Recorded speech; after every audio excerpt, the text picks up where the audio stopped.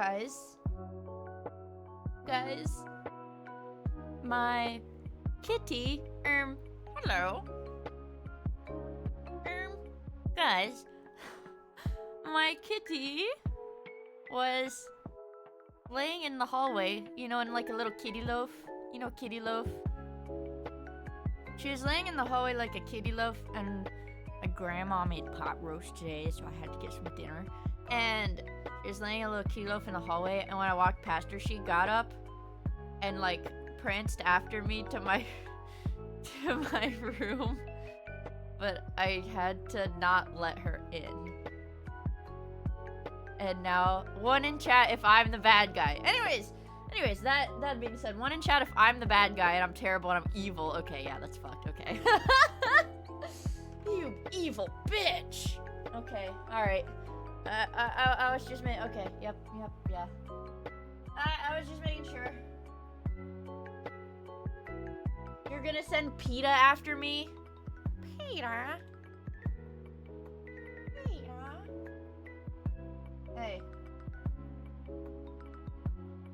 I guess I'm gonna show you, chat.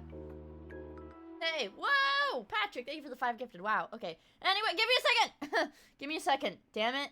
Damn it! Give me a second, chat. Give me a second.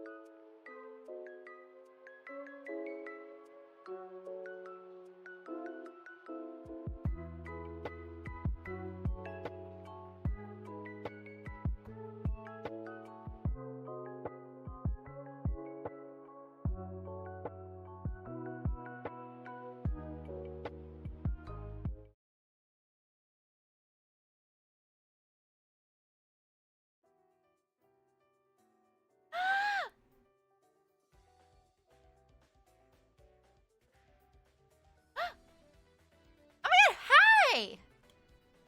Oh my god, hi, chat! Oh my god, hi! Hello, chat, Chatterino. Oh my god, hi! Hello. Yippee! Oh my god, hi, Snowplow! Oh my god, hi, Chad! Yep, that's Mr. Plow to you. Uh-huh. That is Mr. Plow. Nope. I'm dropping Gia. I'm no longer... I was gonna be Gia today to be Jolly Mia. But I said, nope, we're not Gia today. Because I was like... I'm Kai. I was like, I'm gonna be festive today. Let's just say be festive. I'll be Gia today, so I can be Jolly Mia. So I said, hi guys, I'm Gia. And the next message in chat was... Jizz Mia. You're Jizz Mia. I said, nope. No more. Gia dream is over. The Gia dream is ended. Nope. No jolly. We're not jolly. We're not jolly. Nope. Nope. The Gia dream is over.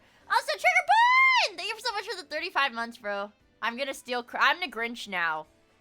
I'm Gria. I'm Gria. I'm the Grinch Mia. I'm Gria. Yep. I'm Gria. Jawloids have the Jawloids have to fight the Gria. Hi Mia, Grunch. so sorry I missed the meet and groom. I promise I only cried a bit while you were gone. What? The meet and groom. Okay. No. No. Hey! Shut up. Check this out. Shut up, you stupid bastard. Guys, check this out.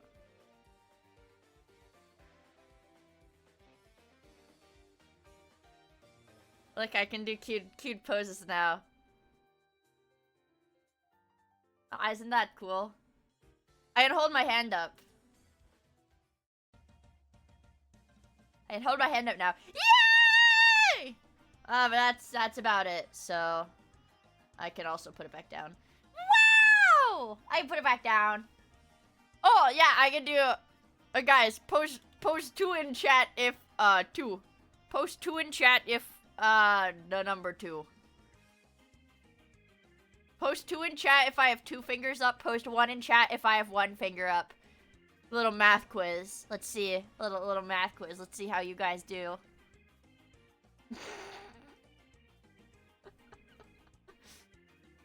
The beautiful thing about you guys, chat, is that you guys are not the smartest, but you are very, very dedicated. And I think that's a beautiful thing. That's a beautiful community to have, okay? Banana. Wow, I could line. Thank you so much for the 100 bits. The first time high. Wow. Thank you so much. And chatty, thank you for the 100 bits. You guys, guess what? Yesterday, just had my first meet and greet as VTuber at a convention ever. And I was really nervous for it. Okay, let's get a little background for it. I was a little nervous. I was really nervous. I told my mama I was nervous. And who else did I told Mitch I was nervous too. And then I was in the headset with Mitch, and I was like, right before my meet and greet started, I was like, girl, I'm so nervous. I don't know what to do. And she's standing there. There's like a big ass line of people. The like tech staff has already been like, hey, you should probably start early. There's like kind of a big line. And I was like, actually, I'd rather start on time because I'm like really nervous. And so I'm in the headset with Mitch, and I'm like, girl, I'm so nervous. What do I do? And she's like, what? No, don't be nervous. Like in the headset. I'm like, no. Don't say it out loud that I'm nervous. And then she like out loud was like, yeah, she's not nervous at all.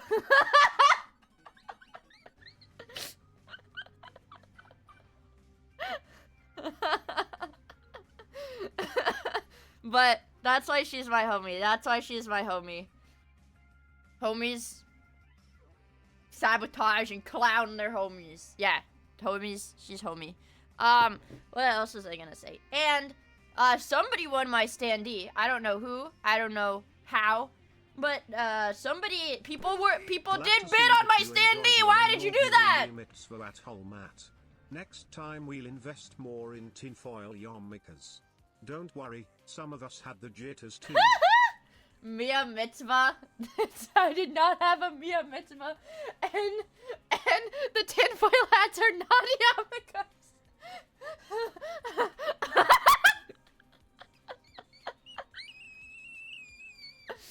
We're good. Thank you so much for the super chat, Jonathan! Unspeakable things are being done to the Mia standee as we speak. Guys, I mean, like, obviously it's good for me if you guys bid on the standee because that money goes to me. But you also don't need to do that because I literally have sent you guys the full res PNG of my model 1 trillion times. You can, like, go to a print shop and make your own. I mean, it's not gonna say Holiday Matsuri on the bottom, but you could probably, like, rip their logo off the website and put it on the bottom if it's, like, really important to you or something. But, yeah, this one is special. The standee is... I know this standee is special because it's, my first ever standee at a convention. I was showing it to my parents. My dad thought it was real. My parents thought it was really cool, actually. My parents did think this was pretty cool. Also, Desert Girls! Thank you so much for the 5 gifted! I really, really appreciate it. They did think it was pretty cool, because it's like, okay, whatever. Mia hasn't left the house. Save to go to the convenience store for energy drinks and soda in, like, 2 weeks. What the fuck? What does she do? What is she doing? But then yesterday I could be like, have a meet and greet. Have a fan meet and greet. And they're like, oh, okay. Yeah. We got a lot of soy pointing in. It was pretty awesome. And I really appreciate you guys. I really appreciate you guys coming because I was actually really scared. My biggest fear with the meet and greet was that nobody was gonna show up. Not like nobody's gonna show up, but it's like... Meet and come? That's not... Meet and huh? Meet and fuck kingdom, Steve.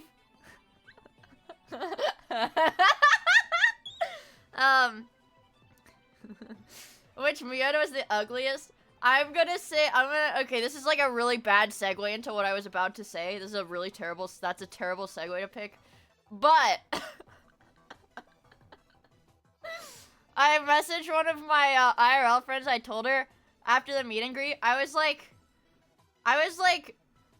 cause this, like, this IRL is like very adamant about the fat and ugly and bald, like, VTuber fan weeb stereotype, and I was like, you're dead wrong, bro. You're dead wrong, bro. These people had so much hair.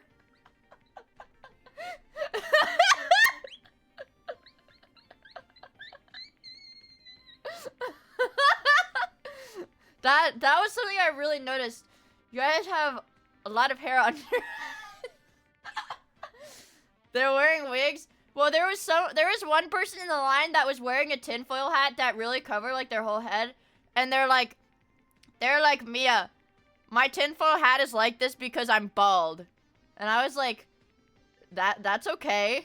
I was like, then they like pulled off and they had a ton of hair. They're like, ha ha, I gotcha! And I was like, oh shit! Like that. Oh my god, hi monkey! But it was a lot of fun. It was a lot of fun. And I was like kind of, I'm still like kind of soying out. I'm still kind of soying out because the concept of that is so freaking insane. It's so freaking insane. I don't know. I think what really got me is that at the meet and greet, a lot of the people that came up, I guess not, I mean, proportionally, I don't really know proportionally, but more people came up than I thought that were either like, oh yeah, I don't chat at all in your streams, but I watch them. Or like people who are like, yeah, you probably haven't seen me in chat for like a year, but I still watch. And I was like, ooh. Yeah, Lurker Andes. Dude, if we're talking Lurker Andes, I don't know when they watch, but one of the people on my Arknights friends list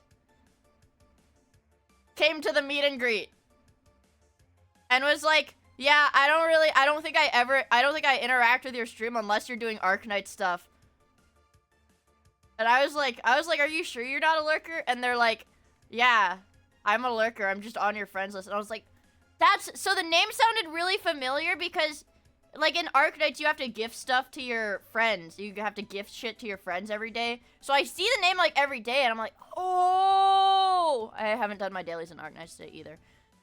For the record, puts finger up in the air.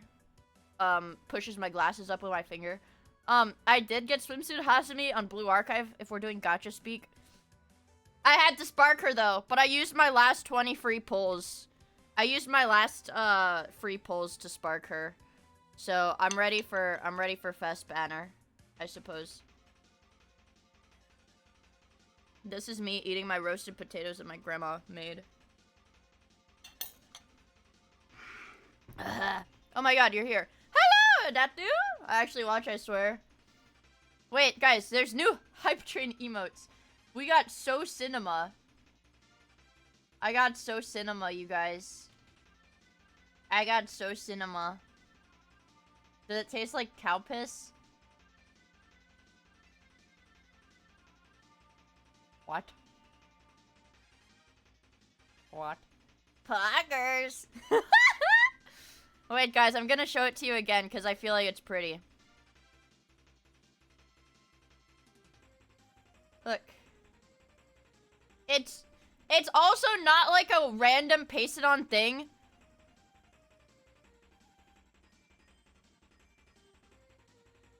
It's like I drew it on. Can you do both hands? No. It's only one of them. I was gonna do two of them, but then I was like, Well, here's the thing. If it's 2 of them, that's twice as much time that I need to spend rigging the model. And I'm a lazy boy. I'm lazy. I'm lazy.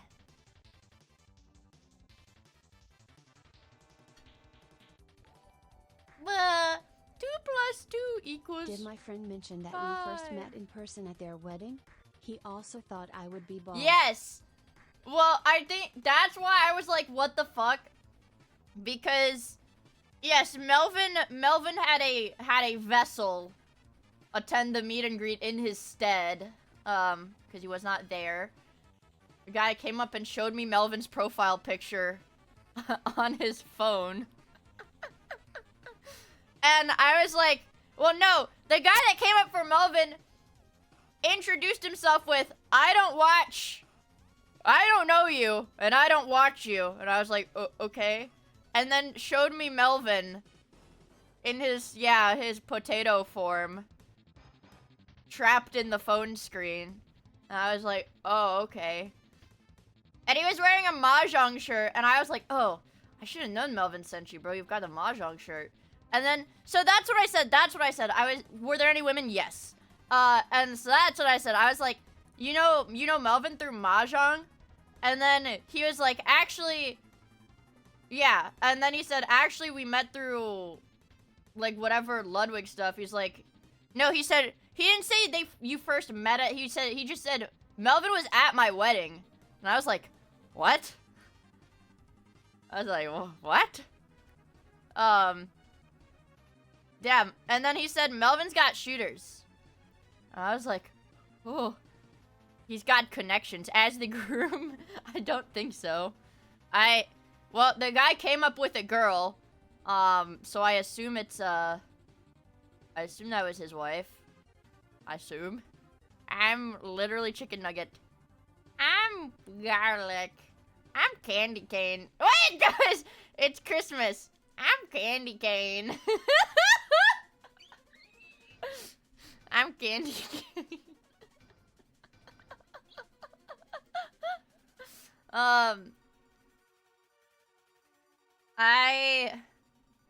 What was I gonna say? I thought you were snowplow. Oh yeah, I'm snowplow today. Can you replace your hoagie with a candy cane? That's smart as fuck, actually. So yeah, I did that yesterday, and I'm gonna be honest, I did not really get much sleep before the meet and greet because I was so fucking nervous for it that after the meet and greet, I just passed the fuck out. I woke up at like 11 p.m. or something. I think I sent like 2 messages in the Discord and went back to bed. And then I woke up at like 8 a.m. and I was like, I should try to rest some more, but then I couldn't. So I had to take a nap at like 5 p.m. I woke up at 6:57. Now it's 7:28, but I woke up at, no, I did not sleep until 6:50. I slept until 6:57, laid in bed until 6:59. And then I jumped on the computer. It's 5:67 a.m. That's right. Yeah, that's how long I slept in. And the chance to be a hero on your meet. Bonatide! Okay, yeah, if you're gonna say that, yeah, say it like that. Word it like that so you don't get fucking permud. I'm a hibernation Andy. Yes, I thought it was pretty common knowledge that I do sleep until the minute before my stream. I do. I'm a sleepyhead! I don't know what you want me to say. I'm a sleepyhead. I'm a certified rester. How many hours do you sleep? Honestly, I was thinking about that too. Because I was trying, like, this afternoon, I was like, why am I so tired? Yeah, I wasn't sleeping. I was having sex! With, the Splatoon pillow on my bed. But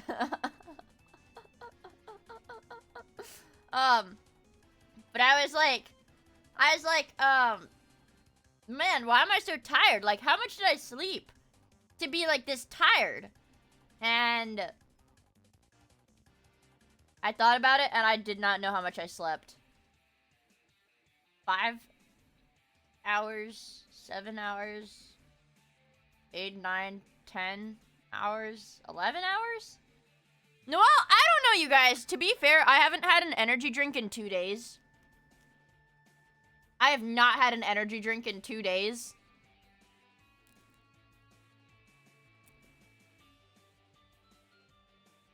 So that might do it. Also, hi, Tempest! I've been too sleepy to go to the store.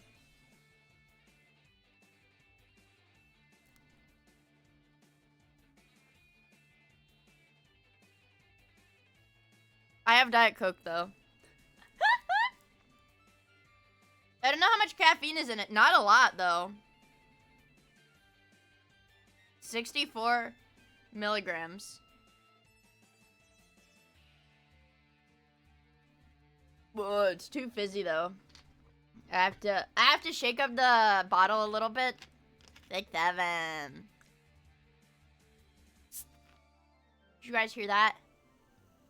Have you tried switching from caffeine to straight up meth? Yeah, guys, a Mia without a soda is like an angel without his wings. Okay, I need my sody. Damn it. I need my sody. I'm gonna eat a bite of pot roast.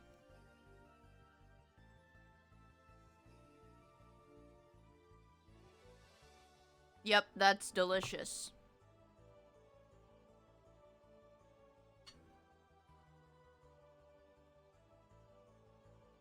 Meth will make you skinnier and prettier? I thought meth gave you scabs on your face.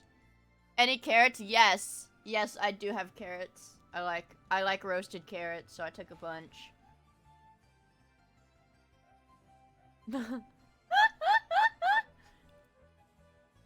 Oh, it does fuck up your skin and teeth.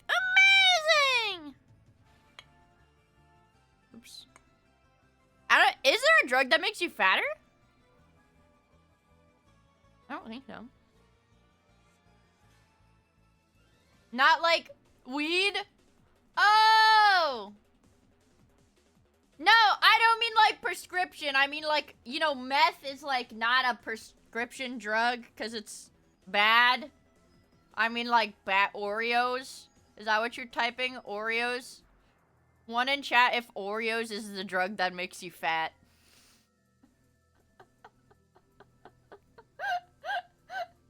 The terrifying illegal drug known as Oreos. Then, I went to the beach that makes you fat. It's not the beach, it's the rocks. They made Oreos taste bad. I haven't had one in like, my family has them. We have them in the pantry, but I haven't had one. I just haven't felt the urge. Maybe that's why I haven't gotten fat, because I haven't had the urge to eat Oreos lately. So I haven't had one in a pretty long time. But I thought they were good. I see more people get fat faster with Chips Ahoy. Oh, dude. If we're talking Chips Ahoy, the best thing ever, you guys, is like the store brand, like bargain brand. Beer is a drug and that makes you fat. Okay, beer. That's true. It's like the bargain brand, store brand, like little chocolate chip cookies that are like chewy, like the soft ones that are like they have like a little layer of like fucking oil on them, like hydrogenated oil on them. And like, yeah, but it's like the cheap store brand chewy ones. You guys know what I'm talking about?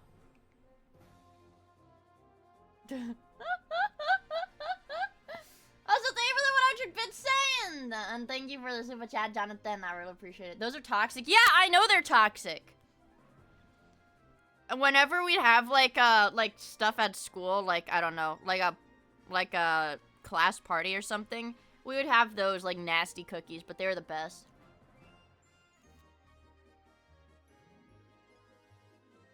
Those were like the best. Hello, Mia Milker. Hello, Mia Milker. Okay. Hello, 5 Discord notifications in a row. What's going on?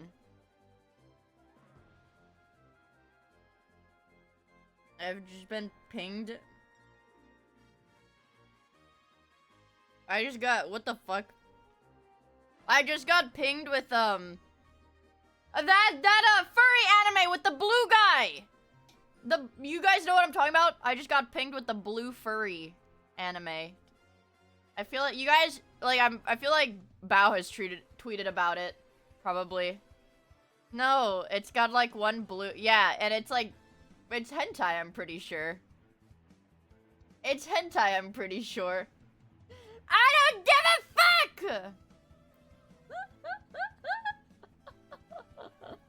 You know, I didn't understand the appeal of that one because, A, he's blue. But not like Smurfs blue. Kind of like Blue Moon ice cream blue.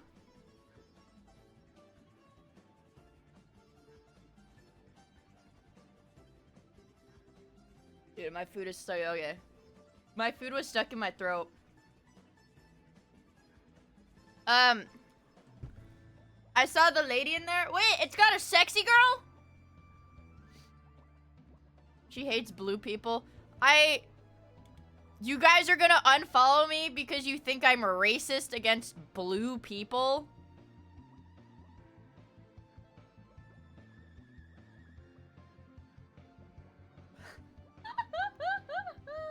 The animal lady? Okay. I'm searching blue furry anime. And I'm not even searching it on incognito, you guys.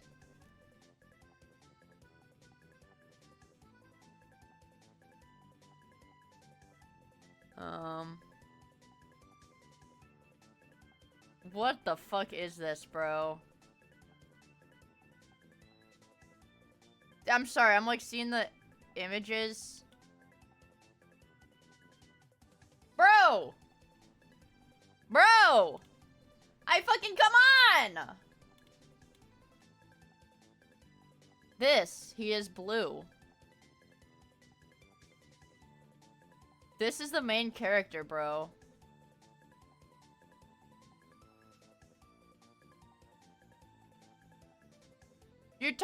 Renzel, you're telling me there's a female furry in this game? There's a female, well, for the record, the white girl fucks the dog, not the furry. For what it's worth, the white girl's the one fucking the dogs. What are you watching? I'm not watching it!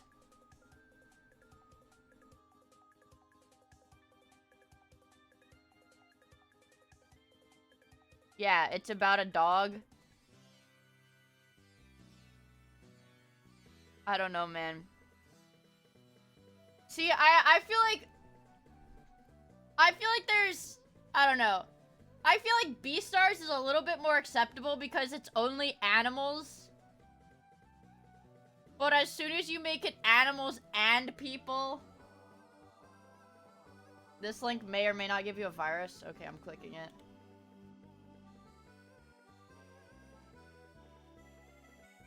Needs you to solve this differential equation. It's Oligartha math edits. I am so happy. Equation to enable the cloaking device so the T-50 Yes, yes, yes. Yes, yes, yes. Show me the math. Show me the math. Show me the math. You must solve this integral to reactivate Agartha's force field. Good luck, my child. Bro, what the fuck am I meant to do with this? I thought sin x over x had no elementary antiderivative. But there is still a way to get a value for this improper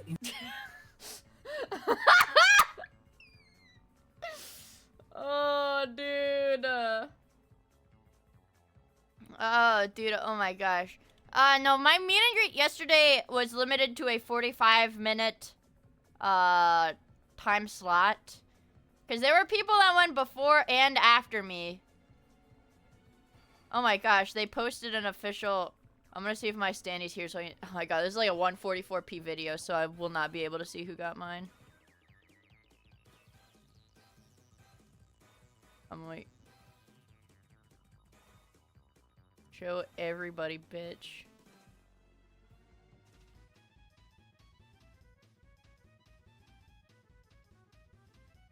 Dude, this is like the most low-res video ever. Also, the Beast Slayer, thank you for the follow. I really appreciate it. Doxoidea. No, I'm not Doxoidea, motherfucker. Look, this is the only reference video I have. This is like, no. It's not fucking Doxoidea. Look. They posted this video.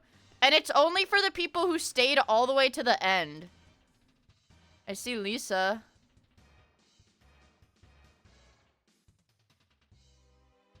I think whoever got mine left already. We're factory. Not yet! In a minute! In a minute!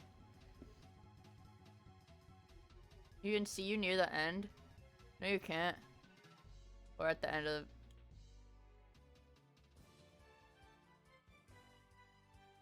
But it's also makes sense because... It's easy because, what is it? Most far, at the far left. Oh my god, there is, oh my god, it is me! Oh my god. Doxoidea. You guys talking about Doxoidea, but you guys are the one that found it. Oh yeah, I just play the whole thing, okay. What the? Oh my god, there's a giant Momo. I need more hands for this one. There's a giant Momo. What is that one? Oh, that's the Giga one! This is crazy. Wow. There's a lot more standees than I thought there were. There's hella. There's hella. Wow, this is so awesome. There's Mia! Goodbye, Mia.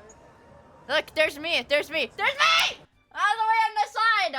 All the way on the side, there's me. Yay. Thank you for giving Snowplow a home. I would be really sad if Snowplow was an orphan. I would be very sad if Snowplow was to stay an orphan. I would cut a hole in mine. You can't cut a hole in a cardboard standee to have sex with it because it would like give you like friction burns.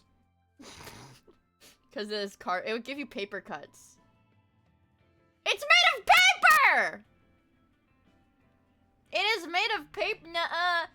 Oh, my balls. And?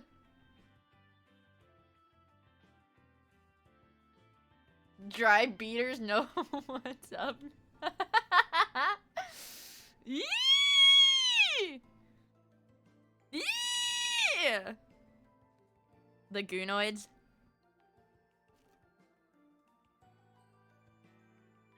Not if you put felt in the hole. Okay. Sorry for what? I'm eating bread right now. I think I got a slice of bread with my dinner because I felt like I needed like a little carb boost to wake me up.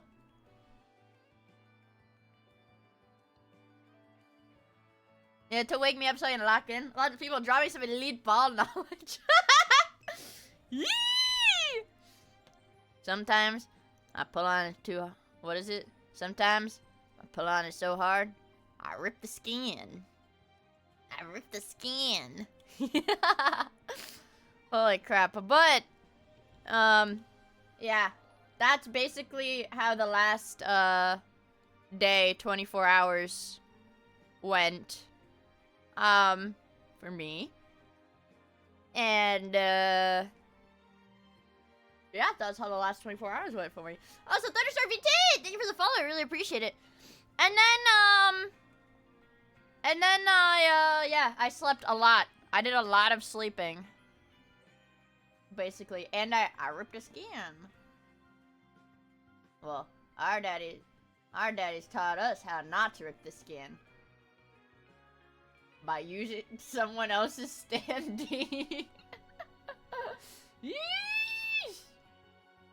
But you know what the good thing about that is? I actually really liked doing that.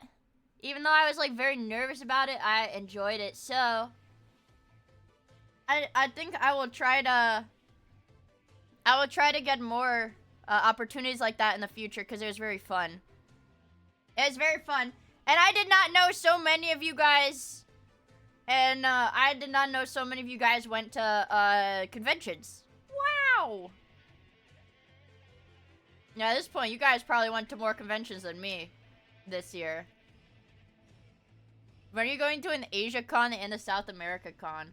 We'll have to hit Brazil and, well, here, Ken, you need Sri Lanka to get their own anime convention, and that's gonna be a hard one, but you need to get them to get their own anime convention. An Antarctica convention.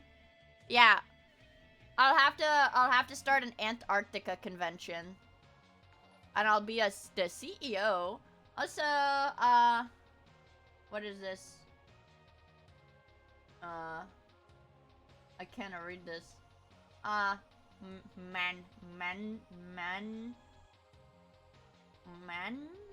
Wait, please go to Ecuador. Please, I need this. Thank you for the follow, I really appreciate it. Yeah, well, yeah, I really liked it, so I'll probably try to get thingies at more conventions. Also, username! Thank you for the follow, I really appreciate it. I think I'll try the first Mia-themed event called Lolcow Con. Mia, would you ever go to India? In what sense?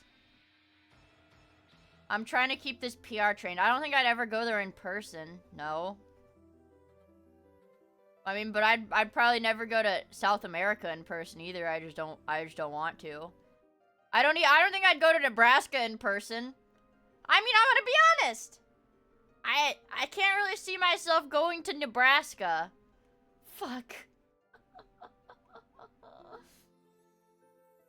Bad things will happen. But yeah.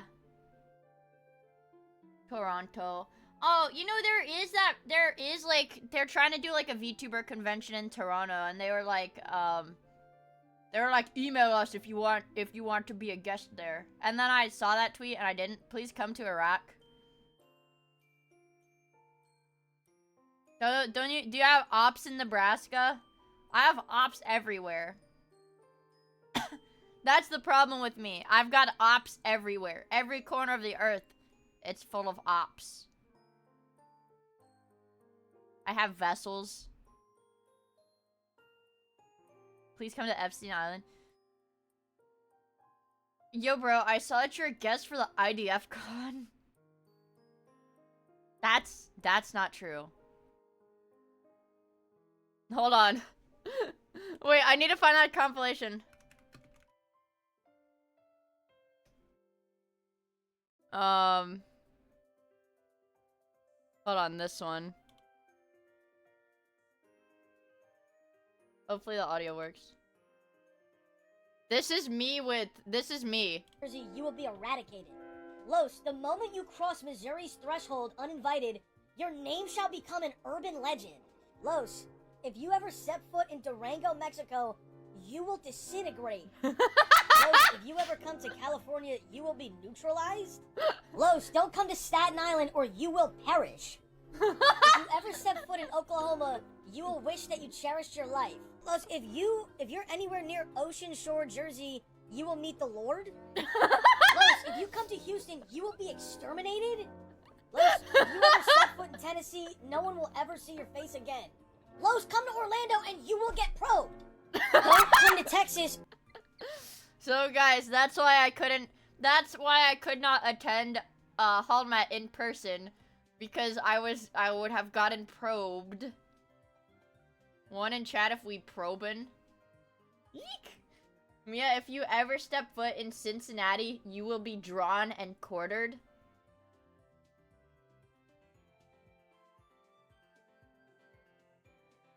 Or you will end?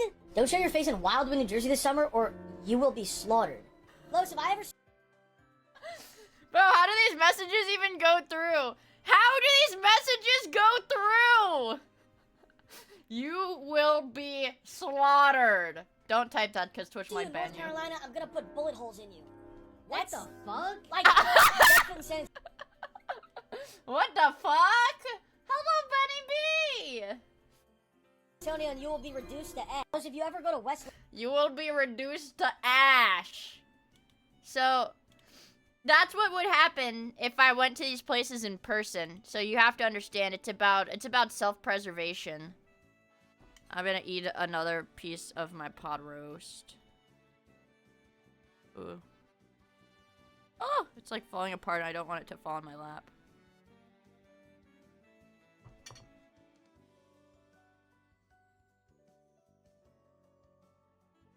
Mia, if you come to Brazil, you will be pulverized.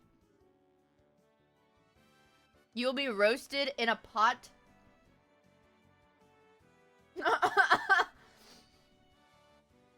I'm not going to dildo Newfoundland. Okay? I'm not going to dildo. That's not a real place. I'm sorry, Meat Scepter, I'm not going to dildo. That's not a real place. Oh my god, it is. Dildo population, 803. South Dildo has 191 residents. Dildo travel guide? Dude, this is fucked.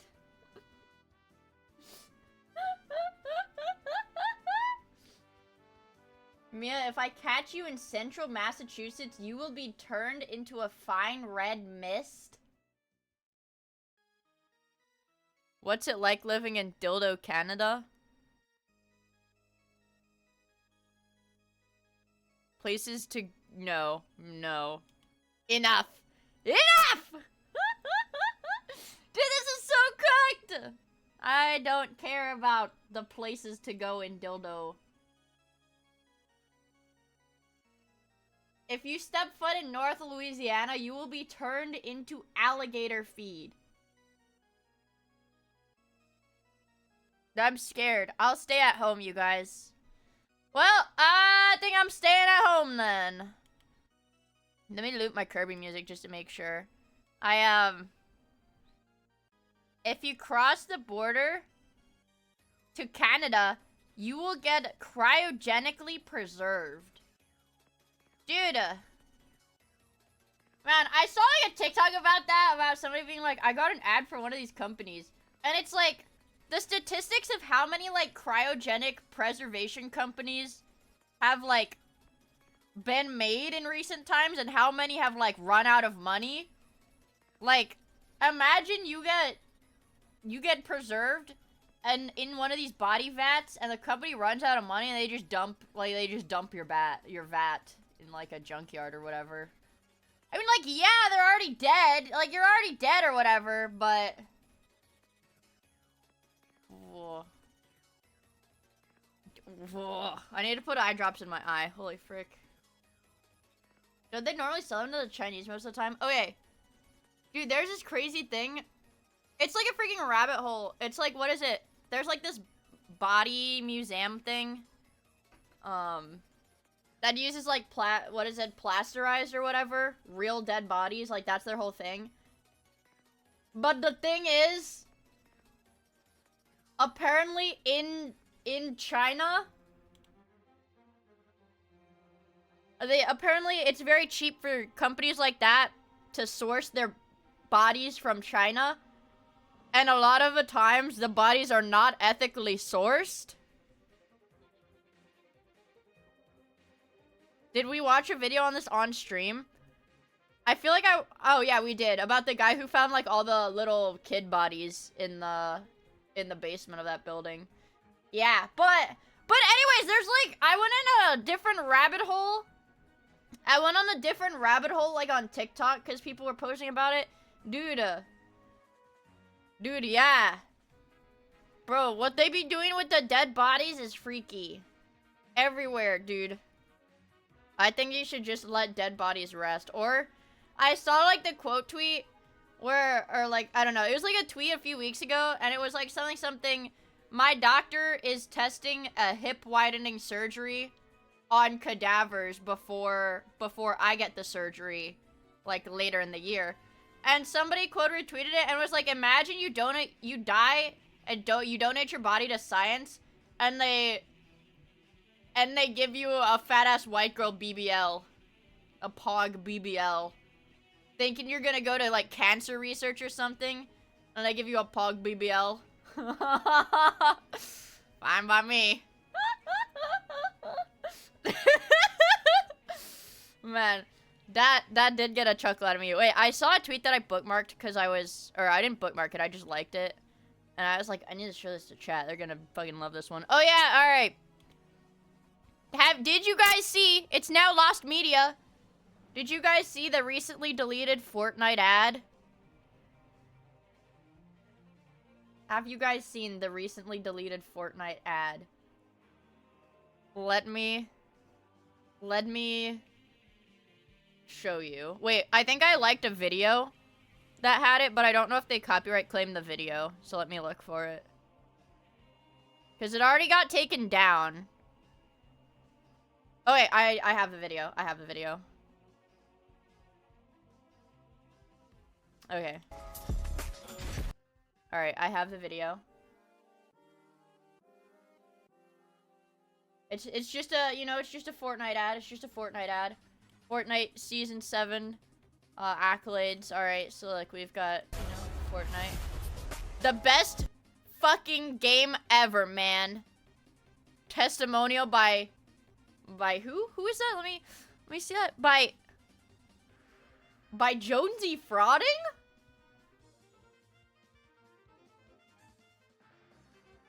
Oh, they deleted this ad, by the way. Wait, let me find another tweet. Sorry, I liked a lot of Blue Archive fan art, so I cannot display capture while I'm scrolling right now. Also, what's that? Thank you for the follow. I really appreciate it. I hope you have fun hanging out with us. Okay. New Fortnite ad. Fuck the Dark Voyager, the bus driver. The best fucking game. Jonesy Frauding. Like a fucking fever dream. Fortnite posting. and then fucking a few hours later, I just learned what that word means. But imagine you were like the Fortnite intern that took these messages to put in the ad. Imagine and you just lose your fucking job. Jonesy. This is good. This is like the, they'll execute his ass. What? Firing isn't enough. We gotta execute him. Let's see. I forget what I was gonna... Yeah, there's not any more posts about it. Because it's, they cleared that up. They cleared that. They took that away pretty quickly, you guys. They took it away pretty fast, but they're trapping him in the storm. Eek! Imagine you're a Fortnite intern. Yeah. I like to believe there's no fucking way. Well, I don't know. Because that's the thing. It could have been like just some 40-year-old dude. You know, just like some 40-year-old dude. I mean, what percentage of the world knows what frauding means? Probably not a lot.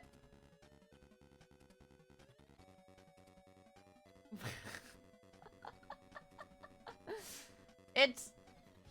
I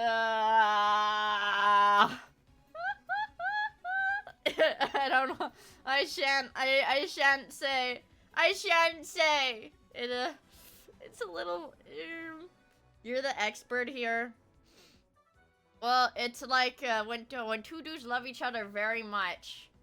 No, it's like they... No.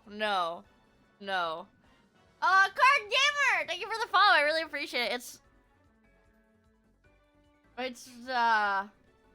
No, it's when one dingaling and the other dingaling. Oh.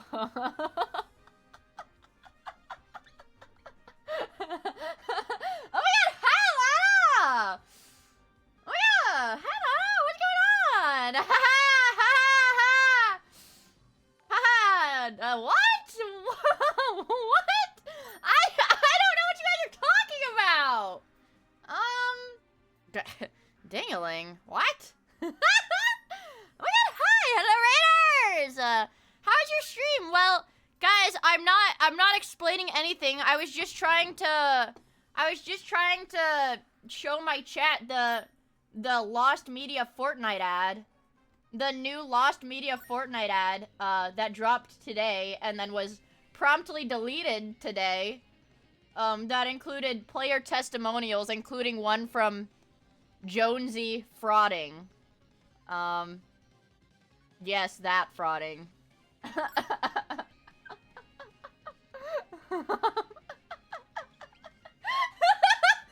And I will not explain further. I hope you guys had an awesome stream. You're watching Evil. You saw it, a evil guy who ran a water park. That's freaking awesome. What else did you guys see? What does it mean? Nothing! Shut up! I'm not answering any more questions. Also, Military, thank you for the follow. Rainbow Dash, thank you for the follow. And Taco Meat Sub, thank you for the follow. And Bruno Bandito, thank you for the follow. And Curly Edmond, thank you for the follow. The Omen Toaster, thank you for the follow. Urban Nate, thank you for the follow. Ivies, thank you for the follow. Surf Zombie, thank you for the follow. Ken, thank you for the follow. General Spies, thank you for the follow. Caprero Draws, thank you for the follow. I really appreciated you guys. Thank you. Also, oh, we have to read these fast. Okay. Alice says, thank you for the follow. Six of Dragons, thank you for the follow. Nathan, thank you for the follow. Deranged Banana, thank you for the follow. Proticious Gaming, thank you for the follow. Dingbub, thank you for the follow. Thalen, thank you for the follow. Demon Wolf, thank you for the follow. Crazy Dylan, thank you for the follow. Anders Voidstorm, thank you for the follow. I really appreciated you guys. It's okay. We got it. We got them all. We did it. Ding-a-ling. Ding-donk. Ding-donk. Also, Weeble Jones, thank you for the follow. I really appreciate it. Well, aside from that, I was just explaining, Raiders, to my chat how I had my first ever meet and greet at a con. I've never guessed it at a con before, and they made a cardboard cutout of me, and then people were punching it, and they were shaking it, and they were punching it some more, and then somebody bought it, and it was super awesome, and that was my weekend. Well, no, it wasn't like my weekend because I was in my house the whole time. I didn't go to the con. It was really funny. The convention was Holiday Matsuri in Orlando. And Saturday morning, I was telling my parents how I have a meet and greet in the afternoon. And my dad looked at me and was like, "Are you going to the convention for that?" Now, mind you, Orlando is like 2 flights away. It's pretty far. It's pretty fucking far away from me. And I was like, no, Dad. No. No, unfortunately, I did not make it to Orlando in, what is supersonic speed time, unfortunately. Yeah, Cardboard Mia had more going on for her weekend than real Mia. Don't say it like that, Poopy. Oh, gosh. Also, Alchemist, thank you for the follow. And, Crystalline, thank you for the follow as well. And, Kokuto, thank you for the follow. I really, really appreciate it, you guys. Thank you. She didn't have more going on. Don't say it like that. Don't say it like that. It was, everybody posted pictures of the standee in the Discord, so I can find pictures. Okay, there's not any pictures on the starboard. It's just Agartha edits of my VTuber model. Well, I tried. Well, I tried. Unfortunately, the starboard does not have pictures of my standee from the convention. It has Agartha edits. I want to find it, because it's a cute standee. It is cute! Is this all from today? This is like today. You guys message the Discord too much. She got hit on and someone even took her out. Did anything like that happen to you? I pulled an anime girl on my gacha game with really, really big boobs. You guys want to see her?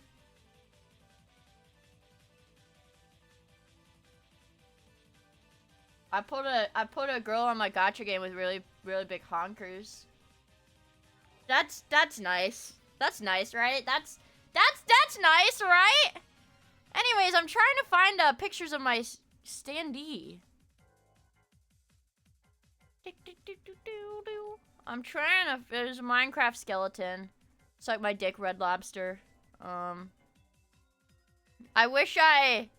Frick! I wish we had more pictures. Also, holy frick! Small Pippin, big dreams. Thank you for the follow. Waterfire, thank you for the follow. Tesco, thank you for the follow. HBT, thank you for the follow. And Extras from, thank you for the follow as well. I really appreciate it. I'm just saying. Oh, here she is. Okay, see ya, chat. See ya, chat. There's a picture of my standee. Even VTubers. I guess it's probably better to not name people because it's like I don't know who said they were gonna be there in person, but even VTubers like were like, oh my god, Mia, it's your standee, Mia, it's your standee. See, it's special because it says Holiday Matsuri on the bottom, so that's what makes it special.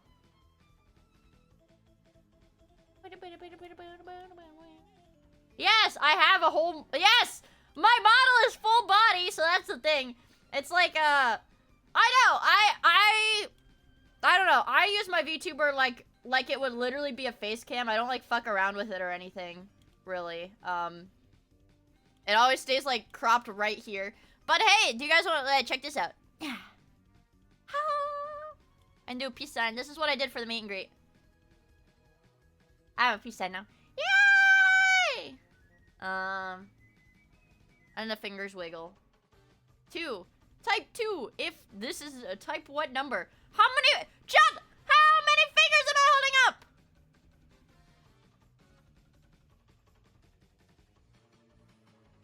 You guys are not that smart.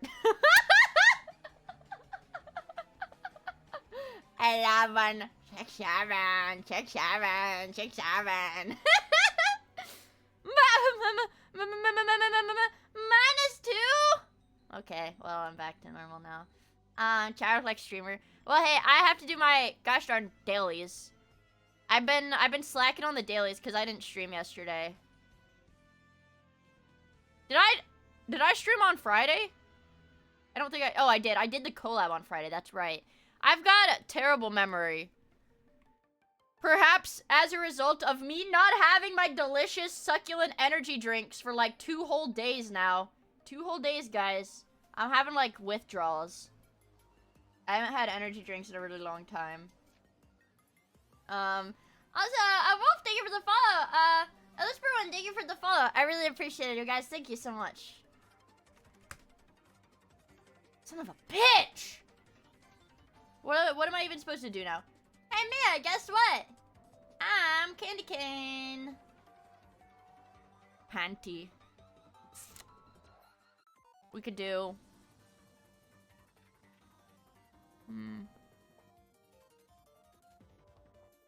Call it. I'm thinking waltz today. Son of a bitch, bro.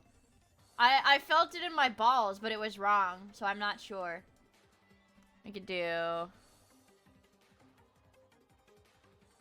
We could do Linty. Linty. Oh, wait. It's got an I. T. Tulip. Okay.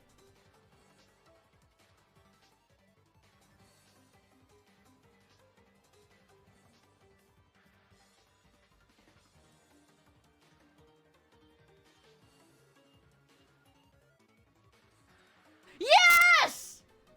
I had to feel that one out. I had to feel that one out, you guys. I had to feel that one out. Okay, I had to feel that one out. But we still got it! We still got it! We're genius. We're genius. Don't worry, we're genius. I'm genius. Oh, frick. No, don't log in. Play. Okay. Let's see. Emerge, result, spout. I don't know.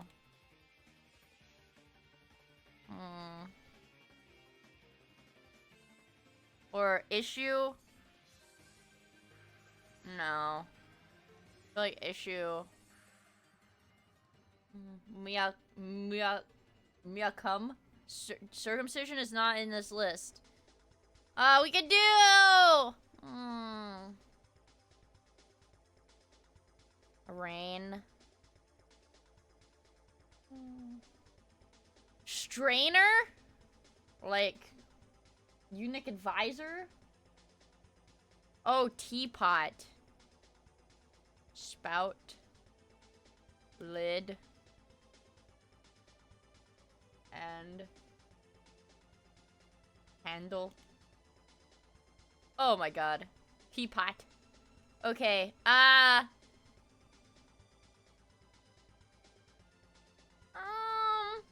gum? Gum? Yeah, fucking of course my token, my DEI British chatter got the teapot one. Thank you. What would we do without you? What would we do? Nothing. We wouldn't be able to do anything without you, small green potato. Also, Slice Dan, thank you for the follow. I really appreciate it. Maybe.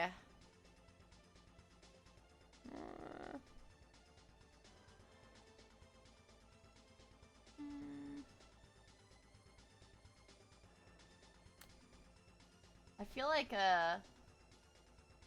this one's beating my ass. It's not in a Garta category.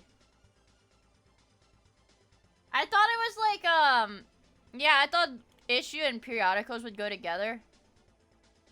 But it's just fucking with me that this has an S on the end, and this doesn't. My guess for these to go together would be like, no, I don't think it does. I don't think it does. That's the problem. I feel like result and emerge go together.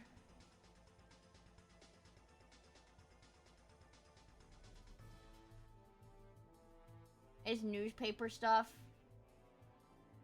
Small green potato. I actually don't. I was gonna say, you can be honest here. Do you really pay for a TV license? But don't answer that because they'll literally send you to, they'll like track your internet. I know they track your internet. And they'll literally send you to jail if you say you don't pay for a TV license. I know that. I know that. That's how it works there. My parents do, so it counts. Holy crap. That's like, that's so insane. It's like the concept you have like a mandatory Netflix subscription that you have to have. Except it's like a mandatory Netflix subscription and you don't get Netflix.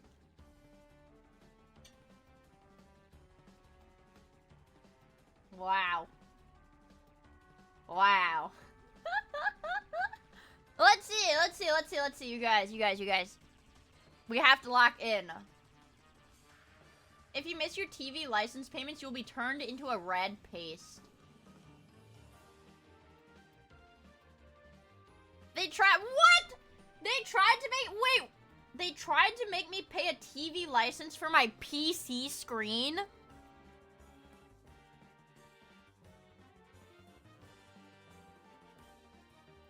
What? What? Just another tax, ain't it? They claim if you stream any kind of content on a PC, it counts. So you're telling me, legally, if you are British, you need to pay the TV license fee? You need a TV license to watch Miia? You need a TV license to watch twitch.tv/Miia? Well, now I feel pretty official. This one's hard, you guys!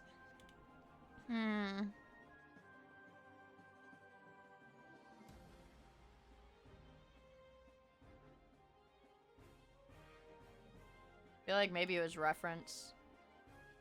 Son of a bitch, this is one away.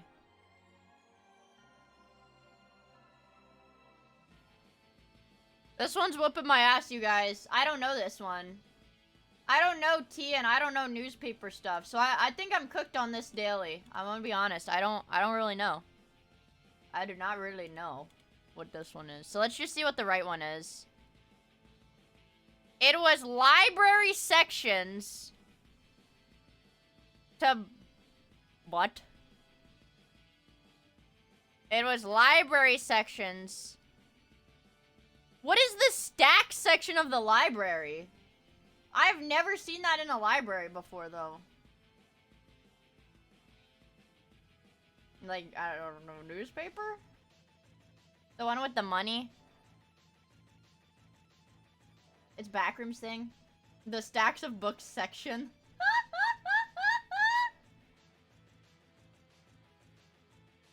Minecraft.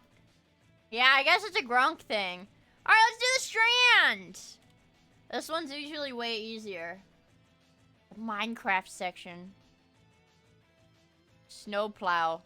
Snowplow. Snowplow. Snowplow. And do huff. Puff. Snowplow. Snowplow. No dozer? Snow problem. Snowplow. I can't do snowplow.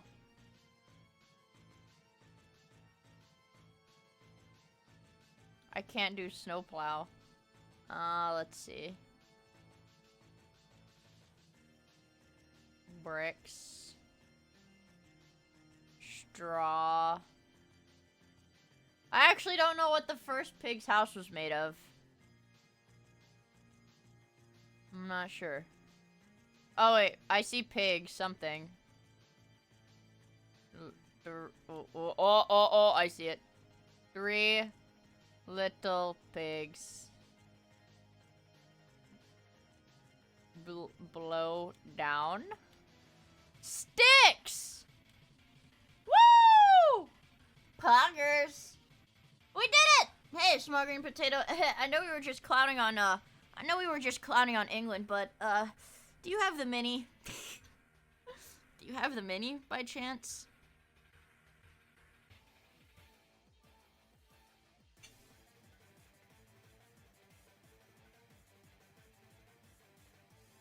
You can have a digital bite of my pot roast. Thank you. Lock in. Only US president born in September. I'll fuck it. Cloth. Korea. Metal pins. Tax. Fauna. Me. Fauna's counterpart. Me. Totem pole. Sound from a fly swatter. I don't know, it's like a...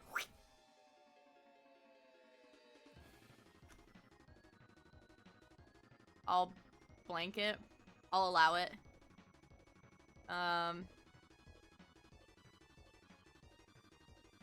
WAP, maybe? One might be forever. What is one might be forever? What the fuck was that? Oh, it was a fucking sound alert!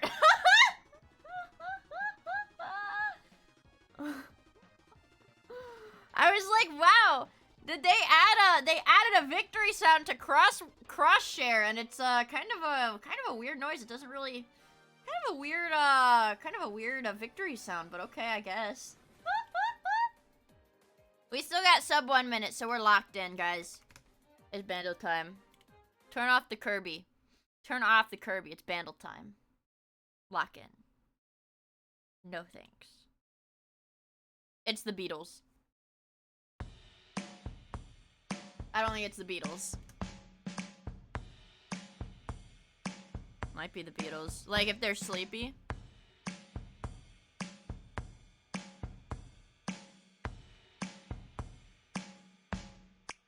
Whoa, it's got snapping.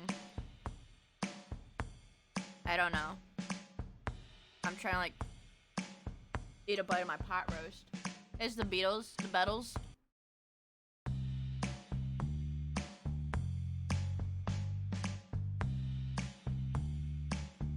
This is the Beatles.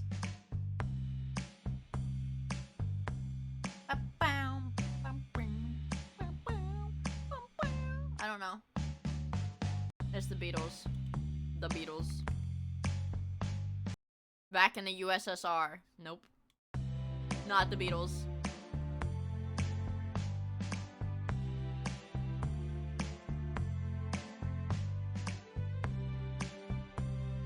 It's called My Girl. Okay. By the Beatles. By the Beatles. No thanks. Okay, I've never heard this before. And it's got no glorp.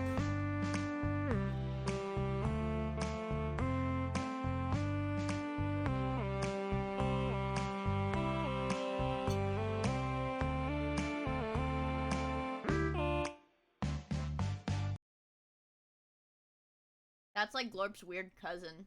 No, I'm not. Guys, okay. There's that one other song. There's that one other song that I know Ame from Hololive used to karaoke. That you guys were like, how do you not know that song? It's in like every it's like in every at the end of like every rom-com. And I was like, I've never heard this song before. I don't watch that. I don't watch movies like that. I don't watch that stuff. I've never heard a song before. I've never heard a song before, you guys. I've never listened to a song.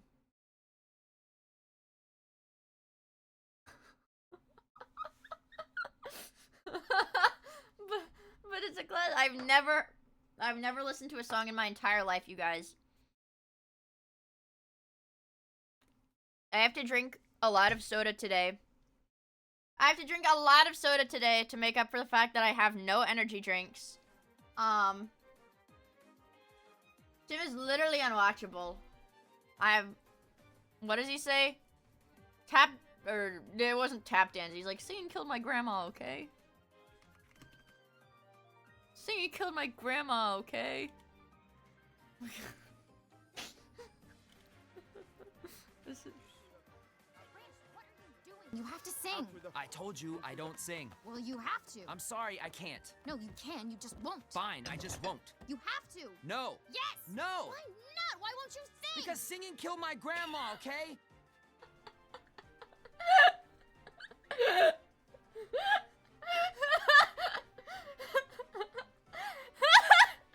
This is why I've never listened to a song ever.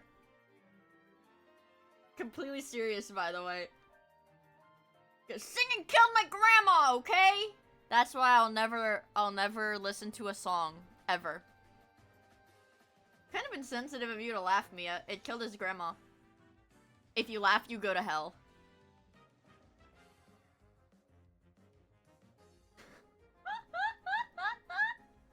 Oh, what was I gonna say? I'm driving the bus. Okay, yep, and you guys are all coming with me. That's right. Okay, but how the hell did singing kill his grandma? She sang too hard. Oh, this is me. Hello, Mia. Look, she's gonna mouse over the stream. Hello, Mia. Look, it's a little Mia. Oh, it's little Mia now. Yay! Oh my god! I want off Mr. Plow's wild ride. You're stuck here, sorry. Also, Toxic Will, thank you for the 21 months. I really, really appreciate it. Thank you so much. Yep, unfortunately, you are stuck here. Why am I Chinese? I'm not Chinese. Oh my god. Oh my god. It's Flappa's birthday? What is this Diddy blood doing on the calculator? Dude, look at my feed! The perfect full body armor. Big Flop. Oh, they give him raw shrimp. He gets raw shrimp. Gosha gets his shrimps. This is why he's so fat. Look at him. Okay, let's mute that. I don't know what that was. He's 8 years old. He is 8 years old and he is very fat. He is very fat. Also, hi Zoliana! It's good to see you. Hope you're doing well. He is very fat. He's so cute. Irma! Thank you for the follow. I really appreciate it. Thank you. Hey. Guys, that's really weird. That paid chatter didn't come with the money it was supposed to. That's... That's weird. I hadn't even finished filling out the payment form and he already sent the message. It's, well... Also, bend over for homies! Thank you for the follow. I really appreciate it. I keep hearing my family. I don't know what they're watching on TV, but they're being loud. Anook Snake Eater cover.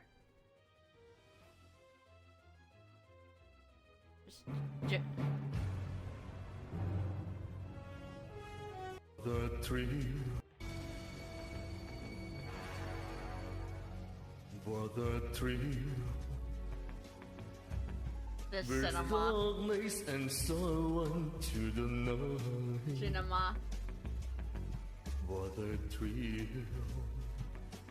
I don't know the lyrics to I'm this either. searching on a metal into you. Wow. For the fear in my heart. Cinema. But your source of Kojima. dream. I don't know the words to this. I have no idea what he's saying. Not for honor, but for you. In my time, there'll be no one else. Crown is the way I fly to you. I'm still in a dream, snail eater. He makes me happy. I like Anook. Someday you grow to the rain, and someday you fear Snail eater.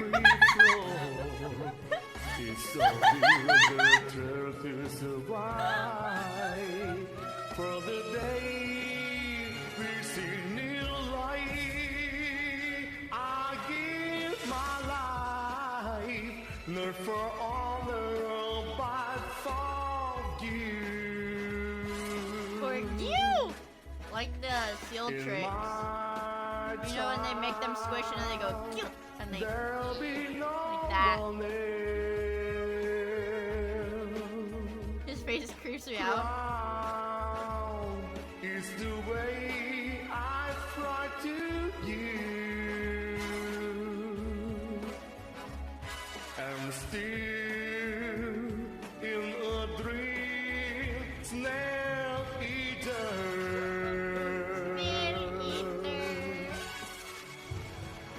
He's got such a beautiful voice, you guys.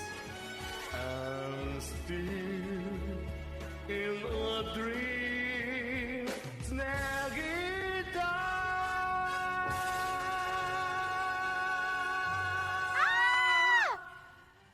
Mia, this is important. Okay. Cinema. Kojima. Snail guitar. Yeah, this is what he said. That's what he said. That's what he said. That's what he was saying in the song. You.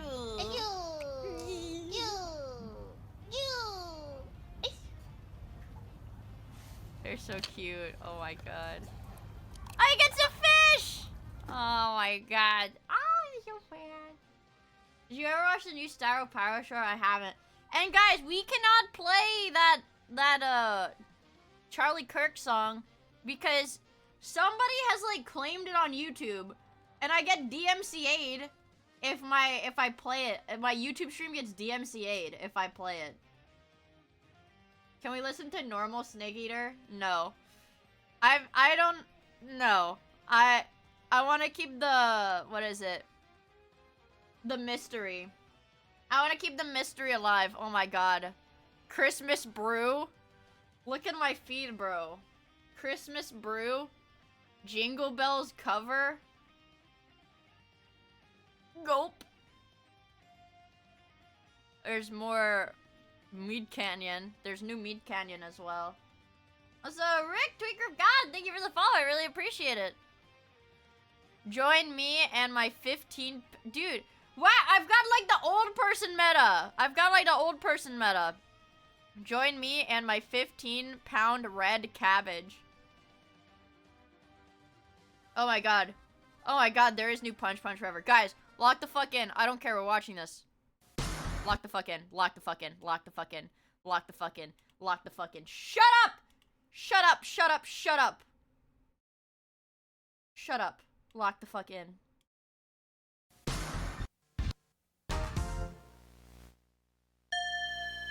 Lock the fuck in.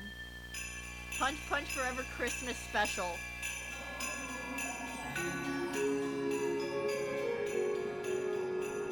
Yay!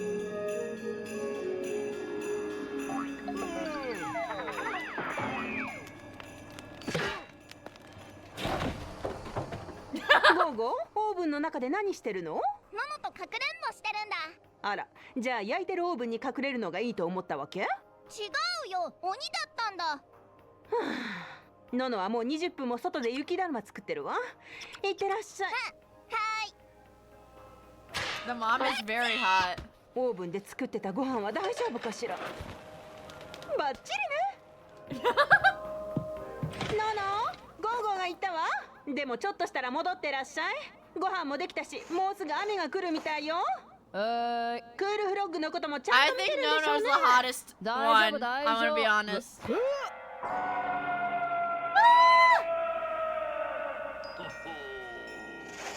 よし、できた。雪だるま完成。こっちもあとちょっとだぜ。お前のメガネ飾りにぴったりだな。おい、ゴーゴ20分前から雪かけるなって言ってるだろうが。ー。おい、なんで気づかなかったんだよ。おっさんに雪かけてんぞ。わかんない。ん？サンタさん。どういうことだ。こんなところで何やってんだよ。プレゼント配ってねえのか？そのはずだったんだが、ちょっと着地に失敗してな。デスアイランドへの配達は毎年苦戦するんじゃ。ほほほ。ああ、なんだあれ、ジン、空を飛んでるあれは誰だ？これはサンタクロースか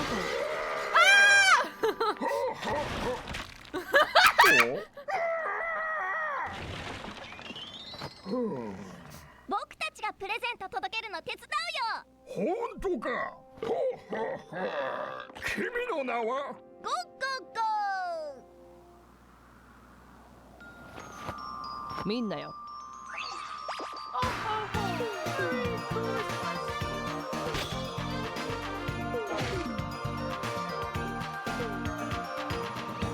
メリークリス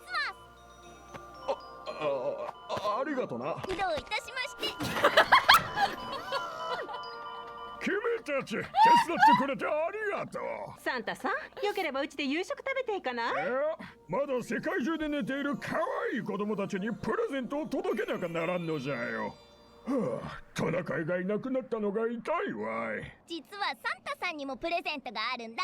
ほら、あれ見てよ。雪でトナカイ作ってやったぜ。はあ、すごいな。宝石で真っ赤なお花のトナカイか。どこで見つけたんじゃ？秘密の場所で見つけたんだよ。ノノ、赤い石がいっぱいあるよ。ほほほ。ありがとな、松本ファミリー。おかげで次のとこまでひとっ飛びじゃ。メリークリスマスじゃ。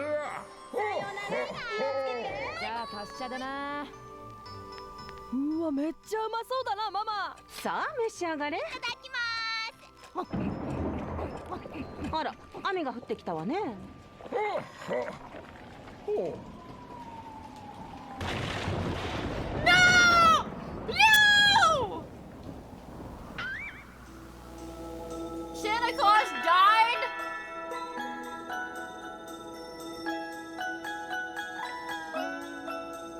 Fuck! Christmas is ruined. Christmas is over, you guys. Christmas is ruined. Wow, it's a dinosaur! Christmas is over. Christmas is over, you guys. I would also buy a Punch Punch Forever snow globe. I've been meaning to, like, I don't know.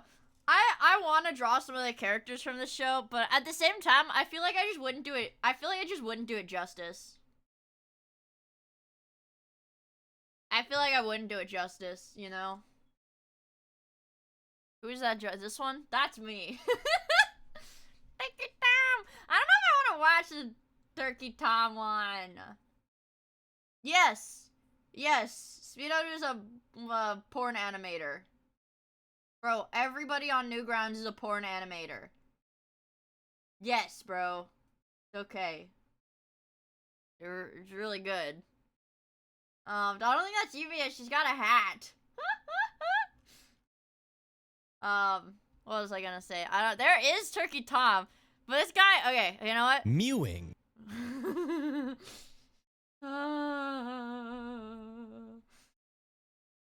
You know what, guys?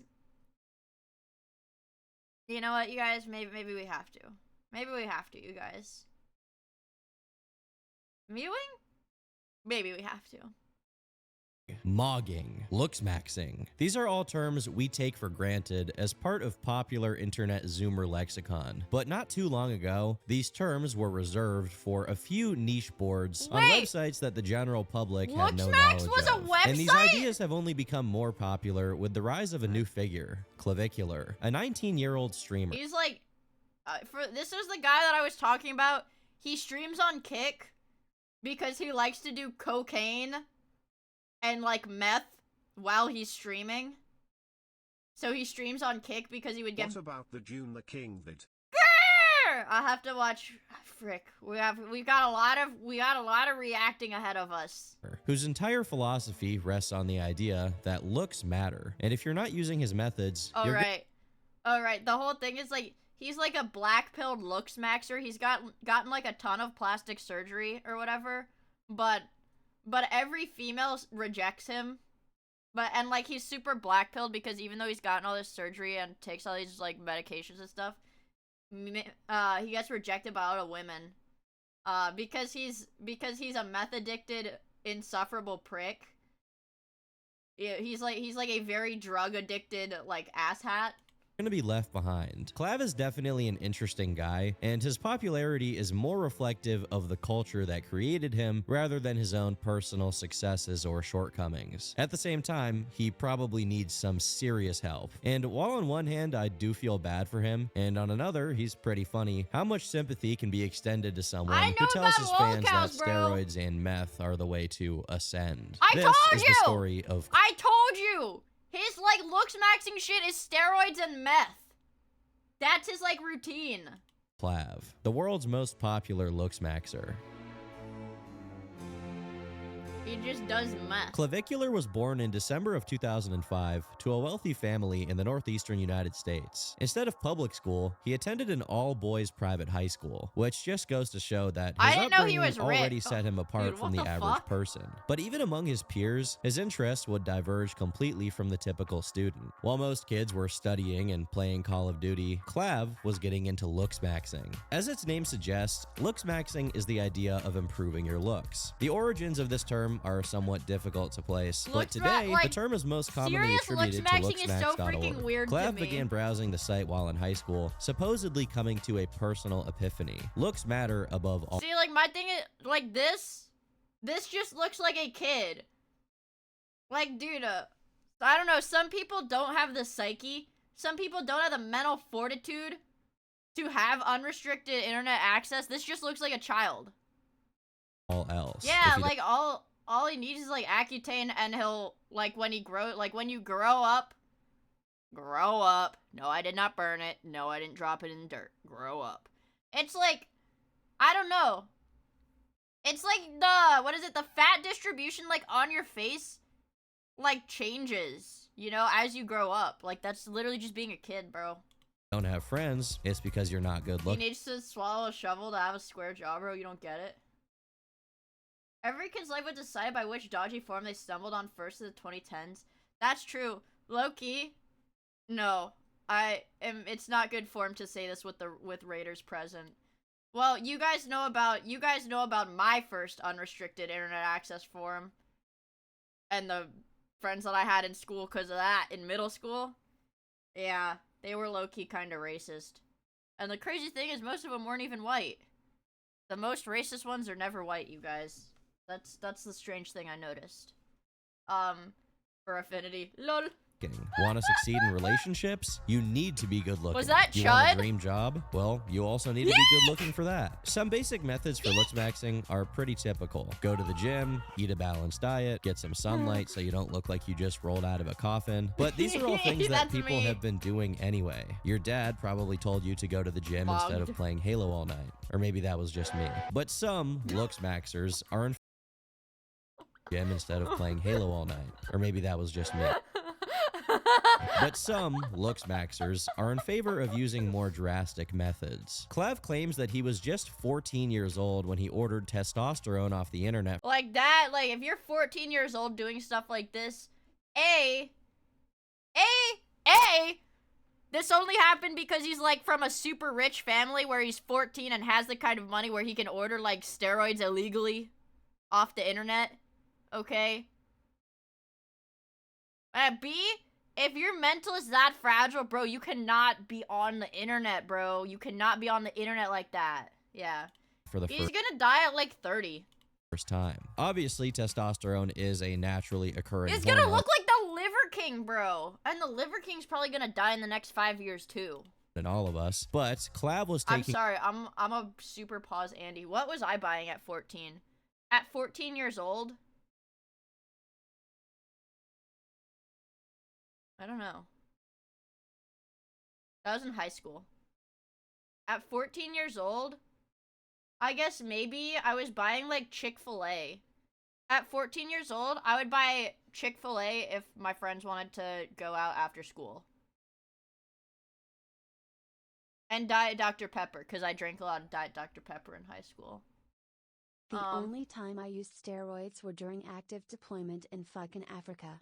Yeah, but that's active deployment. That's active deployment. This is a 14-year-old that goes to like a Catholic private school.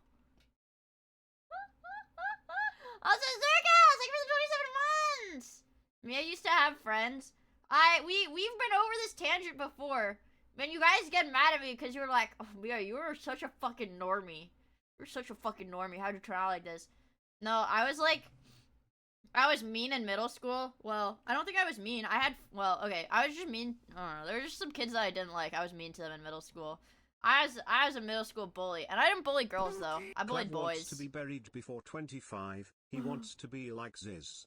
Oh, fuck, no. And then what? I don't know. I feel like I was... I don't know. I feel like I was pretty normal. I feel like I was pretty normal. Why did you bully boys? Because I didn't like them. So what happened? Well, I decided that instead of going out, I actually like sitting on my computer far more. You guys, that's like a funny haha. You guys don't realize, like, this is the ideal life for me. 1 meal a day, lots of diet soda, and just sitting on my computer. That's why I'm so pale. I like sitting on my computer instead of going out. I mean, I found what worked for me. Which game one-shot me? Like, one-shot me into staying in my house all the time? I don't even think it was a game. I just like, I like staying inside. You can do this in prison. I can do that in, like, Swedish prison, maybe. I drink some of my soda. But I don't know. I'm, like, trying to think. I was, like, very normie. I'm not, like, normie. I definitely wasn't normie. Well, I don't know. Do you guys know that, okay. You guys know the thing where it's, like, well, I don't know. I see it on TikTok a lot where it's, like, not necessarily just, like, autistic girls, but it's, like, if you, like, look normal enough or you look good enough, it's, like, you can be weird as fuck and nobody's gonna care, basically. Because now I'm thinking about it, I'm like, man, how did I have so many, like, turbo, like, normie friends? But yeah, girls can do that. It's a girl thing. And I was actually talking to one of my IRL friends because I was like, man, my Blue Archive background feels wrong. I like sent a picture of it to them and I was like, is this okay? Like, it feels like I'm gonna get sent to jail for this. Am I allowed? Like, is this okay? And which I am about to show you on my camera. I was like, man, this just feels wrong. Like, can I even do this? And they were like, well, Mia, you're a girl. And it's okay. It's okay for girls to do this. Not for guys to do this. It's only okay for girls to do this. And I was like, yeah, alright, fair enough. I like Fubuki. I like Fubuki. What can I say? I like Fubuki. I do like her. I'm doomed. Yeah, you can get normie friends if you're funny. If you've got the quips. Quick thinking quips. Yeah, I don't know. I think I was just dealt a lucky combination of like if we balance it out, like I'm above average on like the weird scale, right? I feel like I'm pretty average in terms of looks, but I'm also above average on the funny scale. So it evens out to be like totally normal, right? Totally normal. Yeah. It to accelerate his progress in the gym. Or, as he puts it, I started roids about 2 weeks after I started lifting. Why? Because natty gains are slow and gay. Dude, this is the most 14-year-old, where are you on the autism scale? I don't know. Fake and gay. This is the most 14-year-old response ever. Mia, why do you hold back on being funny when you stream then? What's up? I just want to give a comprehensive overview of SARMs, or selective androgen receptor modules, what I think about them, my experience with them, and if you should take them. Now, SARMs are not as... Bro, this is like the most fucking main the state curtains I've ever seen, bro. ...researched as anabolic steroids. So we don't currently know. This dude is for sure from Maine. That risk is 1000% To from make things Maine. simple, SARMs are essentially gourmet steroids. They're marketed as having less side effects than the stuff bodybuilders used to put up their butts, but at the same time, they do suppress natural testosterone production, which can have some pretty noticeable side effects on your body. Isn't that what makes you go bald? Oh, it gives you like man boobs too, right? It gives you like man boobs and it shrivels up your balls and it makes you go bald. I think natty gains are the only way, chat. And small balls. And yeah, it gives you acne on like your skin, like your torso. Yeah, I've seen that. If you've ever seen a male bodybuilder develop fleshy man boobs, it's because they took steroids for some period of time and it messed up their hormones. How does that even work? How does that even work? This is like a triangle. This is a trapezius. This is legitimately a trapezius. But most bodybuilders are taking these performance enhancers after puberty has ended. Clav was starting them before he was even halfway through his natural development as a man. Based on his video, he's well aware of the risks, but it's a trade-off he was comfortable with because he claims to have gained 55 pounds of muscle in 12 weeks. There's no way. It's also worth noting that this video is partially his own personal experiences, but it's also a promotion of these substances to anyone who stumbled across it. Yeah. He recommends what to take if you're fat and want to lose weight, what to take if you're skinny and want to gain muscle, and how to do it most effectively. The concept of there being anybody on the internet taking the advice of a 14-year-old, a 14-year-old's advice on performance, like, enhancing steroids? I don't know, man. Professor Clav? Effectively. I guess. Now, there's a bit of an increased libido. Like, you might catch yourself, going on Tinder at 12 a.m.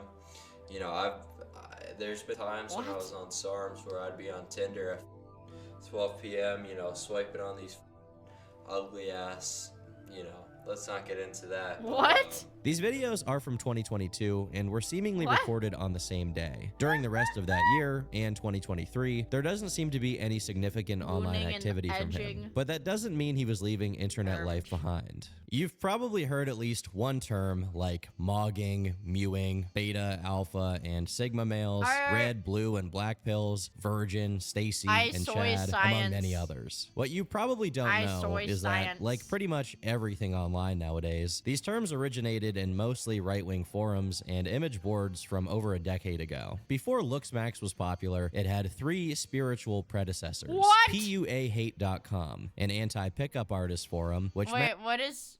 Oh, pickup artists... Wait, what? Oh, pickup artists are the people where they're like, yeah, my entire thing is... Like, their entire career is, like, being like, here's how you walk up to a lady and get her to fuck you in 3 easy steps. That's pickup artists, right? Right. I saw... Oh my god. Oh, speaking of which, one of those accounts... Okay. This is like... I'm not gonna be able to pull anything up because this happened like a couple weeks ago and they deleted the post. But this, like... It's like a fucking, like, you know, Indian or, like, African-based, like, alpha male pickup chicks account. They used, like, an image about... They were like, how to be a dominant male, whatever, da-da-da, you know, that kind of bullshit. But the image they used for the post... was like, it was, I guess it was supposed to be, you know, dominant man, like submissive female, and it was like a drawing, and it was supposed to be that, but the image itself was actually gay Niji Sanji fan art. But you know, they like shodified one of the characters so it looked like a girl, you know, that type shit. And so somebody quote retweeted it, and I was like, I don't want to alarm you, but this is yaoi, bro. like alpha male slop account posting yaoi, and then they deleted the post, so I wouldn't be able to source it for you guys. But trust me, it did happen. Mass shooter Elliot Rodger was active in sluthate.com, which was later renamed Red Pill Talk, and was once directly addressed by the inventor of mewing himself, Dr. Mike Mew. Wait, what?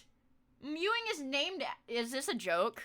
Response came from Incel Executioner. I do love some of the names you've got here. And lookism.net, the latest and least relevant out of all of these. Many similar sites went the way of the dodo as their users found a more reliable place with faster servers that could host their discussions. Reddit. But in 2017, social media companies led a massive crackdown on anything that was deemed online extremism. Among the many casualties was the shutdown of the subreddit r/incels. On one hand, you had people saying that these communities were dangerous and needed to be purged from the web. But the opposing argument, apart from being in favor of freedom of speech generally, also had a foreboding warning. The idea that banning these communities from the general internet would cause a pressure cooker effect, where the people using them would just gather on more extreme platforms. And indeed, they did. The shutdown of r/incels instantly led to the creation of 4 different websites. Incels.is, which is a general forum for incels. Neats.net, created for people who are not in employment, education, or training. Sanctioned Death, a site that allegedly provides instructions on how to,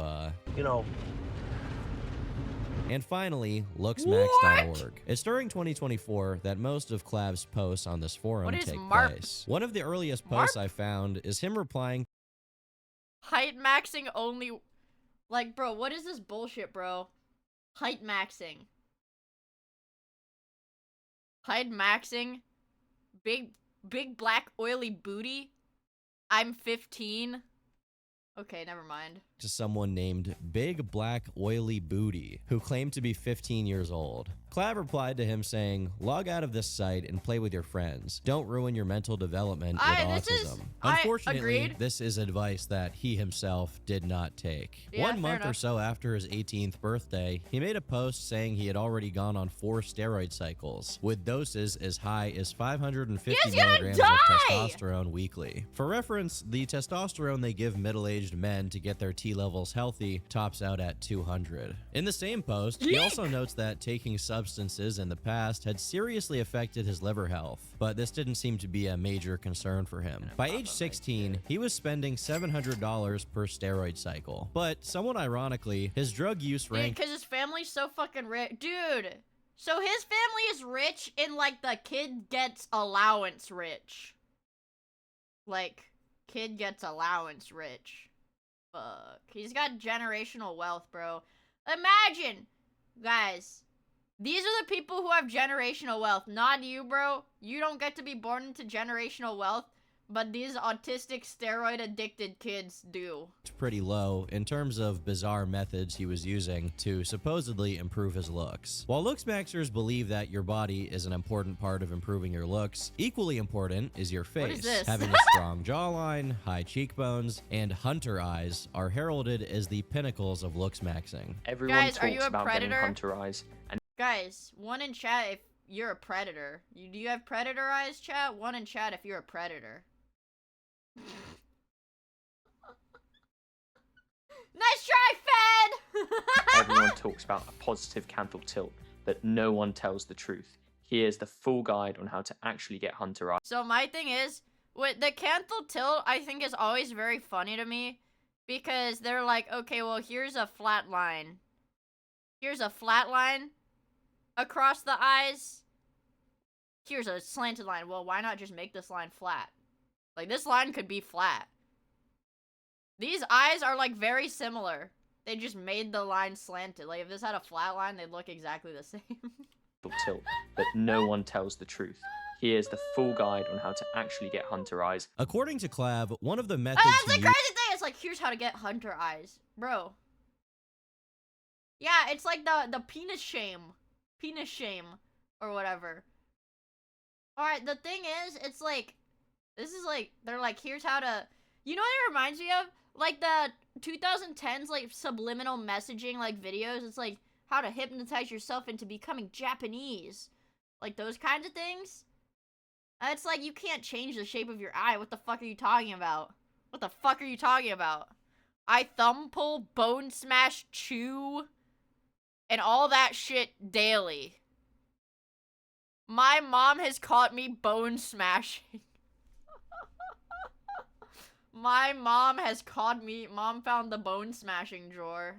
used was called thumb pulling, which entailed pulling the roof of his mouth outwards to widen his jaw. He also chewed gum, which supposedly helped his jawline as well. All of these are obviously unconventional, but the strangest method is bone smashing. The idea that by lightly hitting your face with a hammer or other object... Dude, are these guys retarded? No, I can't laugh. If you laugh, you go to hell, chat. Chat, if you laugh at this, you go to hell. You can create microfractures that, when he...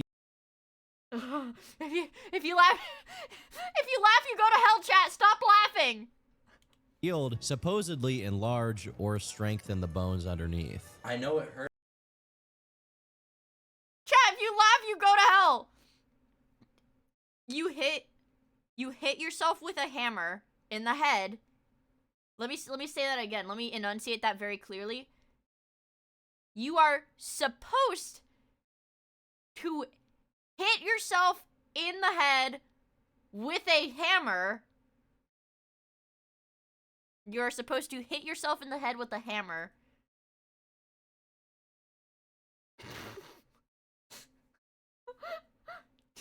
But that means it's working. That's the only indication. You have to push past the pain. Look at me. And you have to hit it hard enough to hypothetically break the bones in your head. Hamher?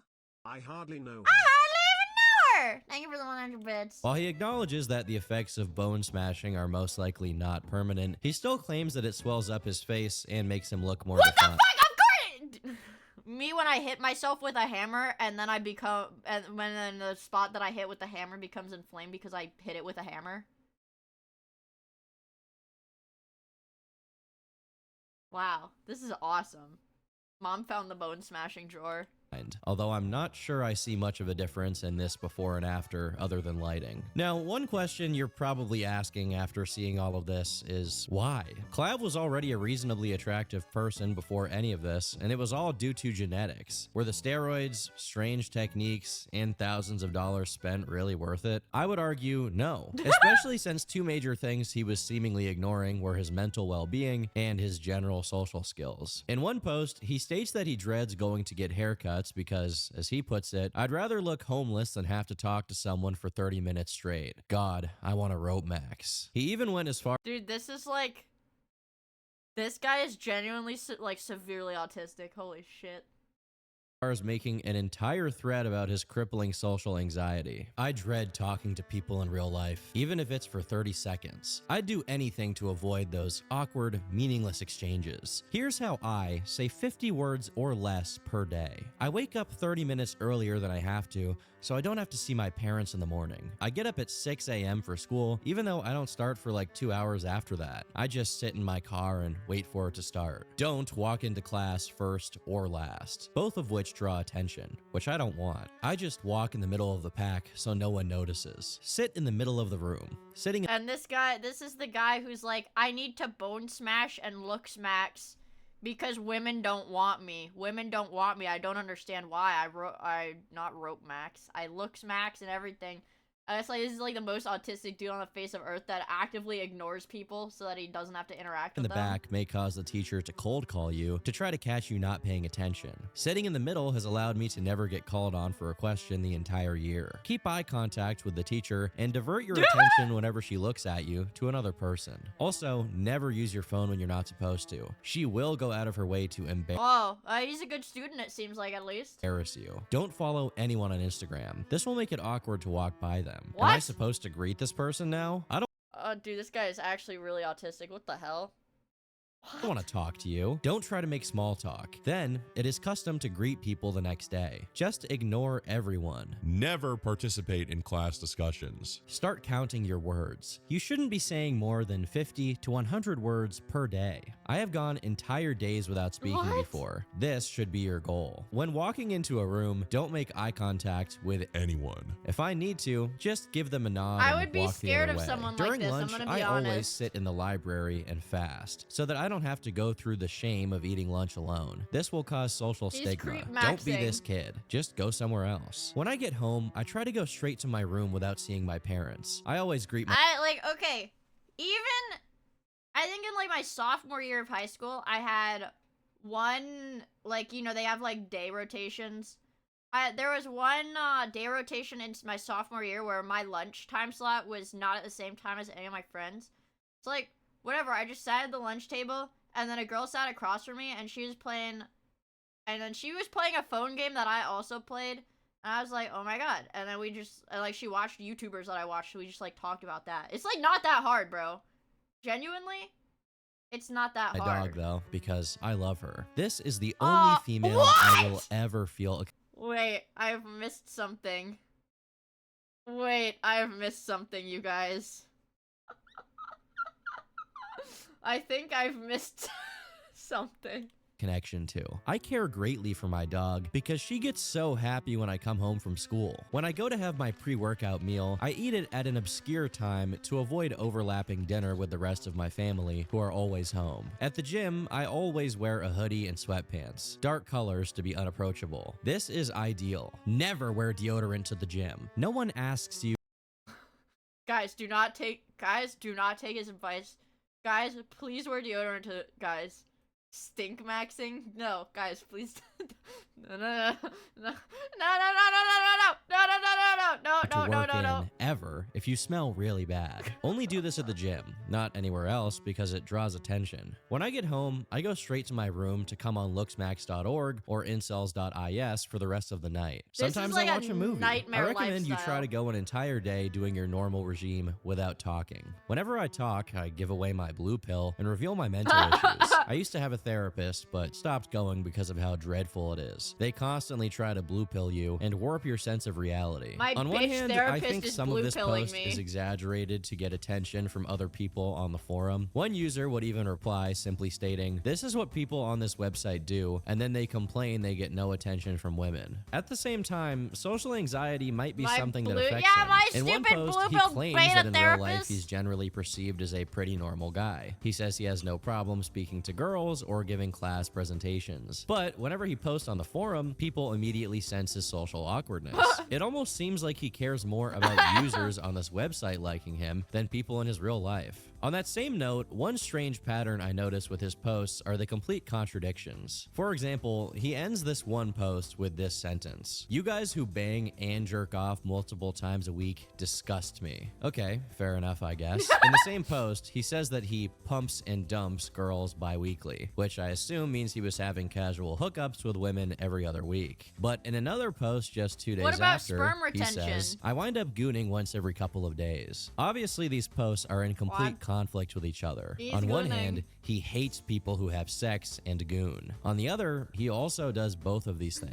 Clav was trying his best to make it out of the hood at this point in his life. While he was attending high school and college, his academic pursuits seemed far less interesting to him than what was happening online, which, to be honest, is one thing I definitely relate to him on. He had already started a TikTok account to show his transformations to the world and generate a little bit of conversation online about it. But he was still trying to create some separation between his real life and what was happening online. And then he At gets one point, addicted he to shared meth. his list of things to never talk about with normies. This includes seed oils and food dyes, asking for food to be cooked in grass-fed butter, JFK assassination, tap water God, filled with when to estrogen, COVID vaccines, Michelle Obama's gender, Volkswagen Tiguan, Hollywood pedophiles, women's right to vote, how epic 05 Tacomas are, saying the phrase based and red-pilled, Holocaust death count, crime statistics, homosexuals, Kanye West, weightlifting and macros, car modding, the word kek, race relations, and finally, Queen Cleopatra's race. Now, you may have some questions about many of these things, but if you're wondering about the Volkswagen Tiguan specifically, he says, "I took a true Stacy on a date and ranted about how much I hate the Volkswagen Tiguan, which apparently dried her pussy out. Don't recommend talking about that."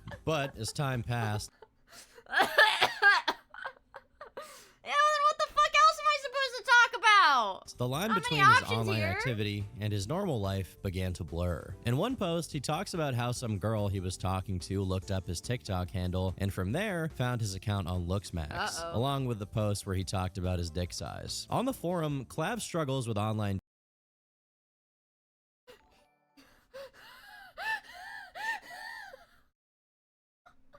There's no way, bro. There's no way. No, there's no way, bro. Oh, Archetype Angel, thank you for the follow. I really appreciate it. Holy dating are pretty well shit. documented. He can be seen asking for help on what kind of pictures to put on his profile to get better matches, while also complaining about how incapable he is of holding any kind of conversation with the women he does end up matching with. This would be a persistent issue for him, to the point where he made a YouTube video about it. My biggest point of contention recently has been online dating. I don't know where I'm going wrong. So, for me, my advice to this guy, don't online date then. Don't do it then. Like, okay, don't do it. Then don't do it then. My advice would get me banned. Yeah. It's better to better to keep quiet. Which is why it's so frustrating. I don't know what I'm saying. I don't know what I'm supposed to say. And sorry, he's based in red pilled and doesn't listen to There's no voids. real way to be logical, and when you're texting these girls, there's no feedback system. They'll just stop texting you out of nowhere. Like, you'll just be texting a girl, having a normal conversation, just no reply. Casper the Ghost. At that point, it's not like, okay, well, this is what it's not like a game where you could go and do some like game film after the fact and say, oh shit, I shouldn't have said that. Maybe I pushed it over the line. Just be a perfectly normal conversation. Well, I could be. What did I do? How about that? Is he autistic? Probably. Yeah, that is the feedback, bro. How about you do me the courtesy of, after all these conversations and text messages that I don't even want to. You think I want to talk about your hobbies? Bitch, I want to get in your pants, goddammit. And I want to convince you that I'm not trying to you, which is why I'm having the conversation. And to be honest, I think some of this I experience think he's pretty autistic, you guys. is probably relatable to a lot of guys. What hopefully isn't Let him relatable cook. is that in some of his other posts, his conclusion was basically to give up on dating altogether. This really comes to a head with one thread simply titled, "Masturbating Mog's Sex with Girls." What was that about letting him cook, Zincro? You clueless? You still want to let him cook? We'll let him cook for a bit. I'd rather goon 24/7 than have to cope and jester on dating apps or cold approach a dumb girl. Conversing with low IQ primitive women is insanely difficult for me, an autist, and I can't fake the interaction for over 5 minutes. Pussy doesn't feel as good as my hand death gripping my cock on my triple monitor setup. Girls give you AIDS and take your money. Plus, when I jerk off, I can sit on my hand till it's numb and pretend a blonde Stacy is jerking me. How poetic. God, I'm gooning. It's probably worth noting here that taking steroids can also screw up your sex drive, with some drugs causing it to go through the roof, while others— What the fuck am I watching? Bro. What the fuck am I watching? Dude, what is— Alright, I had to pause the video and look up at the title of it. Just to double check what the fuck I'm watching right now. will cause it to plummet to the point where erections are basically impossible. By this point, it's clear that his looks maxing had very little to do with being steroids give you like successful with erectile women. dysfunction. And instead, it had warped into some strange mixture of vanity and personal obsession. And his methods would once again become increasingly bizarre. He began taking an interest in plastic surgery. In the Grinch? Some posts detail him dropping some money on small things like cyst removal. Oh, is that like from his acne or something? I mean, that like cyst removal, I feel like makes sense. I never got the Grinch meal. While others had him asking other forum users how he could perform surgery. Small shit like mouth widening. Self-perform? Dude. Why would you widen your mouth for surgery? What are you trying to fit in there? Penis? Huh? You gay? Trying to fit more penis in there? That why you want mouth widening on surgery? himself. And depending on what you qualify as plastic One in surgery, chat if he's actually yes. done it on himself multiple times. While I can't show it on YouTube, there's multiple videos of him injecting himself with something called lemon bottle, which is a controversial substance that supposedly dissolves fat in your body. In time. Okay. The crazy thing is, okay, so looks maxing is really big, like really mainstream on TikTok. I get videos on TikTok of people being like, you know, like if you're not on, there's like a name for this like fat dissolving injection. There's like a name for it, whatever the people get. They're like, you're so far behind if you're not like getting fat dissolvers in your face at like 18. Bro, do you not Ozempic, it's like for the face specifically, but if you get the fat in your face dissolved before 30, like from like a cosmetic procedure, do these people, well, I'm sure they don't plan to live past like 30, but by 35, they're gonna look like a ghoul. Like, you know that, right?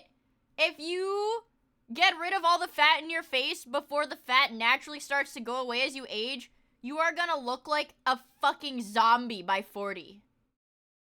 And that's the thing, because these procedures haven't existed for that long. Like, these drugs are just being developed, like, current day as we speak. So there's, like, no, we can't see, you know? These people can't be like, oh, well, here's what you're gonna look like in 20 years. It's gonna be pretty fucked, but, you know, you'll look good now. Like, they don't have any of that. So these people are gonna age and look like fucking zombies, bro. Yeah. This became a regular part of his regimen, along with another method, using PDO like a vacuum threads. packed From what I can tell, PDO threads are basically the temporary tattoo equivalent of facelifts. Small, dissolvable strings that go under your skin and stimulate collagen production while making your face look tighter. I can't speak as to how risky or effective they are, but I also don't think it's good to do it as much as Clav does. We're probably gonna do 4 more to get maximum hunter eyes. And these methods also don't just to get maximum hunter eyes. I'll look the same until I'm 70, Mia. I'm Asian. Well, so that's the thing, Yuko. That's the thing, Yuko. Looks maxers that I see on TikTok, they're all white. I have never seen a non-white looks maxer on TikTok. I haven't really given it much thought, but I've only seen white people doing this. Stop at improving his face card. He claims to have injected lemon bottle into the base of his shaft, as well as sticking. Bro. And he's like, He's like, yeah, some bitch female found my LooksMax account and saw, like, my post about my penis, you know, stupid bitch, and then she didn't want to fuck me afterwards. Add monos at the base to tighten the skin to increase the perceived length. He said I'd put it into cock should increase girth. PDO threads into it. I did 8 threads in total today. I only went about a 1/4 inch in to mog the BBCs on the forum. I don't think anyone has ever written something like that before in all. Me when I inject. Me when I inject like fucking black market steroids into the shaft of my cock to epically own the internet trolls. I don't know, bro. Ouch! Of human history, so I guess I have to give him points for being original. Even other people on the site told him this was a horrible idea. Are you fucking schizo? As basically every reply is calling him stupid or mourning the loss of his penile function. Since we're on the topic, he also does dick ups, which are exactly what they. One in chat if you do dick ups. One in chat if you're LooksMaxing with dick ups. I do this too. Oh, dude, no fucking way. This guy is like not human. Sound like you awaken the ancient one and you flex it up as hard as possible for 4 sets of 12. And to progress the exercise, you can add a hand towel on top of it. According to New PR on my dick ups recently. You did it with 2 hand towels? Wow. If you're already behind if you're not doing dick ups. I've gained This is I'm fucking sorry, this isn't real. This isn't real. I've gained 0.5 girth in 2 months of doing semi-consistent dick ups. he was up to 4 hand towels and had gained 1/2 inch of girth. Of course, the LooksMaxing journey That's never not ends, real, and even this bro. stuff is really just the tip of the iceberg. Clav made several posts about wanting to get some more serious plastic surgeries. He explored getting an ollerplasty, which alters the appearance This looks... Guys, don't... Without me progressing the video, tell me what you think this procedure does. Because I literally do not see a difference. She's got, like, her eyebrows have different makeup on them. Fuller cheeks. Nothing, nose job, pores. nostrils. It's the nostrils. Surgeries. He explored Let's see getting this an again. ollerplasty. It changes the nostrils. How it changes the nostrils, I'm not entirely sure. They look about the same to me. The left looks, this is before the surgery, bro. Which alters the appearance of your nostrils. A rhinoplasty, which changes the bridge of your nose. And of course, Botox insertions. Eek! As for Botox, he didn't want to get it done by a doctor. Instead, he was interested in doing it himself, asking members of the forum where he could get it online. But eventually, he went and had it done by a professional, which is why his face now has kind of a stiff, emotionless appearance. It's at this point that we begin to see the line being crossed. Hey guys, listen, you can never get Botox if you're a VTuber. Because I have to be able to move my eyebrows. I have to be able to move my fucking eyebrows for my model, so I can never get Botox for as long as I'm a streamer. As Clav goes from exclusively affecting himself with his antics to potentially affecting other people in a variety of ways. One of his biggest spreads from this era Yeah, where can I find this paralyzing neurotoxin to inject into myself? I do not want a doctor to inject it into me. features him taking pride in banging a girl who is in a relationship. What's funnier, or more strange about it, depending on how you look at it, is that he recorded audio of her crying about it afterwards to own her. Besides this, he frequently expressed his pride about purposely tricking people on TikTok into doing fake looksmaxing techniques. This would be taken to the next level when, after enrolling in college, Clav was outright planning to start doing Botox injections for other students to make a quick buck. Funnily enough, before he expressed— His family has generational wealth, by the way. To make a quick buck, bro, his family has generational fucking wealth. his intention to do this. He was concerned about being kicked out if the college ever found his social media accounts, only to turn around and make plans to run a plastic surgery operation out of his dorm. He also made some other threat announcing that he won't be paying taxes. I guess that one is kind of based, I can't lie. Whether true or not, it seems like his concern about being kicked out of college is performative. If anything, it seemed he was looking forward to it, as it would give him an excuse to completely give up on trying to live a normal life so that he can go all in on being an online personality, as he was already trying to do at this point through his TikTok and YouTube. Clav found himself not being invited. So the craziest thing to me, like, I'm not even trying to be derogatory. I'm not even trying to be derogatory. But the concept of somebody being so obsessed with looks maxing and not even getting braces, like, you're gonna claim to have your entire life revolve around looks maxing, but you're not gonna fucking get straight teeth. That's like the one looks maxing thing that like fucking normal people do. I don't even want to call it looks maxing, but it, like bro, that's like the most normal of like. That's like the most normal of. Clav found himself not being invited out by anyone, and even when he did get with a woman, he had to be on multiple drugs to be able to perform due to his. Dude, and the concept, and like having an online presence and like posting like I know he's like autistic. I got COVID. I hope you feel better soon from the daps. Aw, that freaking sucks, bro. But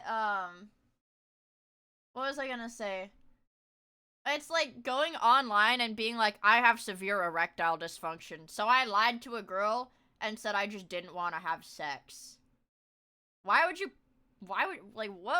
even post that online, bro? Severe erectile dysfunction, because of course he had ED. He was also posting TikToks during this time period with captions like, 99% of people are utterly repulsive to even look at. They should be grateful when I'm in their presence. I'll make a brief detour here to cover one of the stranger oddities in Clav's story. I lean toward it not being true, but given that he later walked back and edited the thread to erase it, I honestly can't be sure. Fortunately for us, the original thread was maintained via a quote in one of the replies, and although the whoever said jester maxing in the chat earlier, this is a real word that he used.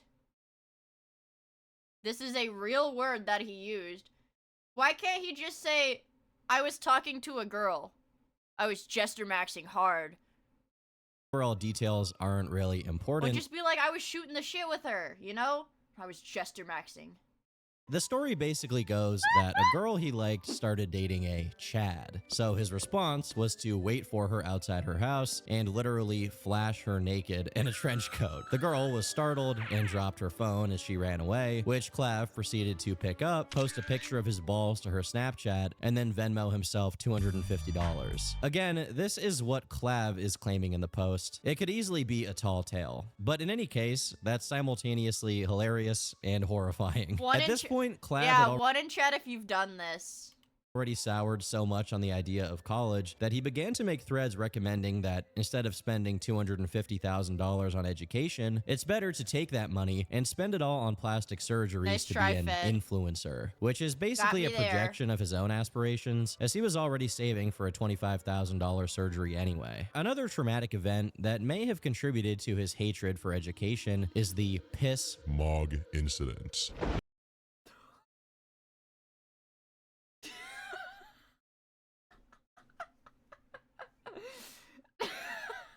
Nothing that has happened in this video is real. I refuse to believe it. I refuse to believe it. Nothing that has happened in this video thus far is real. This is not real. I'll let him tell it in his own words. I'm scared. I went to the bathroom to pee before lunch. I didn't really have to go. I just wanted to do it proactively, so I wouldn't have to go later at a less optimal time. Don't get scared, I'm extremely guys. piss shy. I hate the idea of peeing next to someone at a urinal. It feels so embarrassing, and the pee never comes out. Anyone else have this? So I always go to the stall to pee. This time it's me and this BBC. He walks into the stall next to me. I start my pee stream, and it's kinda quiet and weak. I can tell the BBC is laughing at my subhuman stream. He whips it out and produces the most girthful and powerful stream I've ever experienced. Mogs me to Gandhi with his beautiful, luscious stream. I truly want to end it. Indeed. So is he gay? Maybe, like, you know how a lot of, well, not like a lot. I know, like, there's, like, a thing with gay people where they'll have, like, what is it, like, internalized homophobia or whatever, where, like, they'll be gay, but then they'll be like, I'm not gay, I hate gay people, to, like, you know, deflect or whatever. I mean, like, he could just be gay, it's fine. He could, like, it's fine. Let the chat, and this also means that he was peeking over the stall. I want to uninstall my brain's operating system after hearing that. Well, this also implies that the guy, like, some dude was just taking a piss in the stall next to him. This implies that he, like, looked over the stall at the dude taking a piss. Which is like, dude. That is a fate worse than death. Clav was clearly becoming more serious about his looks maxing He's efforts serious now, about as he this started shit taking more too! drugs, including a daily dose of erectile dysfunction pills, and looking into preemptively taking osteoporosis meds to try to grow his bones. At the same time, Okay, see, this is the problem. This is the problem, is that people like this guy will, it's like, oh, like a bone for, or a drug for osteoporosis. Obviously, if I take this without having osteoporosis, it's gonna give me more bone, like, no, it's not. his No, it's not. No, it's not. No, it's not. online activity What? and his real life once Bone again began growth to mix affirmation together. He was videos. keeping lidocaine, a local anesthetic, in his bedroom so that he could numb himself while performing his procedures. His mom found it and was not very pleased. She Mom found the bone smashing drawer. Mom found the bone smashing drawer. stole the package Oh, dude. of lidocaine, and I'm losing my mind right now. I spent $40 and she took it because it's dangerous. I tried to lie and she went on a blue pill rant about how I'm not a doctor. I'm genuinely— My stupid blue-pilled bitch mom said I have to stop injecting illegal drugs. My stupid blue-pilled bitch mom said I have to stop injecting illegal drugs into my shaft. Into my shaft, bro. Stupid blue-pilled bitch. seething and raging Mom- like you wouldn't believe right now. Mom found the cock injections.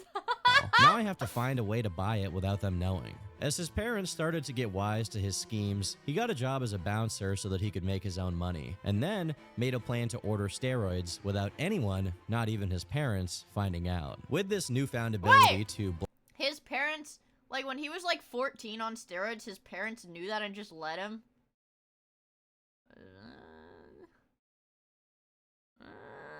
blast away without a care in the world. It's at this point that he actually came to terms with how far he had taken looks maxing. Was all of this really worth it? The hundreds of posts to strangers online, the constant worrying about people in real life finding out about his strange habits, his parents' disappointment in his behavior. He decided it was time to just give it all up, to walk away. Yeah, that's the end of the video. that's what I said. That's what I said, Valentine. Like, if he's like, oh yeah, you know, your looks are all that matter. Like, you know, wouldn't you just start with like braces or like, you know, Invisalign?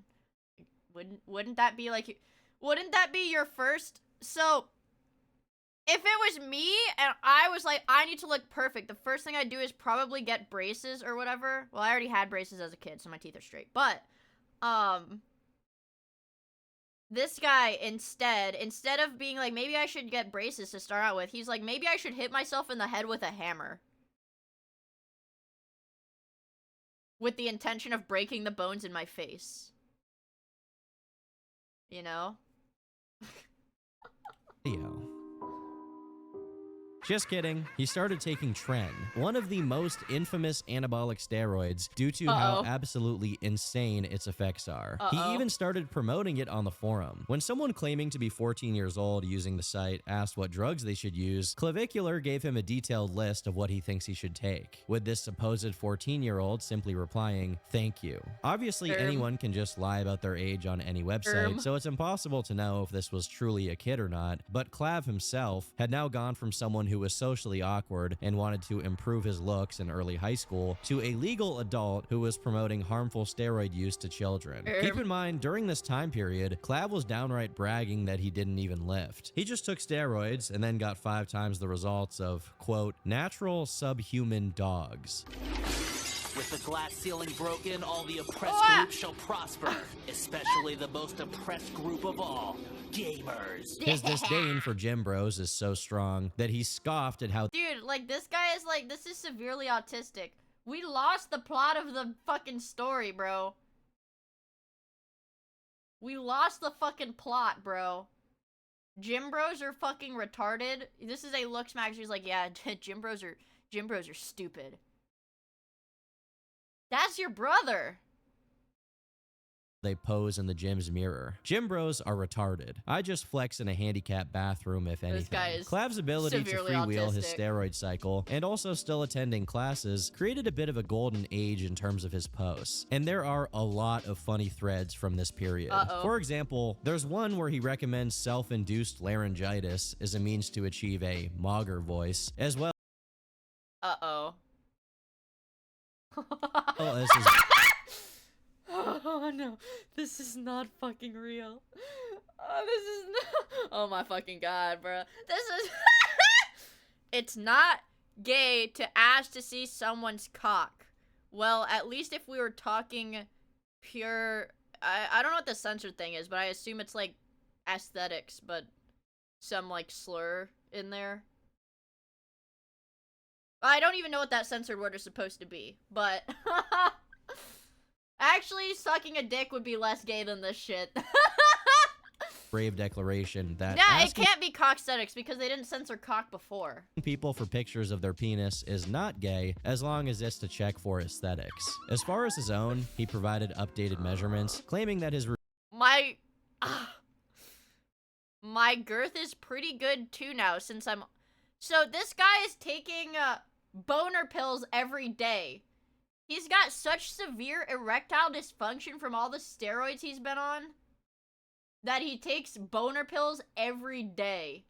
Oh, F-slur, routines had produced an increase of 0.75 inches. Although I do wonder if he's still getting piss-mogged in the bathroom. There's also one instance of him asking some guy what his— This guy's gay. This is... No straight man... This would not cross the mind of any straight person. Dude, I am a straight woman, and I don't think this has ever crossed my mind.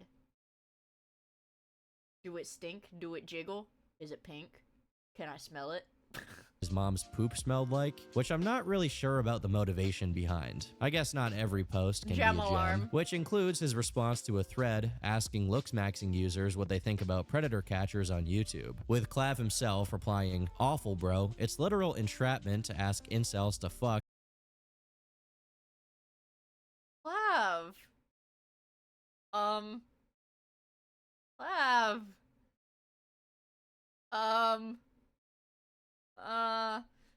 Yeah, we've moved on from bone smashing, we're PDF maxing.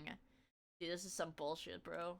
Even if they are Epstein underage, maxing? they never got that treatment, so it's unexpected to them. He felt so strongly about this topic that he even went as far as to make an entire thread about it. Although it is worth noting that in the thread, he does say he thinks texting minors inappropriately is wrong. Regardless of whatever was happening on the forum, as long as that was the only place he was posting, Clav knew that his reach would be limited. So, as terms like mogging and mewing became more popular parts of the modern internet's vocabulary, he began— Dude, okay, see, like, I'm gonna say it. Like, you look at these two people. This guy looks like a fucking... This looks like the secret lost third Bogdanov. Okay, whatever. This is like the secret long lost brother.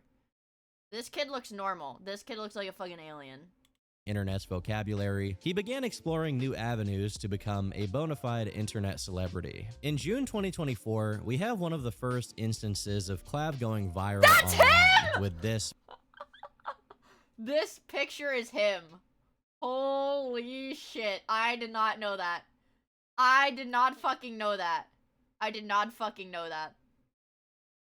Picture, which was reposted to Reddit and then Twitter after he had first posted it to the LooksMax forum. Now, if you've been on 4chan or other sites for a long time, you might be thinking to yourself that you've seen this way before June 2024. That's because Clav's picture is most likely a rehash of this old meme from the 4chan fit board, which was also reposted a ton over the years. But Clav's version would see a much more— This one is so much funnier.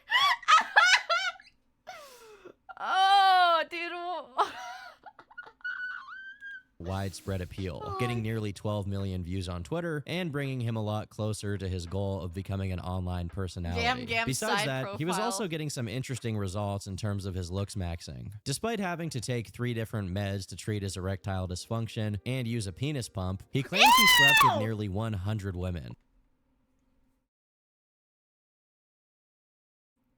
Bro.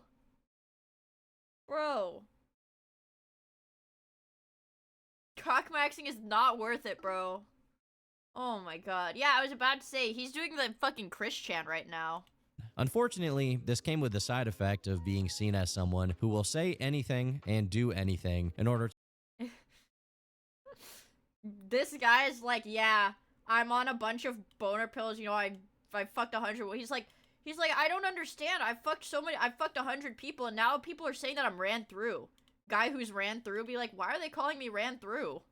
have sex with as many women as possible. After a few months, it was increasingly hard to continue picking up girls from his school. Naturally, this led him to go back to doing what he does best, bragging and arguing with random people on the forum to prove that he's an ascended Chad. And although I thankfully haven't stumbled across it, he claims that he's posted pictures of himself having sex on the forum. Now I think is as good a time as any to talk about what it means to ascend.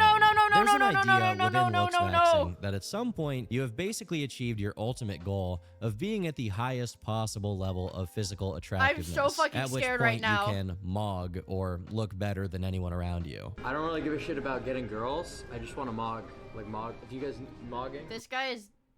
Dude.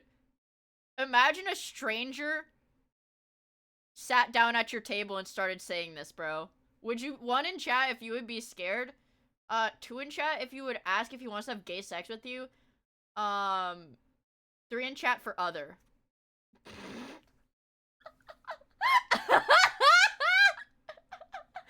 Oh, fuck, bro. Holy shit. It means basically like looking better. Yeah, dude, like these people look so uncomfortable. Like, so you want to Dude, you the fucking mog like people. Like, dude, like this guy's really because at the end of the day, like with girls, you could just have game status. It's just like everyone could do it at the end of the day. But to actually mog, like you gotta be either genetically blessed or really work for it. So that's what I'm trying He's to just do. like at a random person's table. Notice that despite having entered college, there's basically no information on what he was actually trying to get a degree in. That's because it probably didn't matter to him at all. The most I was able to find in direct relation to him going to college was when he made a thread saying you could get college loans and then use them to get plastic surgery. Although this is just one of many threads he's made about getting loans for plastic surgery. Finally, after months of doing nothing but having fun, his mom once again found his roid stat. Mom found the looks maxing drawer. Oh my fucking god, bro. And the crazy thing is, this guy is like, here's how to like scam like 50K into getting plastic surgery. Still lives with his parents. He's talking about getting all this money, and he's like, guys, my mom found my roid stash. But this time, he managed to convince her to let him keep it with the argument that he's an adult and paid for all of it himself. However, it's really important to... Bro, I'm gonna say it, bro. His mom definitely failed as a parent. If she finds 50 vials of Tren in his room, and he's like, well, I paid for it, so you can't take it. And just let him keep doing it. Yeah, that's pretty sad, I'm gonna be honest. That simply calling it a roid stash is not really correct. While there were plenty of roids in there, Clav points out that there was 1 kilogram of pregab. What he's referring to is the medication pregabalin, which is used to treat epilepsy and anxiety, which he had been taking in order to chemically make himself low inhib. So he was basically taking it to feel less self-conscious and high anxiety. From the first day he went to college... And the crazy thing is, like, if this dude actually went to his blue pill bitch therapist, he could probably have just gotten legally put on medicine for that. Right? Because he's like, he's a little weird, you know? he was dosing himself with pregabalin and baclofen. Now, unlike pregab, which has more psychological effects, baclofen is a straight-up muscle relaxant that, while not a benzo, has similar withdrawal results because of how strong it can be. His reason for taking these is so that he can cold approach girls constantly, as he claims he's unable to do so otherwise. Interestingly, he eventually evolved his stack to also include beer. From now on, I will drink a beer of some kind every 90 minutes. I haven't. Dude, this guy cannot be a real person. This guy cannot be a real person. He's beer maxing now.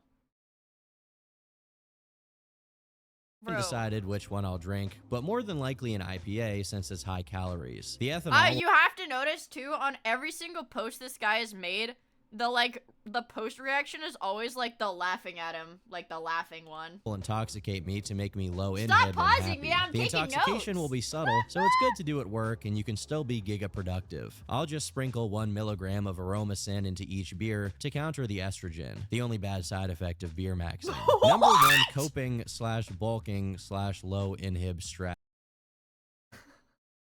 I don't even know It what didn't to take say. long for him to announce in a thread that he had grown to basically do nothing all day but drink and try to get with women, all while asking the forum for more ideas of drugs he could take, with his own suggestions being meth or nicotine. We're gonna come back to the meth thing later. Bro. But to the surprise This of is no not one, his real! first criminal charges came soon after he began more conventional drug use. In August 2024, he was charged with misdemeanor assault and battery on a 56-year-old woman, as well as felony assault and battery on a 63-year-old man. Kiwi Farms user Colonel Sugar He Lemons beat was up the one who some dumped all the fucking information related grandparents. to this case. The story goes that around 11 p.m., an altercation broke out over 2 members of a large wedding party who were allegedly pulling on bras hanging from the ceiling in the bar area. Clav approached them, told them to stop, and they initiated a fight, leading to an all-out brawl. So far, not really anything unreasonable from Clav, but it appears that during the chaos, he was throwing punches at someone's mom. The 56- Wait. He beat up a random person. He beat up a random person. 6-year-old woman listed in the charges. Now, I am going to say here that he most likely didn't do it on purpose, especially since these charges were dropped. However, I also think it's likely that his employer wasn't aware that one of his bouncers was regularly drunk and drugged up to the gills while on the shift. If any legal situation like this happens, how did he and keep for the whatever fucking reason, job? Clav gets tested for drugs, he is an automatic liability and is a lot more likely to be considered culpable. But regardless, he got away with being an alcoholic, pregabalin, and baclofen fiend. Ironically enough, what he didn't get away with was the steroids. After getting his mom to stop giving him grief over his looks maxing, My mom took his my activity on the roids. forum would finally catch up to him when another user sent his post history to his school. I was kicked out of uni for essentially roid maxing, and These stupid blue-pilled Unideans, bro, fucking kicked me out for roid maxing. I don't get it. Fuck! These stupid blue-pilled bastards kicked me out for roid maxing. looks maxing, whatever the term you want to use is. Unfortunately, someone decided to archive all of my posts, and Does that mean some administrator at his school saw the cock maxing?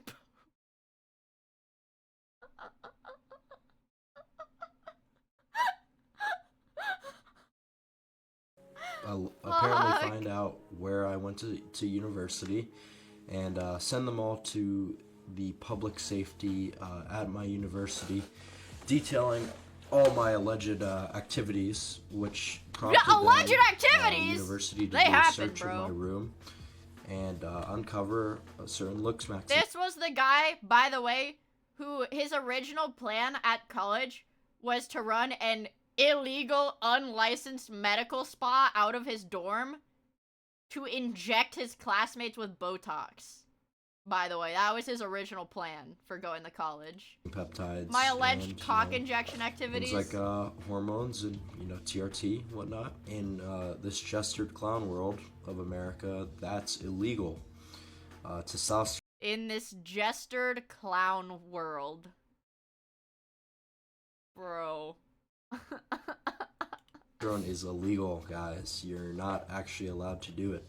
without a extremely gestured prescription that I can't afford. I don't have health insurance, so I was using underground labs to source maxed testosterone. prescription. I'm sorry, but I can't afford to go through like some of these online clinics or like an endocrinologist. It's, you know what I mean? Like, I'm a broke 18-year-old and I live at home, you know, with my grandma. So it's like, to go ahead and go through the legal route and spend all this extra money rather than just... And the funny thing is, he would never be able to get a prescription for this stuff.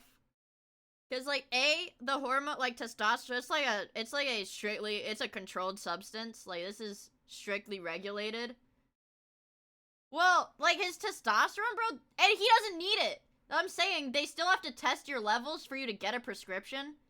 There's no way he would, like, try to estrogen, well, maybe he would, estrogen max before they do, like, a blood test or whatever.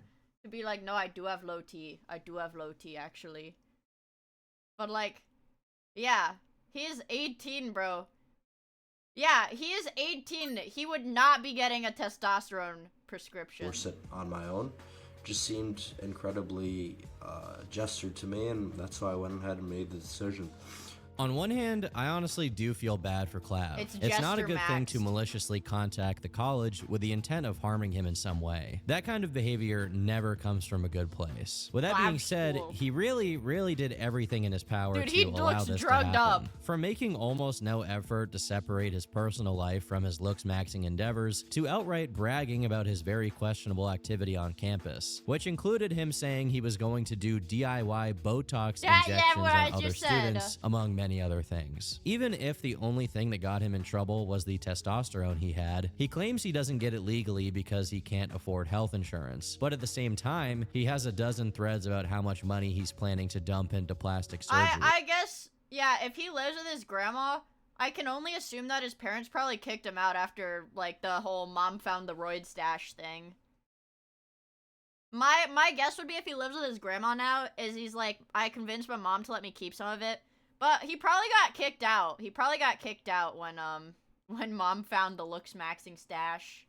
So I'm not sure how sincere no, that is. We're only His halfway focus through on Tom the importance Slop, of looks maxing comes through pretty clearly, as just moments after remarking about how mean-spirited people online can be, he's describing being kicked out as a blessing in disguise. Now I am able to fully dedicate my time to looks maxing, so I think this is going to wind up being a blessing in the end. The end of college would also mark the end of any normalcy for Clav. He was now fully committed to becoming a popular looks maxing influencer. His next video is titled, I Started Tren at 18, and so should you, which should really give you an idea of what kind of approach. Guys, do not go on Tren. It will make you, turn into the Liver King. And your balls will shrivel up, and that's icky. That would be icky. Which he was now embracing. Within just a few months of being kicked out, you can clearly see how much further he was going into the abyss. Getting an $86 penis pump, getting on multiple weight loss drugs like Moonja. Oh, dude, this guy has gone through like 4 penis pumps, like so far in the video. Stupid blue pill streamer tells me not to take Tren and use penis pumps. Yeah, don't do that, you guys. Don't do that. RO and DNP, and on top of that, and don't take the fucking, what is it, like GLP inhibitors. They make your face look weird. Dude, once my mom joked about going on Ozempic, and I got like so mad at her. I'm like, what the fuck are you talking about? She just made a joke about it, and I was like, no! Yeah. Partying. Why buy a penis pump when no, she's not fat, no. Like, no, bro. Like, that's the thing! Bro. That's the fucking thing, is that people who are not fat and people who don't have diabetes still want to take it. Oh, you have a little Ozempic as a treat? Yeah. I think it's a, yeah. Just makes you, yeah, like, you can Google, like, Ozempic face. Like, it just makes your face look weird. See? It's like a thing, bro. It's like, it's a whole thing. It's a whole thing, bro. I just think people look weird. You can do Ozempic if you're rich and a celebrity. They've got I'm gonna say it. They've got generics now. If you have, like... You could do it for a few $100s a month. If you, like, really... Like, if you're somebody who goes on it for weight loss and you don't need it, and it's really easy to get a prescription for that stuff because it's not, like, addictive, it's not controlled. You can just do a telehealth appointment, get a prescription for it. Use, like, a drug coupon for it because your insurance will not cover that. It's like a few $100s a month. Yeah, what if you just exercise to lose the weight? That's ridiculous. Don't ever say some blue pill gym bro retarded bullshit in my chat ever again. That's blue pilled. That's jester maxed. Yeah, it's from rapid weight loss, yeah. I mean, any kind of unsustainable weight loss is gonna make you look weird. That's just the nature of it, but like, yeah. Yeah, Ozempic is for people with diabetes, yeah. You can get it in Eastern Europe already, meaning it's readily available These to parties, everyone. he would do coke, along with drinking alcohol and taking baclofen. Not to mention the other stuff he was already taking, such as steroids, his dick pills, etc. Obviously, even by normal partying standards, this is a pretty impressive cocktail, and these habits would eventually lead him to crash his car. Body cam footage of the aftermath has been released, and we can see that he basically drove into a ditch on a narrow road. But that's much less informative than what Clav himself said in a post about the incident. I was nodding off on the way home and crashed into a fence. It'll cost me at least $2 to $3 grand. Surgery delayed once again. The cops didn't care that I was intoxicated. I'm boys with them. We work out at the gym. It's interesting that his greatest concern was not that he could have hurt someone or hurt himself. His main priority was that the crash was delaying one of his many planned surgeries. Max. The first reply this thread got is someone pointing out that he could have taken the life of an innocent person while driving in that state, which honestly restored my faith in this website a bit overall. For any reasonable person, well, that's good. That means Clav is in like the extreme end of autism on this website. Most people are more normal than him. Would be a wake-up call to, you know, not be strung DUI out on everything maxing? all the time. Maybe a lifestyle change. But for Clav, it was just another obstacle to his ascension. Now that he was getting more attention online through TikTok and these minor scandals, Clav decided it was time to cash in a bit. If you're tired of being invisible to women, tired of getting rejected, and tired of watching other guys who won the genetic lottery take what's yours, then pay attention. Because what I'm about to show you this will is completely genuinely schizophrenic. This is like genuinely schizophrenic. transform your face and physique in ways that you didn't even think were possible. Look, I'm not going to sugarcoat this. You have been lied to. They told you just be confident, just be yourself, looks don't matter. But you and I both know that's complete bullshit. Yeah, he opened a coaching page where he charges people $49 every month to my have God. access to his methods. I'm not sure how much money His this page methods was are making when it started, drugs! but the landing page claims to have 1,500 members, which could add up to quite a bit of money. Now, I usually try not to hate on someone's bag too much. After all, I am a believer in good old American capitalism, but given the advice that we've seen him give out to people so far, my hopes for this school are pretty low. But with the money coming in, he posted on Guys, Looks what if I start a Patreon for $50 a month and I taught you guys how to jester max? What if I made a Patreon? I'm gonna take a bite of my carrots, my roasted carrot. What if I made a Patreon, charge you guys $50 a month, and I told you how to jester max? One in chat if you're joining. What? saying he filled out a loan application for surgery. What? There's no... Oh my God! Maxilla Don't look. surgery. This is surgery that will radically restructure his face and is another step in his quest to ascend. His posts around this time also got even more questionable. In one post, he writes about how he makes sure that he explodes inside of the better looking girls he's been with to pass on his genes. Hopefully we don't get a low tier god situation here. Say it louder. I've abandoned my child! In another post that's definitely trolling, he criticizes people who wash their ass, calling it gay. As 20 No.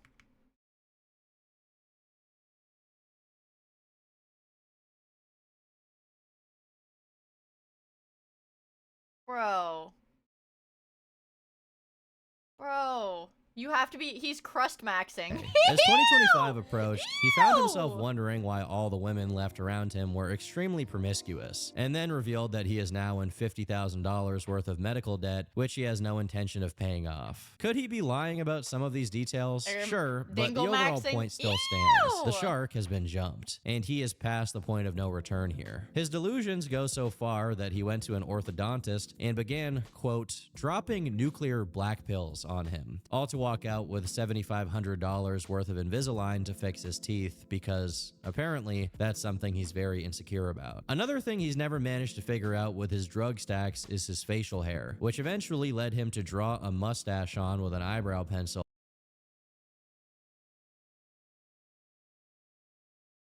Dude, this is crazy, man. This is so fucking crazy to me. Because I don't know. I'm all out of shit to say. This is crazy. Like, this is not real. This guy's like a cartoon character. According to him, it makes him look like a dad. I really hope stuff like this in particular is trolling due to how downright stupid this looks. Like clockwork, Clav has some brief moments where he attempts to produce something resembling self-awareness and makes the odd thread about how you shouldn't be doing drugs besides steroids and alcohol. But in no time flat, he's back to making brag threads about how he had fun at the club on 400 milligrams of Pregab and 65 of baclofen. Keep in mind, he had been living with his grandma at this point, I assume the same one from the picture, and he spent his free time making threads on looks maxing about how he had taken the sociopath pill, and he was gonna fool every normie into thinking he was a normal guy from his Instagram pictures. If you're not 14 and you're still LARPing about how you're like Dexter Morgan or Patrick Bateman, it is verifiably over for you. But the thing about being a deceptive and manipulative person is that over time, people do catch on to you, and you need to move elsewhere to keep running your racket. Naturally, by April, Clav did just that and moved to LA, where he said it was infinitely easier to fuck. Probably true, to be honest. In his yearning to try and emulate the behavior of the popular normies, he doubled down on his TikToks and his streams on Twitch. But this move was showing some signs of taking its toll on him, as he once again spoke about trying to be sober from alcohol. But as we're gonna get into soon, this sobriety is not really something he takes seriously. He literally just means not drinking alcohol. Other stuff is still on the table. Just a few months into 2025, something pretty strange popped Sober up in from his public alcohol, but records. not meth. This was brought forward by Kiwi Farms user Colonel Sugar Lemons, once again, who provided paperwork showing that in February 2025, Clavicular had been served with a restraining order that ensured he wouldn't abuse, contact, or come within 100 yards of an anonymous woman.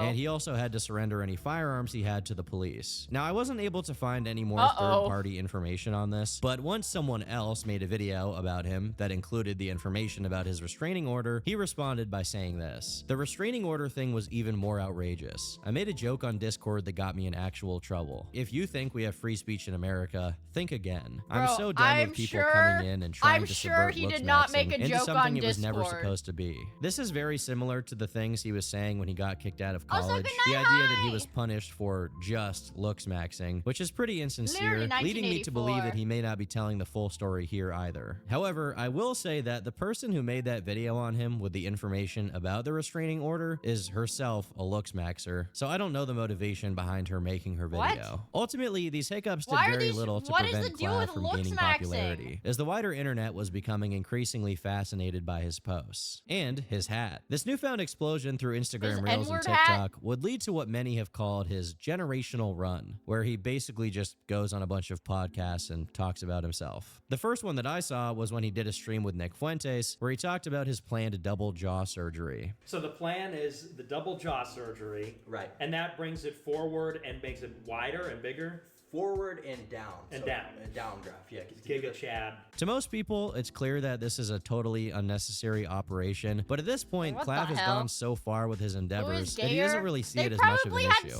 In another interview, this time with Jack Neal, he talks about his most recent addition to the stack. I'm taking Accutane. I use crystal meth, so methamphetamine.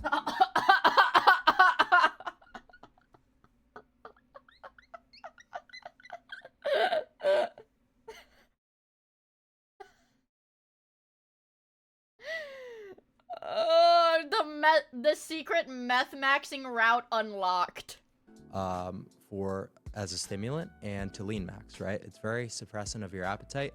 It's a very long-acting stimulant. So this is something that I've started using in place of Adderall. I'm pretty much using meth for hollow cheeks.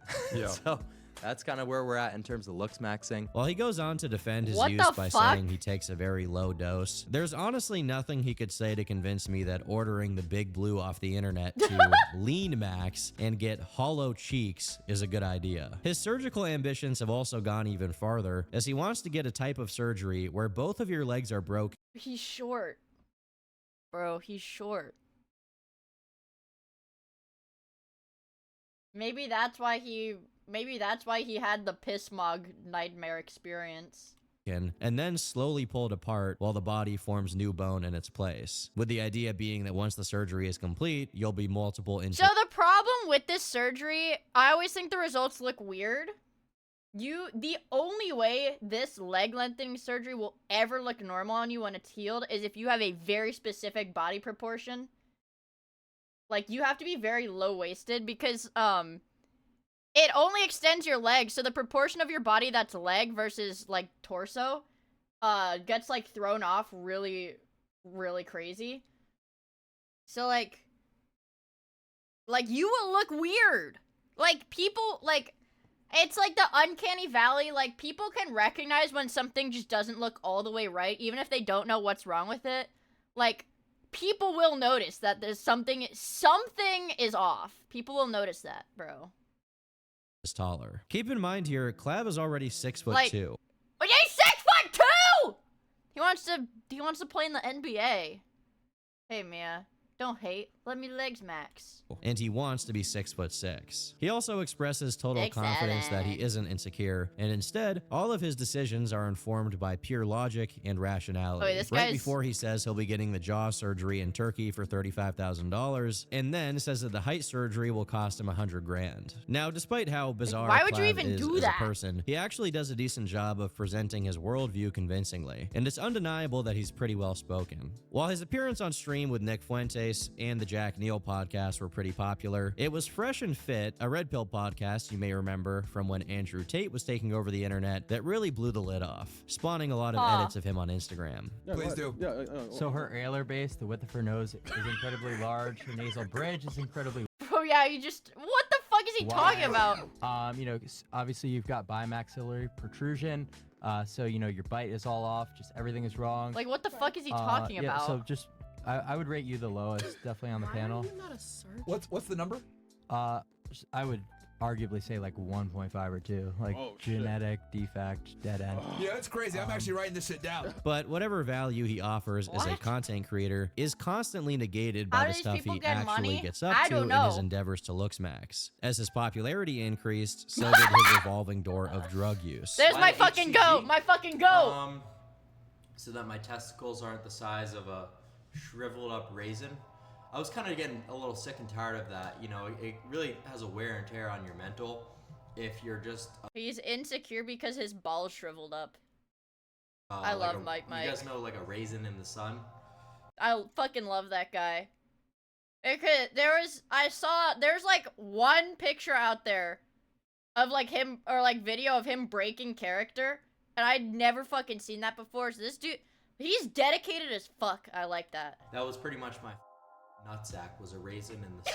This guy's life is basically a never-ending revolving door of drugs that cause issues and are then supplemented by other drugs which then need their own solutions, and it goes on and on. He took SARMs to improve his gym performance. Then he had to take testosterone because his body was no longer producing it naturally. Then his balls got small, so now he has to take the ball drug. But at the same time, his dick isn't working, so he has to take Cialis. As all of this is going on, he has really high anxiety, maybe related to his general temperament, maybe due to the drugs he's Maybe taking. because he's doing meth.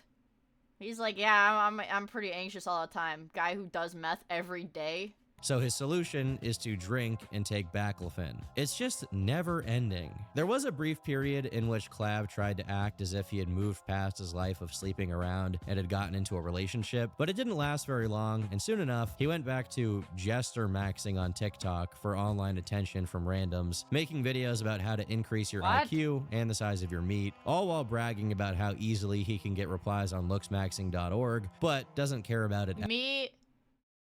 Me when Yeah, well, I fucking mog you because, well, I get more updates on looksmax.org. I got 4 updates on looksmax.org, and you guys 0 updates, so at all, I'm basically and has mogging. ascended past it. This is probably Clav approaching I'm his basically least mogging. self-aware state, as he begins committing the most common internet guy mistake, engaging with your haters. If you go look at, his Kiwi Farms entire post about him, you can see who he is. If you put any person, any teenager, under the level of scrutiny that I've been put under, where I've got a forum full of people looking... He was literally doing, he was doing steroids illegally at 14. He's like, I mean, these guys are hating on me for looks maxing. I don't get it, bro. These guys are hating on me for just looks maxing. Into every single thing that I've ever done. Private police reports and stuff like that where I... He got a restraining order against a woman. He's like, yeah, man, these people are just, this is my private life, man. I don't understand why these people are... It's like a literal police report of a restraining order. Crashed my car. Could you imagine if that was you? If you were exposed to that level of scrutiny, I guarantee... He's like, yeah, it's insane scrutiny that nobody else had. He was drunk driving and crashed his car.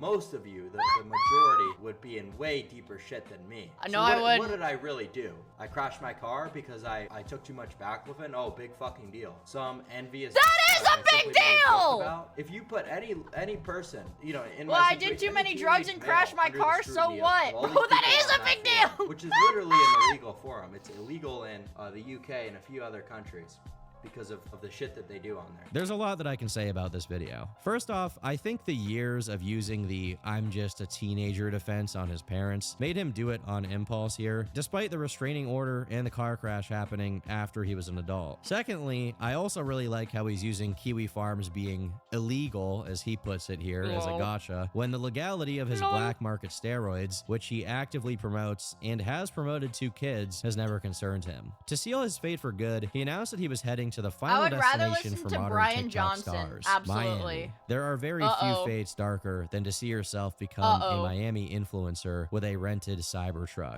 It's like a biblical punishment. Despite his many claims to not care about what online incels had to say about him, he was clearly bothered about it, to the point where he made a video borderline crying while trying to defend. This is like the telltale sign of when somebody is going down the lolcow hole. Like, when they're becoming a full-on lolcow, it's when they, pivot their attention to their detractors. Well, I don't even know if this guy has fans. I mean, I don't know. I don't really know. But, yeah. His recent developments. Because that's really important, is the why. Why are you doing these things? Why are you risking your health with anabolics? Why are you, dumping, all this money that you have into peptides and when the apps start living rent-free and taking this risk and having this surgery planned.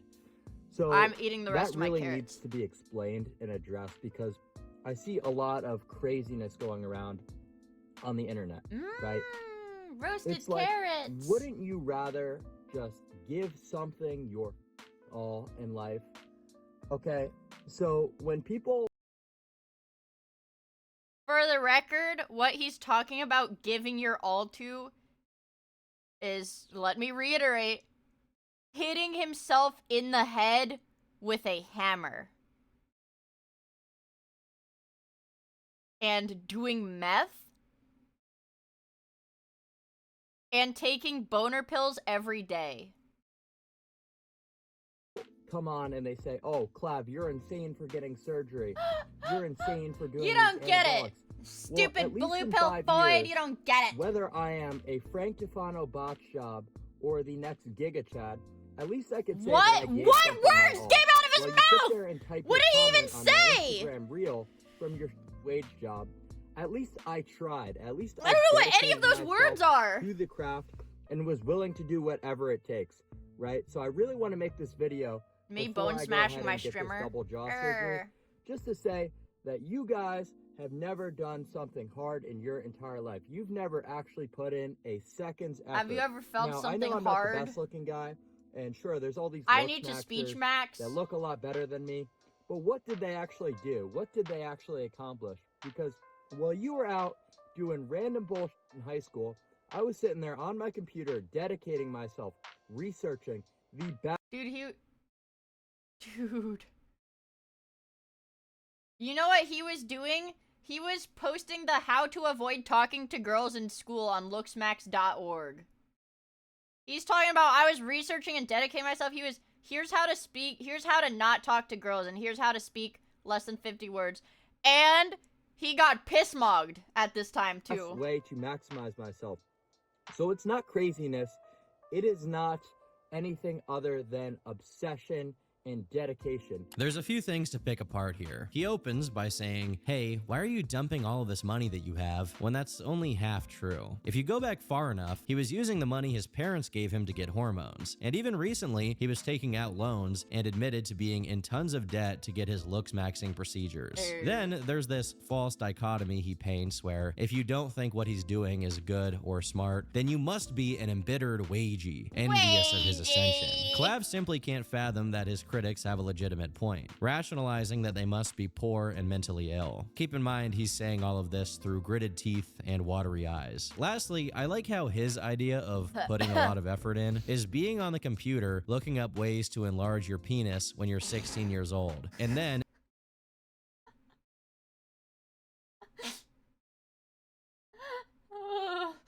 Oh, fuck, dude. Oh my god. Oh my fucking god, dude. This shit is, injecting your shaft with lemon juice. Now, some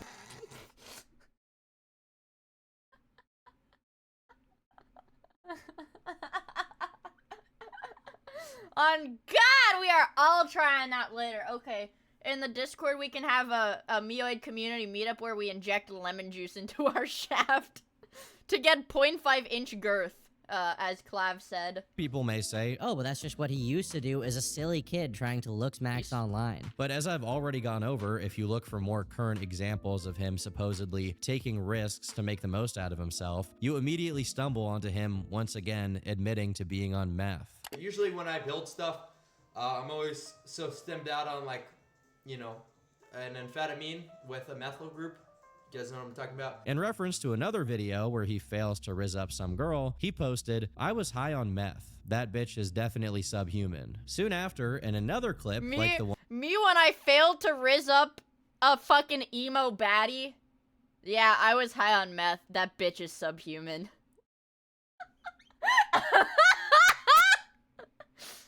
Oh, dude, this guy's awesome. in his car where he's desperately attempting to get himself taken seriously by his audience, he says this. I am not a character. This is not some TV show, right? Where I'm coming on here trying to entertain you, mother. This is the I'm cool, entertained, hard bro. World. We live in one of I'm the entertained as worst fuck right societies now. ever throughout the Yeah, maybe if he stopped jester maxing and started serious maxing, he'd get some hoes. entire history of the world. Quite literally. You have to be in the top percentile to even be looked at with a shred of romance, with a shred of attraction by women in this day of age. Do you think that I'm doing this shit as a form of entertainment? I like low-key, I have to feel a little bit sad for this guy because it's like, damn. God damn, bro. He's When I have to stay up for 3 days in a row, high on crystal meth, right? Trying to suppress my appetite and get hollow cheeks, right? I almost knocked over my energy drink, fuck. Losing touch with reality maxing. Yeah, we've all been there. Yep. Is that supposed to entertain you? Yes. The fact that I even can't, I can't even Yes. talk to people without some sort of, version of benzos. I need alprazolam just to be able to have a conversation like a normal person. I Is think that supposed that's to be funny. entertaining to you? Okay, right? So this shit is, hell for me. You do really gotta love the irony of someone talking about how evil and terrible the modern world is, while making tens of thousands of dollars a month by basically sitting on his ass, live streaming once in a while, and then ordering drugs off the internet so he can destroy his brain. The rest of the video just has a lot of him malding about how evil women only give attention to you if you get plastic surgery, and he tries to, quote, appeal to people with neurodivergence, as if the What? stuff he's peddling Wait. at all would help other autistic people online. I'm sure that on some level he's aware of how silly he sounds when he takes himself so seriously, especially when the rest of his content is him doing literal makeup tutorials and recommending that all men Makeup to make you look, to give you hunter eyes. take Cialis. He rapidly alternates between posts like this and posts like this. Would Charlie Kirk have gotten assassinated if he were Chad? Well, probably not, and here's why. Well, he was definitely trying.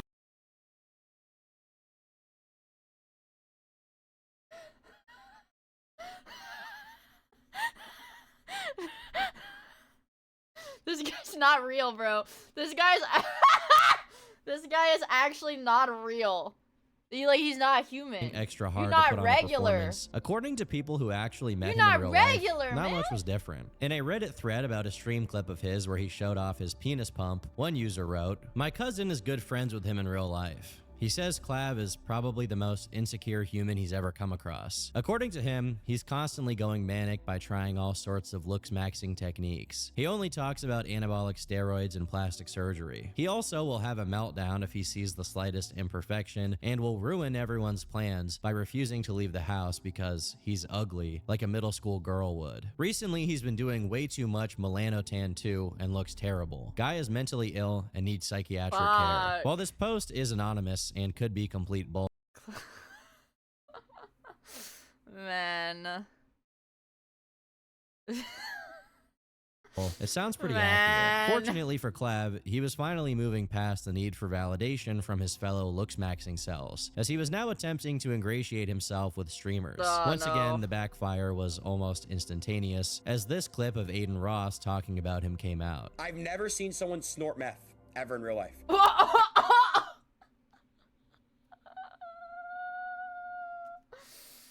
Oh my god, bro. I literally witnessed Clav snort meth. Literally. Witnessed it. And I didn't know how to feel. I did not know how. I mean, like, realistically, I would be freaked the fuck out if somebody snorted meth in front of me, too. I think anybody reasonably would be freaked the fuck out if somebody just did that casually. How to feel. I've never seen that ever. Aiden was just one of the many stops on his clout train. Next up was Jack Doherty, and then Sneeko, both of whom he streamed with. Besides his career developments, there were also some new things in his personal life. He had found himself another girlfriend, who happened to be 17 years old, which a lot of people took issue with. Although I want to say here definitively that given he is only 19 himself, dating a 17-year-old is not really something to be he's concerned 19? with. The more He is 19!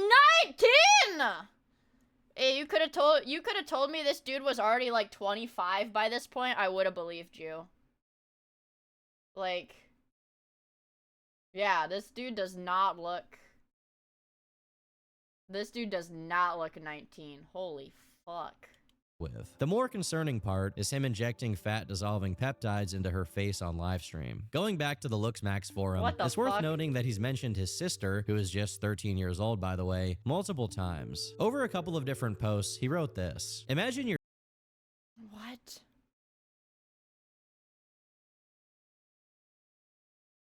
What? Your sister, who has the same DNA and genes as you, will never have to work a day in her life, will never understand hardship, will have every one of her desires fulfilled by cuckold men. Truly unreal. My sister is probably 0.5 PSL higher See, what the fuck is PSL, bro? than me, which is a good amount but not otherworldly, and her quality of life will be inestimably better simply because What of the a fuck simple does that difference even in mean? chromosomes. Truly unreal how He's talking about a 13-year-old, by the way. genetics and sexual market value works. Penis So sup- Jover for me, man. My sister is a chronic mouth Wait,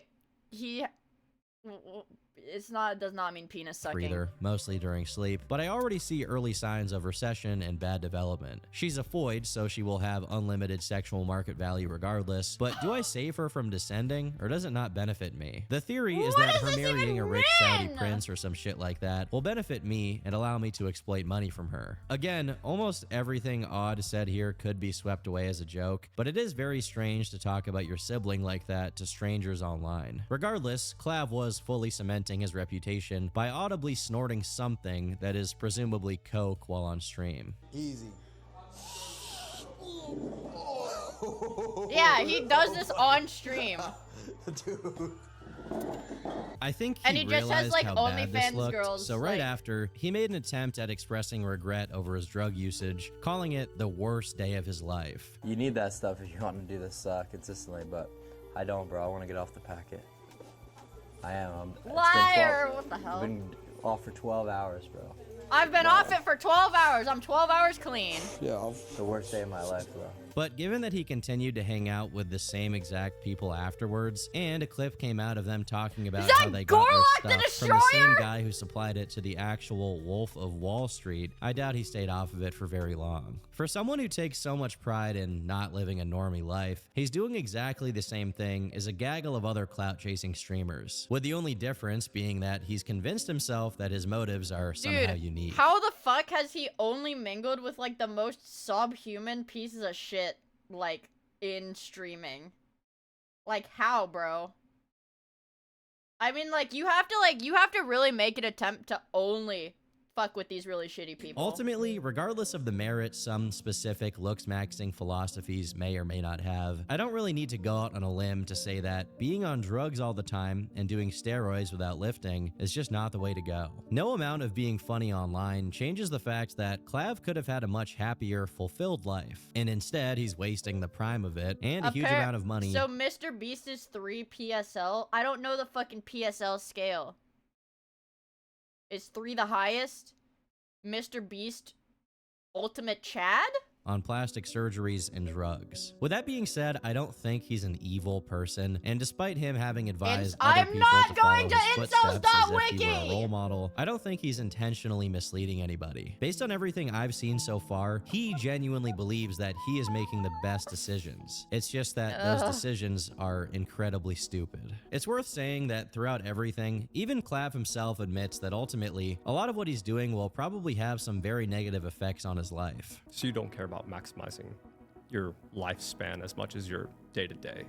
Yeah, I'm not a huge longevity guy. And I think his popularity He's is not reflective lifespan of some maxing. broader issues as well. Clav himself has stated that he grew up as a socially awkward person. He avoided speaking to anyone in class. Instead of spending his time with friends, he went on an obscure forum for improving his looks. When realistically, his looks were already fine. He doesn't need to get height surgery to go from 6'2" to 6'6". He doesn't need to get his jaw broken and spend 6 months healing to be better looking. And frankly, his physique is not good enough for someone who has been taking steroids since before he was old enough to drive. Right, he doesn't work out. He says, so his whole thing is that he does all these steroids, but he says the gym is for gay people. Only gay people work out at the gym. So he doesn't work out. He just does steroids and starves.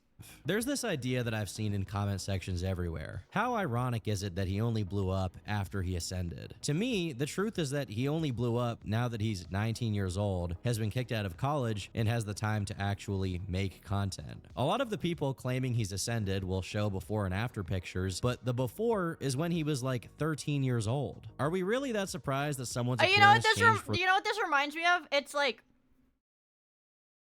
that Discord thing where it's like that Discord looks maxing thing where they're like me versus my sub-5 baby brother, and it's like literally a baby, and everybody voted for the baby, and he's like, what the fuck? Do you guys know the screenshot I'm talking about?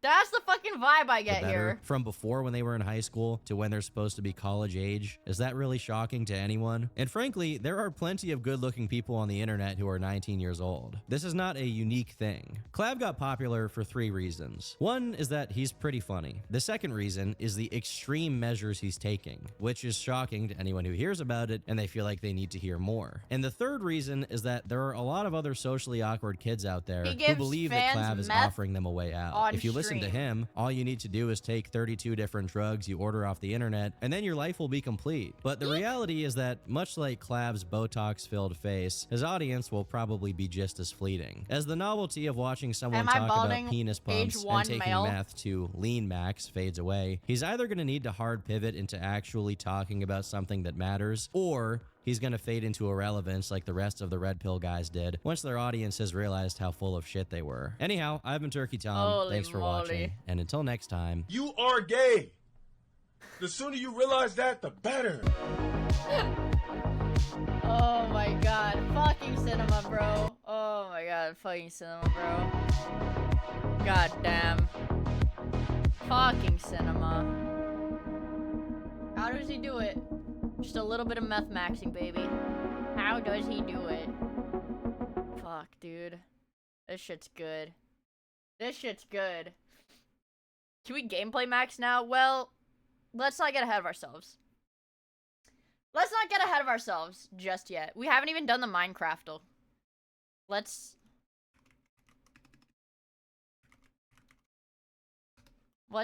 not get ahead of ourselves. Let's piston max really quickly.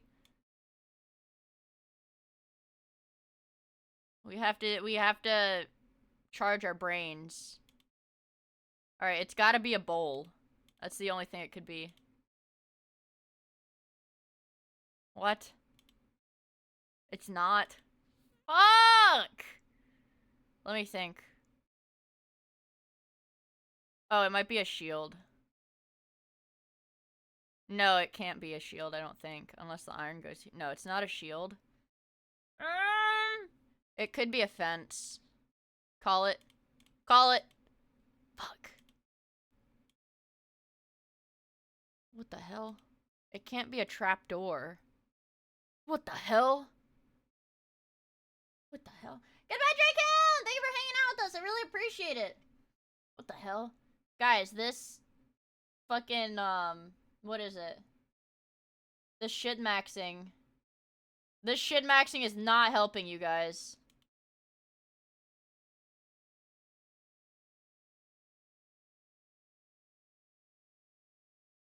The shit maxing is not fucking helping. Yeah, it's a barrel. Barrel! Daniel Larson is 1 PSL. Okay. Daniel Larson is 1 PSL. And Mr. Beast is 3 PSL. That's really interesting. Wait, there's a fucking rise and fall. Mewing, No, mogging, shut up. looks- Shut up, Turkey Tom. There's a rise and fall of iDubbbz. Oh my god, wait, is that the like 4-hour one? There's no fucking way we can watch that whole thing. The June the King one? No, there's no fucking way.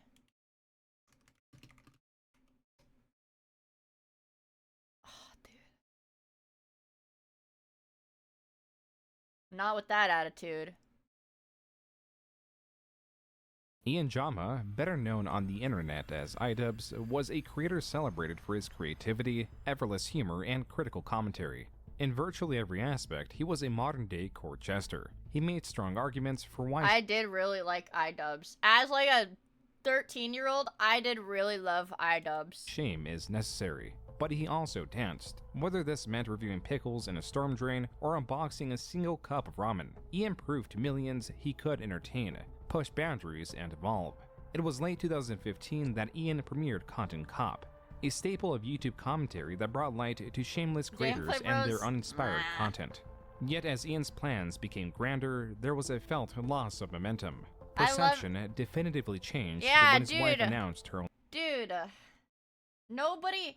In 2015, nobody was unboxing dildos like fucking iDubbbz was, okay? Nobody. Nobody had that kind of game. fans, and Ian felt himself being the target of shame. This created a divide between him and his audience that has progressively widened. Inexplicably and across the board, Ian was less expressive both in the physical and artistic sense. Furthermore, my belief is that iDubbbz does genuinely, like, I believe he does genuinely have some degree of, like, humiliation or, like, cuckold fetish or something.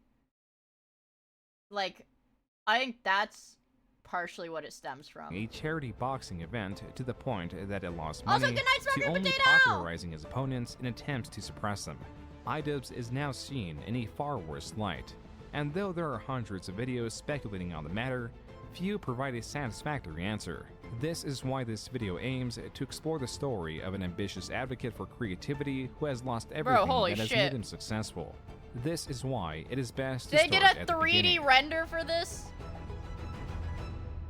That's crazy. The jobs of a court jester, artificial fool, or joker were historically jobs to entertain.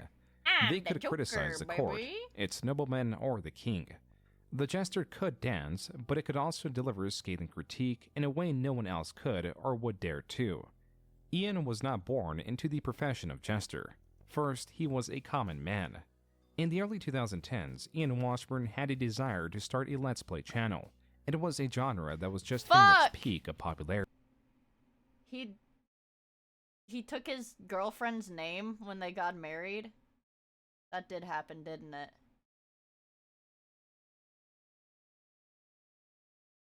What the fuck, bro? She's gotta, like, beat him or something. To do this, he chose the name iDubbbz. The I stood for Ian. Dub, which is slang for victory, was derived from the first syllable of the letter W. In this convoluted way, his channel name was both representative of his initials and also directly meant I win. But there was an issue. iDubbbz with a single B was already taken, so he added another B. But even still, the username was taken. Finally, he tried iDubbbz with 3 B's and acquired his first channel name.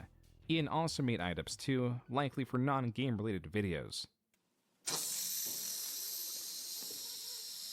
Aw. Doggy. Doggy. Aww, doggy. Ian, on the channel iDubbbz, played games that were highly popular at the time, from Amnesia: The Dark Descent to Minecraft, Man, and perhaps he's also recorded a video about anime. He was the Minecraft YouTuber to lolcow pipeline, you guys. It's coming for you. It comes for everyone. Expo. Ian did well to blend into the background of this genre. Naturally, this was an issue. There were already hundreds, if not thousands, of creators playing these games and even their modified variants. Oh By my late God. 2012, Ian had gained a greater understanding of what it means to stand out. In Mine playing less Z, popular bro. indie games, Ian did not have to compete with his far more popular Bro. contemporaries. You use the power cell from your plasma gun to power up the jump port.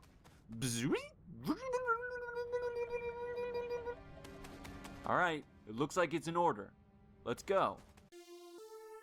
Man. It's not literally In me. focusing on lesser-known games, he could capture an audience in a space that saw little competition. This is why Ian found growth in playing God, Overgrowth, he was a Let's modifiable, Player? combat-driven game that as popularity for the game grew, Ian's channel grew with it. One of the easiest ways to learn about new mods before trying them is through YouTube. For example, the iDubbbz TV channel has more than 150 Let's Play videos, showing off different mods and custom levels. Dude. Though iDubbbz TV was meant to be one of Ian's many alternative channels, it soon Wow. became the main It one was a as fucking- the original he's a iDubbbz had fucking lost Let's its Player. monetization. First channel was demonetized because I was watching my own ads. Not actually. What? Not actually. But they were a little sus on the channel, so they You can suspended get- the account. Wait, told me how to does make that a new even one. work? Ian, in 2013, I guess on this was iDubbbz like TV, 2011. continued to focus on Overgrowth and indie horror games. But he still did not lose the most important piece of what was making his channel special. It was his drive to experiment. This is likely one of the reasons he uploaded Slender Gangnam Mode. While iDubbbz could have continued to make fuck? safe Overgrowth videos and perhaps transitioned into comfortable coverage of new indie What? games, instead he started covering gaming news for no other reason than to satisfy his desire to be creative.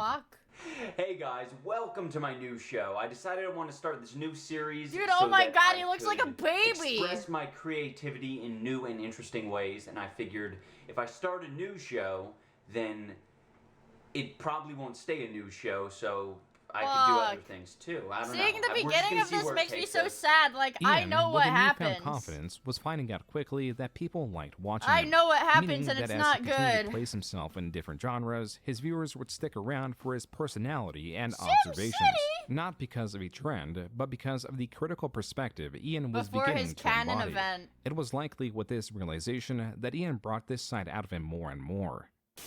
So I've seen a lot of people contributing to some pretty bad Kickstarters. I feel like the main problem with supporting pretty much anyone on Wait, he Kickstarter lives with is his that wife's parents? I can Actually? go on Kickstarter and give you an idea for a game and maybe do a little bit of work on it and just be like, yeah, I need some help making this game. It's gonna have all the awesomeness of Fallout 3, the open world of Just Cause 2, and all the guns of Borderlands. Wow, this is and really a product of also its time. a ton Holy of boobs. shit. Like, that's what I'm gonna make. Ian, through this news video, started to give his audience the Would you play that game, chat? Would you play that game?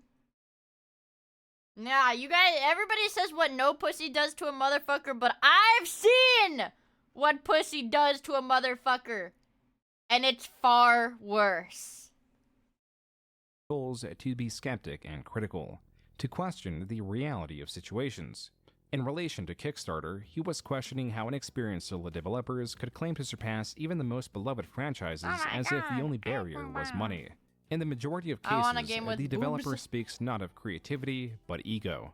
And on Kickstarter, some projects were being rewarded for their unsubstantiated promises rather than proven ability. In a way, they could divert funding from true, well-meaning creatives.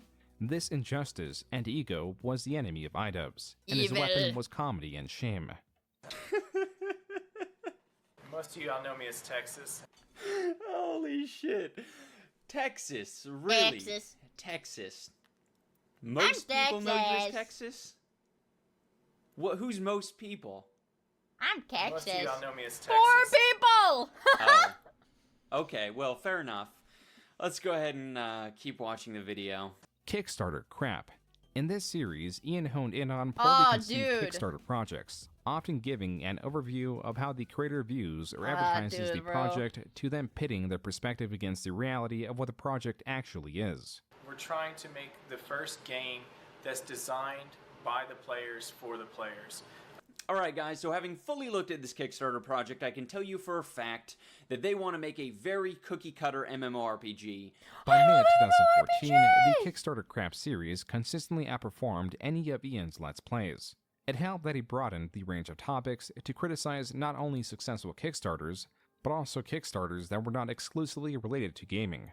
And though he did continue to There was post a Let's Kickstarter Plays, for his new potato series salad? were not at all directly related to gaming. Hey everybody and welcome back. Today I'm going to be doing my first unboxing video. Oh, fuck, here it is. It might also be my last unboxing video, but I felt like I needed to do this because right now there's a lot of unboxing videos on YouTube, a lot of people opening up loot crates, junk boxes, stuff cubes, and a bunch of shit like that. That really is, you know, quite honestly just a bunch of leftover Wait, shit. that's where the Sam Hyde and iDubbbz beef started, was through Kickstarters? From a bargain bin at Big Lots, okay? So, I'm here to break the mold, and I expressed my concern on Twitter, and luckily enough, toothbrushsubscriptions.com reached out to me. So they sent me a package. It's iDubbbz deliberately selected the most mundane item, which proved the point that regardless of genre, any video could be interesting. In this video, Ian quote-unquote tests the toothbrushes by bending or breaking them. He also inexplicably spits on his lap after rinsing his mouth with water. A small, possibly unintended detail is the Bugs Bunny themed glass. Bugs Bunny is a character known for being a cunning, chaotic trickster. In this way, Ian and Bugs were one and the same. In 2014 alone, iDubbbz made various unboxing videos on a self-sealing bicycle tube, 2 graphics cards and a CPU, a motherboard, cups of fruit, and of course, a simple bowl of noodles. Ian opened 2015 by reviewing a pack of pencils that went as expected. As most of you guys are aware, I am an avid kung fu enthusiast. I can break blocks of wood, I could break cylinder blocks. You name it, I can break it.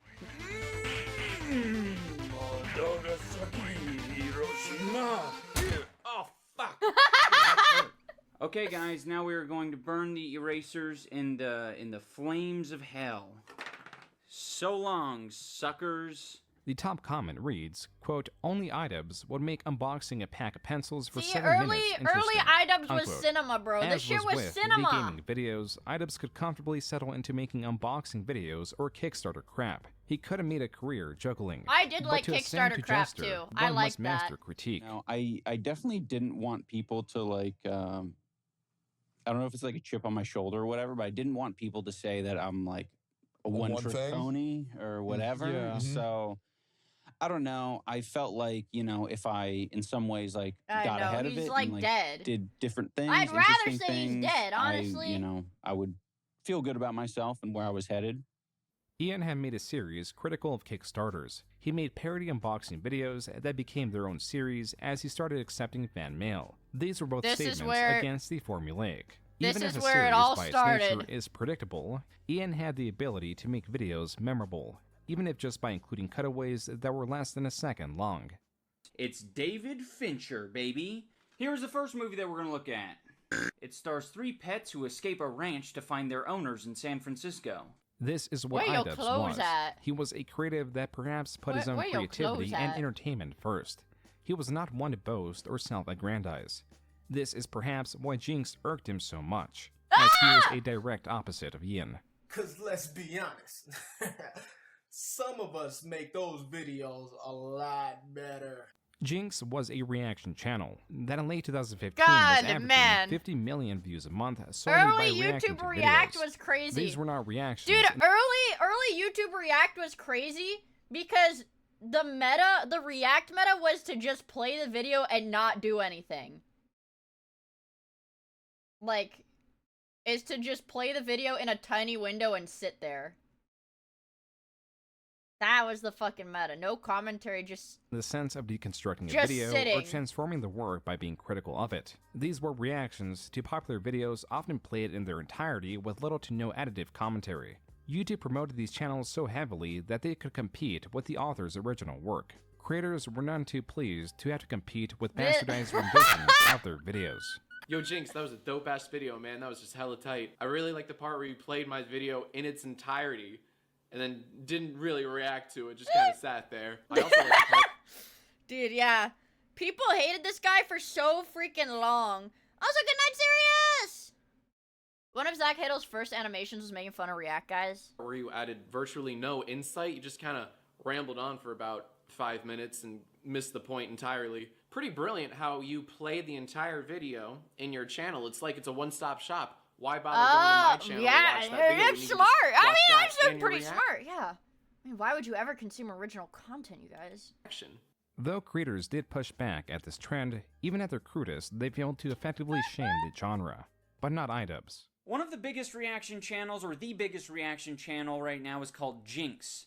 He has 800,000 subscribers on his main channel. Man, the concept of, like, one of the biggest YouTube channels, you know, 50 million views a month, one of the biggest YouTube channels of the time. The 800,000. 800,000. That was, like, the biggest of the big, bro. And it's eerily similar to the Potato Salad Kickstarter project. I say this because the Potato Salad Kickstarter project was garbage. It garnered a lot of attention, a lot of money. Wait, what It the hell took was the potato zero salad effort. thing? And Oh on yeah, top of yes, bro. We watched a video about it. The Reply Girls. The Reply Girls, which was like the female React, where they kind of just had their titties in the frame and played the original video. Man, early YouTube was something else, bro.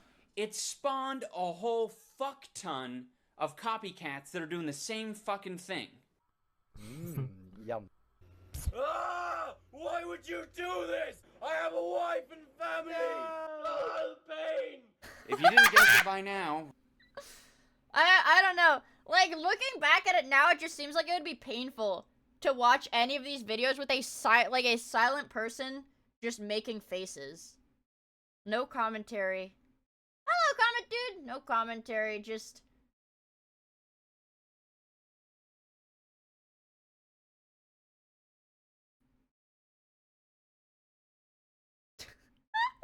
reaction channels make You reaction... should try it. Yeah, they don't laugh or anything.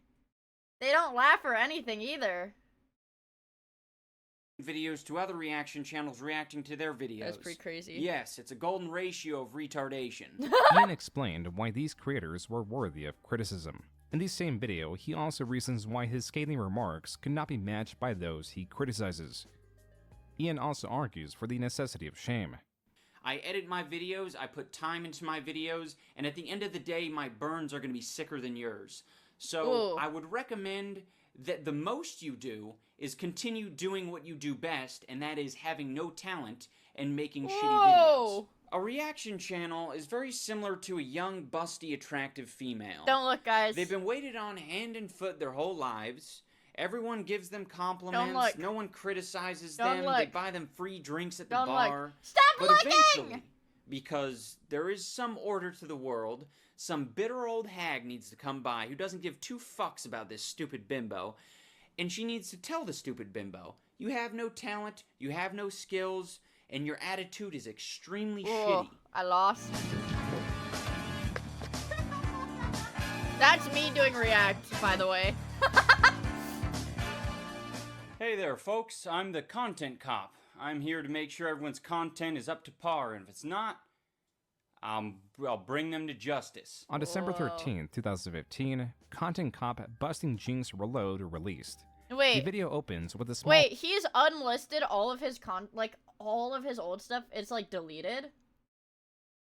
Like just totally like, guys, he just, dude, what a fucking bitch. whimsical skit before transitioning to Ian's typical filming location. Oh, what a fucking bitch, The first dude. introduction of Jinx in this video is not centered around the content, but rather the character and ego of Jinx.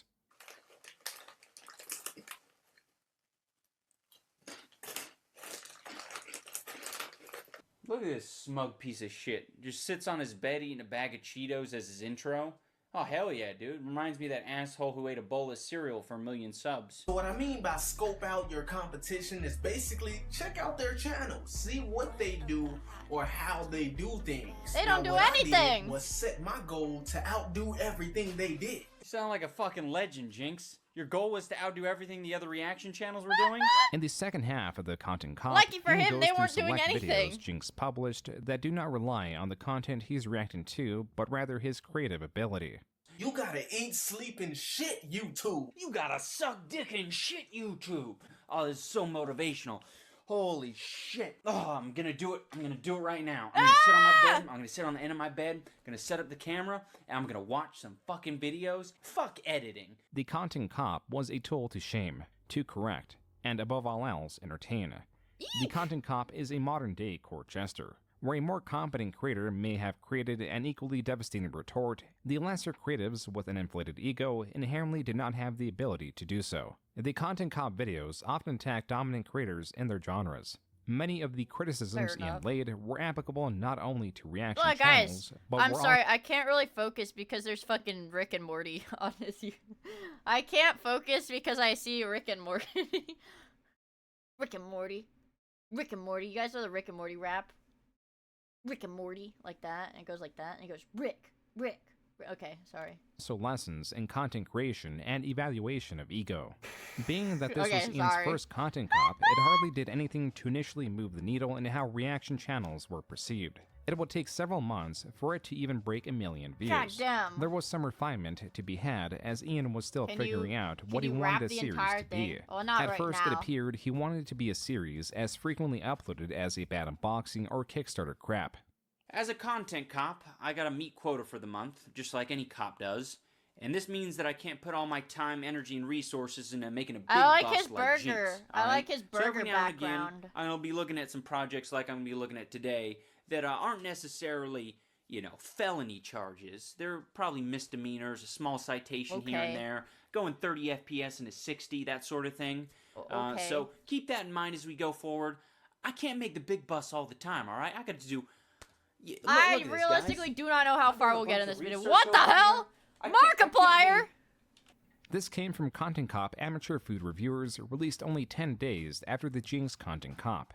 Rather than critiquing a single content creator, it was more so an examination of a genre that so desperately lacked in creativity that the only defining difference was the food being reviewed. It's the Iron Another Lung thing guy. they do, which they I really want don't to have see to, that is freaking create movie a so long, bad. rhymy rap poem at the beginning of their video, thinking that that's really going to pump people up. You can have that. I understand the importance of getting people excited, but, you know, a lot of the time it feels kind of contrived. YouTube's your boy Reggie Reg.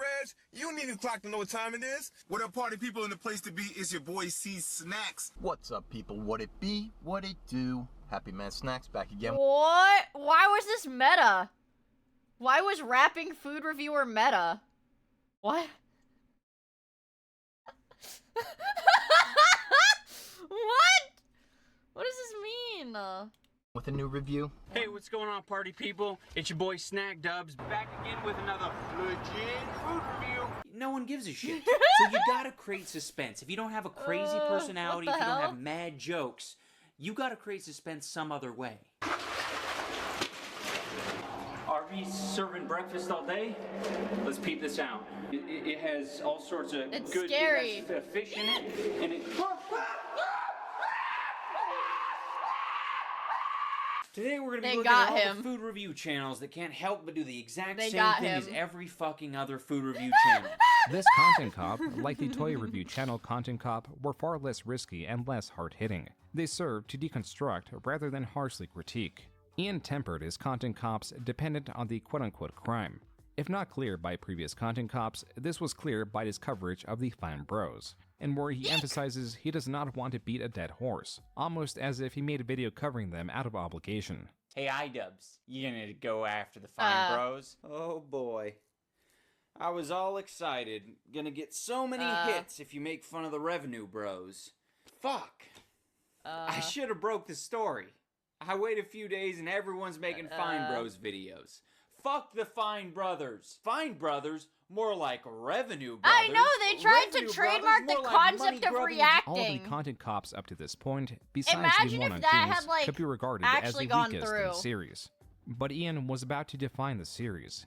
This begins, coincidentally enough, after his Jinx Content Cop. But then iDubbbz suggested that the argument should turn physical. He said this: I'd say we do a charity MMA fight to settle our differences. My charity is the cancer one. And Jinx responded by saying, set it up.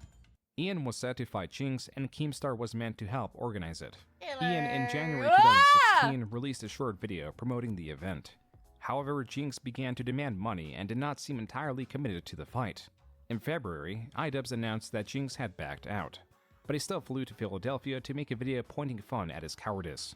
The reason this matters, beyond demonstrating iDubbbz's interest in boxing for a charity, was because of these three messages between Foreshadowing. iDubbbz and Keemstar, and where Keemstar threatens, quote, I would destroy your career, but I like your vids too much, unquote. If inflated ego is the enemy, What? then Keemstar was Ian's enemy. iDubbbz uploaded a video and he had the Alex clip in there, and I'm like, oh no, not this. Like, Jesus, It's come back to haunt you. It's not this. This is the time where it right, he started said to the be like, N-word. Oh, you're a racist. You're in the KKK. You know, like this is the time where it was being really negative. So I hit up iDubbbz. I'm like, dude, please don't use that clip. I'm like, Keemstar or is I have to ruin your career, like laughing out loud as the meme. He Monkey took that thinking. as- Keemstar I was actually fronting him. is Keemstar has a habit of recontextualizing his worst bald moments to favor retard. him. Although he claims he Urethra. was joking when he sent those I've got messages, it. as reinforced Keemstar by is the a LOL bald afterwards, retard. there was likely a part of him that meant it. This plays into another element of who Ian is. He is a very stubborn person. He is someone who freely said racial slurs. His catchphrase at the time was the N and F word strung together. His mythos was against conformity, I guess they but he can't still show existed clips of within that. his own principles, and would arguably not use racial slurs in a derogatory way.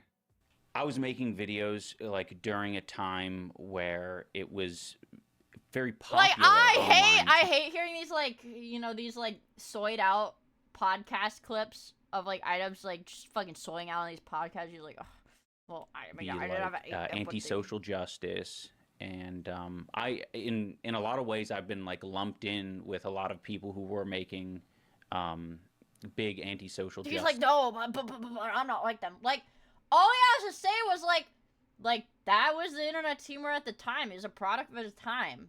Yeah, like you don't need to elaborate any further on it. Frankly, you don't need to like that. Like you just say that and be done. Like, I don't know. Like, why dwell on it, man? Just videos back then. Trolls I was remorse? definitely like part of that culture. I definitely wouldn't deny that. With Ian hating being surprised. Well, it's like, yeah. Like, okay, think about it. I don't know. I mean, like all of that group of like creators, like that circle of creators that iDubbbz ran with, it's like, notice how he's the only one that turned out like this. Everyone else just like moved on to do like other content, and it's like whatever, you know, like whatever. But he's the only one that did this. He's the only one.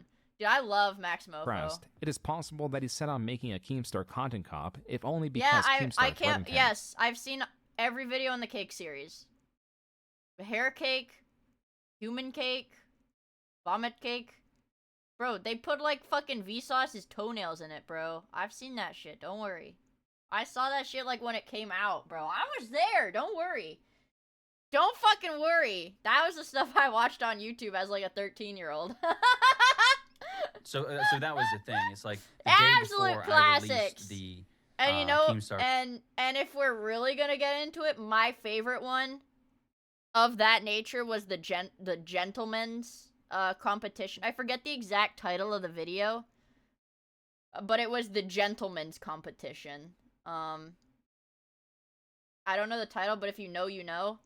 I mean, if you know, you know, but I don't remember the title of the video. Gentleman's Club, yes. Yes, that one. I think that's Kino. That's true Kino. Yep. Yep. The one where they had the slip and slide with mouse traps on it. Yes. Yeah, and they made Max wear a dress. Yes. Max was the girl. Yes. Yes.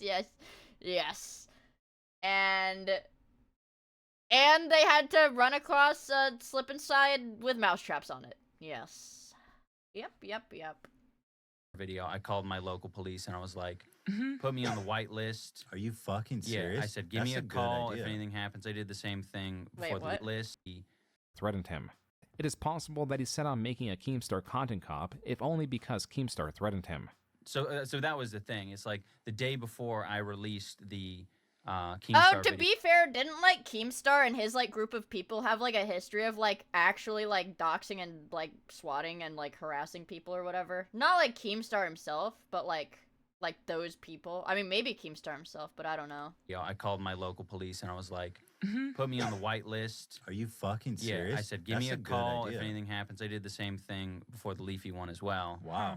It is that fucked up, though. It is seriously. Like, some people are really just out of their fucking minds. Those of you listening who don't like follow per YouTube, second, it's I'm that 1,000 fucked up. Ian feared the retribution from attacking Keemstar so much that he put measures in place to avoid being swatted. Finally, on May 5th, 2016, Content Cop Keemstar released. Ian spends nearly the first this was like an explosion. This was like a Content Cop Keemstar. I was about to say like, and I'm trying not to, so I'm just not saying anything. But this was like insane. And it's hunting different versions of a gnome meant to represent Keemstar. He goes from storm drains to the desert. This was the showman and playful side of Ian. It also helped reinforce that Keemstar looked like a gnome. If there was any insult that his audience could rally behind, it was that. Ian in his video highlights Keemstar's hypocrisy, transactional and manipulative this nature was hilarious. and his ego. I loved this in video the when it came iDubbbz out. also makes it a point to state that he unironically believes Keemstar should end himself. This content cop was gaining traction like no other. In just 9 days, it had hit nearly 2 million views and stabilized at a high like ratio. Even so, it hardly affected Keemstar's channel as he continued to gain subscribers well into May.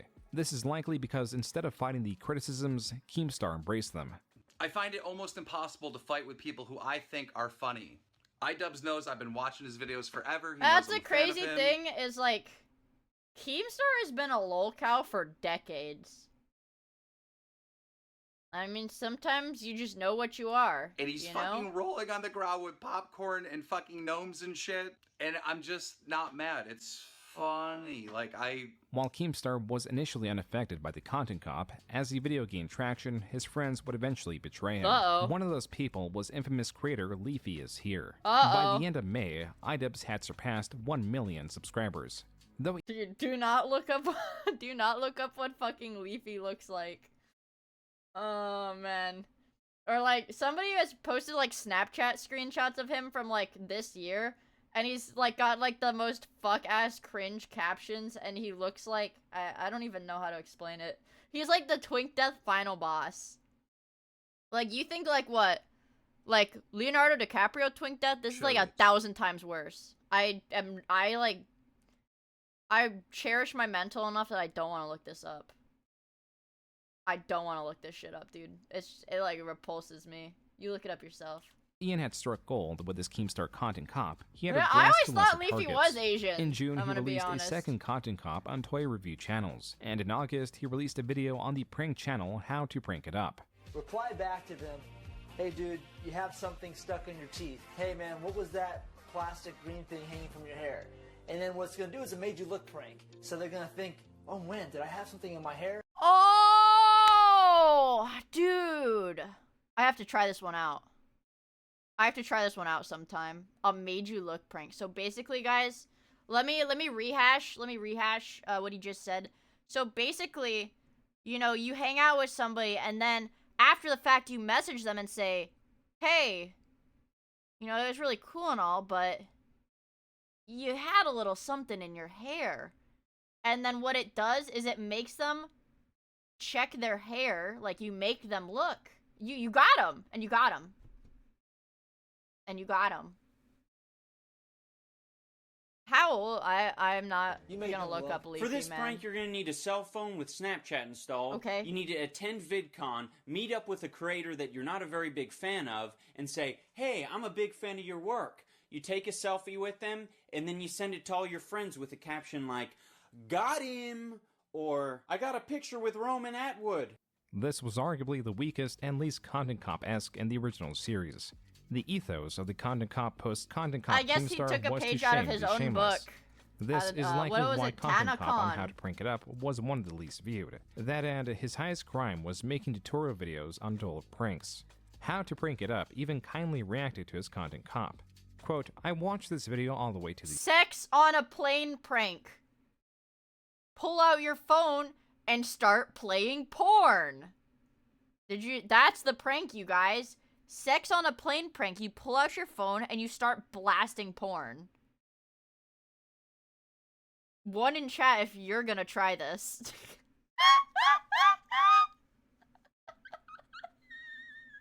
I think it's a solid idea. I mean, like, what? end. Damn, you roasted Oh me my good, God. iDubbbz. That was totally unexpected and funny AF. Unquote. Perhaps Ian was attempting to take back the character and create less impactful videos to lower expectations and dilute the character's destructive potential. Ian was growing in size and influence, so even by that merit, his words had far more power than they once did. And if this kept up, he would no longer be punching up. Yet, there were still creators worthy of the full Content Cop experience. Leafy is Here was a creator who was far outperforming even iDubbbz in terms of viewership. He was uploading daily. I'm gonna be honest. Maybe it's like ADHD or whatever, but I would watch Leafy and I would be way more engrossed in like the, what is it, like the CS like jumping. You know, like the footage he'd always have in the background, like the background shit, where it was like, running and, like, you know, the sliding, surfing. Yeah, yeah. Yes! I don't think I really consumed much substance from those, but I did really like the background. An aspect the YouTube algorithm especially favored. I was Yet a his pretty videos big were fan of virtually that. all the same. They were commentary videos with gameplay footage. This was the same format of the Call of Duty commenters a decade prior. Yes! Only Leafy Okay, aimed his I rants at just needed infamous to or play the video otherwise for like odd 5 figures. seconds. He would Yeah, I critique love them this. in such a shallow fashion. I am no that even longer his listening to the commentary was video. uninspired. Furthermore, he was specifically getting backlash for making a video on Tommy NC 2010, an autistic YouTuber, which is something he apologized for. Hey, what's up, guys? It's Leafy, and I just am wanted you guys not- know this is gonna be an it's all apology going in video one for ear, everything that out has the happened other. Recently. Though Leafy still made Oh. videos on the lesser capable, like children. Creator H3H3, who was also known for his commentary, released a video calling out Leafy for how he was using Well, there were other guys that, there were like at least 500 people doing the same thing Leafy did. Yeah. his platform. And I mean, if you look at Leafy's Yeah, that's like the channel, all he equivalent does of is having make fun like of kids of having and, like Subway vulnerable people, Surfers like in like Joey's the World side. Tour. There's no sport in making fun of these people. It's just sad. Wait, is Joey's So World here's the Tour video he made autistic? about Tommy. Here's a video he made about a little girl who made a music video. Here's making fun of a kid. Here's making fun of a Joey. I'm gonna say it. They're like just a kid, bro. This is like Jacob Sartorius. That was like if there was Justin Bieber in like the early 2010s, Jacob Sartorius was like the Justin Bieber of the mid late 2010s. It's like this was the shit to make fun World of. Tour, who's obviously has an eating disorder. Here's making fun of a kid. Here's making fun of a kid. Kid.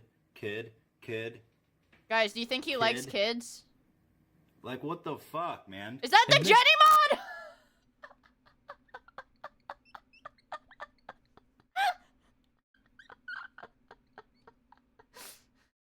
You know what Minecraft animation I still think of? I can't play it because it has a... Okay, you guys, we're gonna play Akinator. It's a Minecraft animation that I can't play on stream because it has a slur in it. It's got the Minecraft guy on Omegle. The Minecraft guy on Omegle and the Minecraft girl on Omegle. You guys know what I'm talking about? Yeah. Can knows it. And he's like saying something like, okay, hold on. I'll mute it. Futuristic. I think it was Futuristic Hub.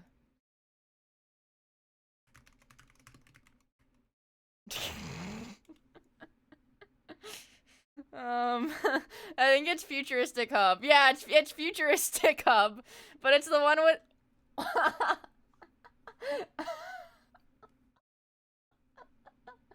Okay, never mind. Well, we had our fun. Never mind.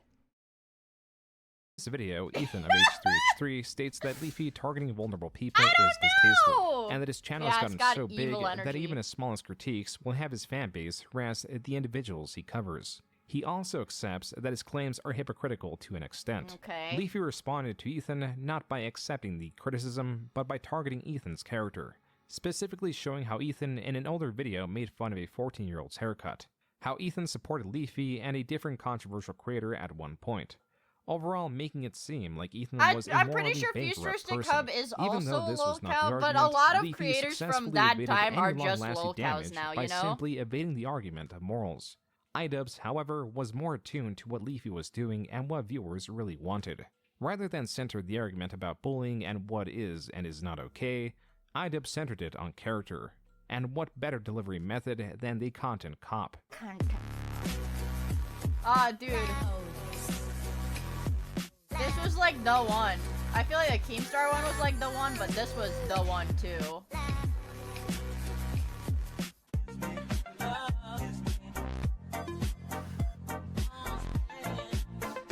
Man, fuck.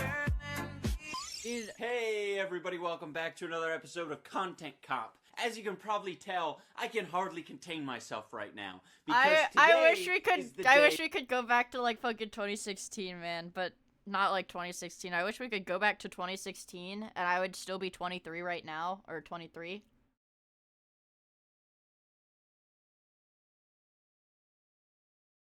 I feel like I'd get more enjoyment out of it if I was an adult at the time and not like a fucking 8th grader. Or like 2014, 2016, freshman in high school. Yeah. We get to Then you would be a hag now, but then we could be twinsies. Leo, but then we could be twinsies and it would be extra awesome. And I would have probably been, well, I would probably have a lot more money if I was not 23 and I was older right now, because I would be working a salaried job probably. I wouldn't have pivoted to VTubing, and I'd be working a salaried job in the pharmaceutical industry, so I'd probably have more money. Wage jack. Hey, it's called wage maxing. Guys, come on, we learned so much new vocab today. Wage maxing. I would I would develop bone smashing. I would be the OG. Oh yeah! Yeah, I would have gotten really rich in 2020 to 2022 for unrelated reasons. Because, well, you guys do know that I have a future sight ability. Yeah, I would game the fuck out of the stock market. I would get so rich. If I could go back in time 10 years, I would be like literally fucking Jeff Bezos level of rich. Not even Jeff Bezos, dude. Honestly, I'd probably just do it. Like, yeah, I could have bought Bitcoin. Yeah, I could have like bought Bitcoin, you know? Yeah. Or buy Nvidia stock, but that would take too long to make me rich. Why didn't you use that power to buy property in 2007? I was too busy playing like board games at like my after school, like fucking kindergarten. My after school kindergarten program. I was too busy drawing with crayons and playing board games. Leafy. In Content Cop Leafy, Ian demonstrates that not only Hey, can fucking he play the loser. same game as Leafy, but also I was 5 years old in 2007.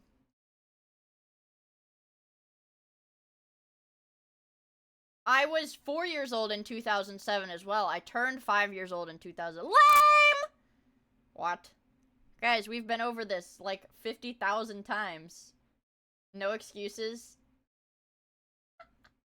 Yeah, maybe I should have just locked in earlier. I should have Also, just he was locked in better earlier. at it. Straight off the bat, I want to let all the newcomers to my channel know that I'm perfectly fine with bullying. Make fun of someone because they're fat, autistic, or riddled with acne. I don't care. Make fun of them. I think my only stipulation with the bullying is that you also... Like, what happened, bro? What happened? What happened, man? You have to not be a pussy.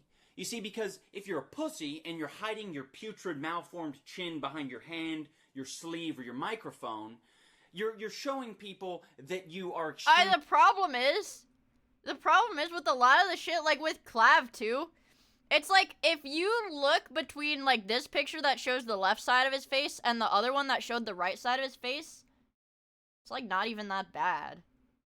Like, it's, like, literally not even that bad.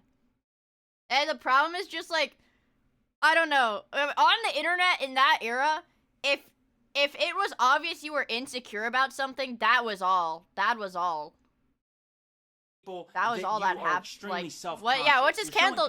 We can only see one of. Well, yeah, what's his fucking cantle tilt? Does he got predator? Is he a predator? Pussy. I mean, and that takes a lot of the oomph out of your bullying. Predator Ian in his video eyes. breaks down Leafy's repetitive, shallow comments and how. Yeah, well, maybe he should have been cock-maxing with lemon juice.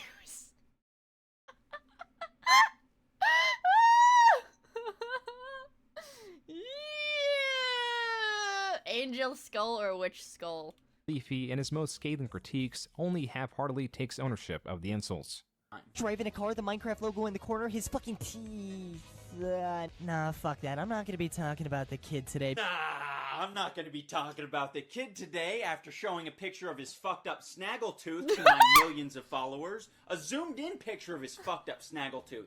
Yeah, no, I'm not gonna be talking about the kid today. I'm not gonna talk about his fucked up teeth. His teeth? The fucked up thing in his mouth? I'm not gonna talk about that. That would be a fucked up thing for me to do. The way Ian breaks down Leafy's videos is by pinpointing their lack of substance, such as how they all bleed into one another, to the point that Leafy's own generalized insults can be used on himself. Look at his fucking face. I bet you anything he raped someone, killed them, and then threw them in the laundry and then made this song. I know that you're joking. It's very obviously a joke. You're saying, look at his face. Dude, I remember I remember when we just said shit. When people were just saying shit to say shit. Man. His face is a rapist face. Look at his dumb rapist face. I don't know. Maybe it is. Bro. It's funny. After saying it back to myself, now I think it's funny. I think it's one of those jokes you really have to repeat it 1,000 times to really understand where the humor comes from. Hello. Throughout the video, Ian demonstrates how Leafy self-aggrandizes, backstabs his friends, and most importantly, he does what H3 failed to get across. Ian makes an argument based on ethics in his own playful way while alluding that the concept is so simple, even children understand it. So that's how I got the brilliant idea of writing a children's book. It's called Leave Me Alone. I have this scene where he's in an ice cream shop and he's got a big stack of ice cream covering his chin and he's saying some mean shit to people. And then the next scene, he's making fun of more people, but this time he's got a basketball in front of his fucked chin. And then finally, he's gonna be in front of a tree with a leaf covering his chin. Wow. And there'll be a big gust of wind coming, and the leaf blows away, exposing his putrid chin. The moral of the story is essentially going to be treat others the way you want to be treated, sort of mean. It'll be a cute thing, something you can show to your kids. Ian's argument is that everyone can be criticized, and that a punch can be returned with a corrective punch. Ian's punch was aimed at Leafy's chin, which did not appear to be strong enough to take it. Huh? No, it's just his chin disappeared. Oh. Oh, ha ha ha ha. Till you're back beside me. I'm giving away some prizes over here. All it takes is hiding a chin. You a Leafy fan? No. Oh, hell yeah. No. You? We've got a microphone. All right. Hold up, his writing, is this fire? Perfect. That is picture perfect, my man. Ian's confidence, his whimsy, Oh, the moral of the story, dude. the deserving target. This was nearly the perfect content cop, but one element was missing. To accentuate all the flavor of this video, To solidify the purpose of the court jester, there needs to be a response met not in humility, but arrogance, which is what Leafy did. Like, guys, did you hear him? I have no chin? What? Dude, oh, and he still keeps the mic. Ah, dude. Like, it's the kind of thing where it's like the only, like, all he has to do is move the mic away. All he has to do is move the mic away from his face, and, like, it's done.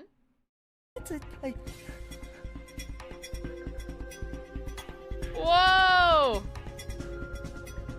Well, why does he have a chin there? Where is it? I see. Yeah, that's what he was supposed to do. That's good. Well, I'm glad he did that, but...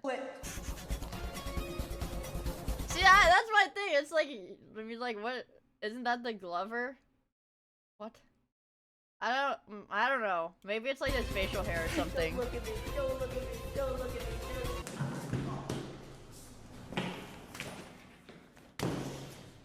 Fucking hell. I mean, Leafy's response was so uninspired and laden with misunderstanding, it proved all of Ian's points correct. He also attempted to counter-shame Ian. This called for Ian's own follow-up, which he titled Content Deputy. Ever since the day that Mr. Savage himself went from making videos like fucking this. Man, this was 2016. YouTube videos getting crazy DMCA'd. Excellent choice. Damn, Leafy, you got baited. I actually played that video in all my other videos because I actually like it a lot. Cringy Slenderman Gangnam Style video. I like Gangnam Style. Gangnam Style, dude? A lesser examined element of why Ian was perfect for the role of the content cop was because he outwardly presented himself as a vile human being. Ian said slurs freely, even the most taboo, because he constantly and intentionally debased himself, meaning Leafy was a fool to point out that the jester critiques and dances. Look at that hairline. What the fuck? Dude, he's actually going fucking bald. This guy doing the classic receding Is he hairline gonna shave his head? It's a good Yeah. gag, but that's not a fucking receding hairline, dude. Let me show you what a receding hairline looks like. Yeah, there we go. Now that's a receding hairline. Ian's content cop marked the beginning of the end for Leafy. In successfully taking down a channel that was over twice his size, Ian was flooded with support and easily gained over Holy 10,000 crap. subscribers daily. I did get very mad when he went bald. I thought that's... Back in like 2016, I was really sad when he went bald because he just looked like an alien. Though growth is typically welcome, Ian was quickly running into the same issue that plagued Leafy and even H3H3, in that as their own channels that relied on critique grew, the harder their punches would be. It was now an event when iDubbbz released a new content cop. Ian, with now millions of subscribers, was being looked upon as a trendsetter. In just 2016, viewers latched onto several of his quotes. I was scared. I was really scared because I was really scared because I'm like, his catchphrases? Or his one-liners.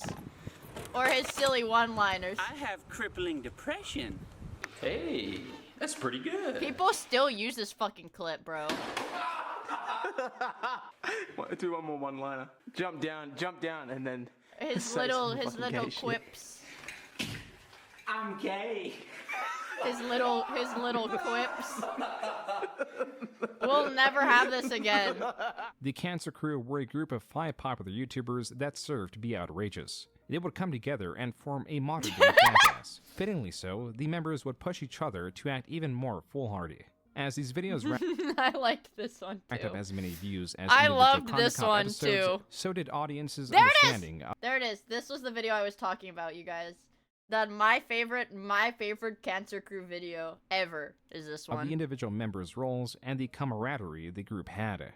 Anything for Views, also known as Chad, was a lesser-known creator. How to Basic was in charge of the camera work as he was protective of his identity. Max Mofo was likely the first large creator Ian ever got into contact with. Yeah, and then Max. I love that. I'll like we said earlier, I'll always have a soft spot in my heart for Max. Max is He What was happened, watching bro? my videos before anyone else was. Bro, what fucking happened? Like, what happened, bro? Like, literally, what happened? When I had like 20K subscribers, he was watching my videos. That's really cool. It's so Fucking funny. women! It's so funny to see actual Evil women. I'll post memes that only people will understand if they had watched like a really old Kickstarter crap, And Max knows all those. That's He cool. can quote my videos word for word. And these Damn. people who are like, I've been a fan since 100 subs, they don't fucking know the shit. Yeah, that's so he's actually #1 iDubbbz fan. Oh yeah, Max is a That's legend. the- I love Damn. Max. What That happened? was from the H3H3 What went podcast. wrong? While they were not a member of the Cancer crew, they did collaborate and were friends with Ian. Ethan, for only seconds, could be seen in Content Cop Leafy, yet he played a much larger role in the Sewer Chicken review, which appears to have been filmed at the same time. Similarly, on H3's channel, Ian would collaborate and provide We commentary had like some alongside weird Ethan. canon event that There was fucked one everything character over. that collaborated and could outdo both of these creators. The only jester that was more effective in the space than even Ian. That is, Filthy Frank, or rather the person behind the character, George Miller. George Miller has influenced culture globally in ways some don't realize. In 2013, There's a on Harlem his Shake. Disaster Music Yep, channel, he yep. sparked the Harlem We Shake know, craze, we know, a Ball. phenomena that We know, likely Ball. has over 1 billion We views know. collectively, where one person dances seemingly out of place. The beat of the song drops, and suddenly everyone is dancing regardless of how abnormal the circumstances are. George Miller, even before he embodied Filthy Frank, had the ability to shift culture even if it was not his intent. And just like iDubbbz, the Filthy Frank videos were not all devoid of commentary. Take, for example, his It's Just a Prank Bro video commenting on the prank genre. But how they do whatever the fuck they want and get away with it is beyond me. How are they able to do these terrible things and get away with them? How do I be racist, misogynistic, horrible, and get away with it? It's just a prank, bro. Oh, how could I have been this stupid? It's so simple. Oh my god, now. fucking Foozy Tube. Holy I shit. understand now. I understand now. It's just a prank, bro. In the next 7 minutes of the video, Filthy Frank harasses strangers to then deliver the line, "You just got pranked." In these moments, Frank was just as bad as the channels he was critiquing. George Miller, as he did across his videos, would don a body morph suit, fitting attire for a It's jester. just a prank, bro. The difference overall was the purpose. Some prank channels would fake their pranks for the purpose of driving division and obtaining a paycheck. In late 2016, creator Joey Salads was exposed for this exact What? thing. Is he the one that did the... Is Joey Salad's the one that did the... Killing my best friend, or... Like, killing my best friend's friend gone wrong? But it was, like, all staged or whatever? Out I feel like that was you Joey faked Salads. a very racist social experiment. 3 It in was a the row. other It guy? started with Oh, the- that was Sam Pepper. Sam Pepper. Yeah. I said that before the chat message went through, by the way. I remembered. Salad Lives, the Black Lives Matter, the baiting trunk prank, and then finally I don't want these videos to make anybody look at the entire race in that type of way. Well, which I messed up with the way that I made the videos. It's just a prank, because bro. I should have. It's just a What prank. I should have did was at the end of the videos. Say it's just or a at the prank, beginning bro. of the videos, I Say should have it's said just disclaimer. I'm, this is the video I'm trying to do. I'm. It's just a prank. And don't let this video judge the entire race, the entire culture off the acts of a very few individuals. you kind of specifically say the opposite that As you can see, black people got really emotional. You can see from this video the black community is very violent towards Trump and his supporters. Filthy Frank would act in a highly offensive Erm. fashion at a microscale to point out the absurdity of what was happening and affect culture at a macroscale. He was not critiquing the concept of a prank, but how morally bankrupt creators would use it to justify their own actions and warp reality to fit them. In this way, he does not deny the entertainment value of the product, but instead challenges the creator's intent and the audiences who consume it. George Miller reinforces that this was the concept of the character in the channel's description. Quote, "Filthy Frank is the embodiment of everything a person should not be. He is anti-PC, anti-social, and anti-couth. He behaves and reacts excessively to everything expressly to highlight the ridiculousness of racism, misogyny, legalism, Or injustice, maybe I'm ignorance, just and other fucking social retarded. blights. He also sets an example to show At how the easy end, it is holy in the frick, social this is media my for any goat. zany material to gain traction/following by simply sharing unsavory opinions and joking about topics many find offensive. There is no denying that the show is terribly offensive. But this terrible offensiveness is a deliberate and unapologetic parody of the whole social media machine and a reflection of the human microcosm that social media is. Or maybe I'm just fucking retarded. Unquote. Even with such clear intent, there would always be a wide range of interpretations. There would be those that love Frank solely for being offensive, as well as those who hate him for that exact same reason. Sycophants and detractors, or perhaps those unaware of the concept of the jester, could interpret his character in far different ways. Are you an irrational radical feminist? Well, here's a tip.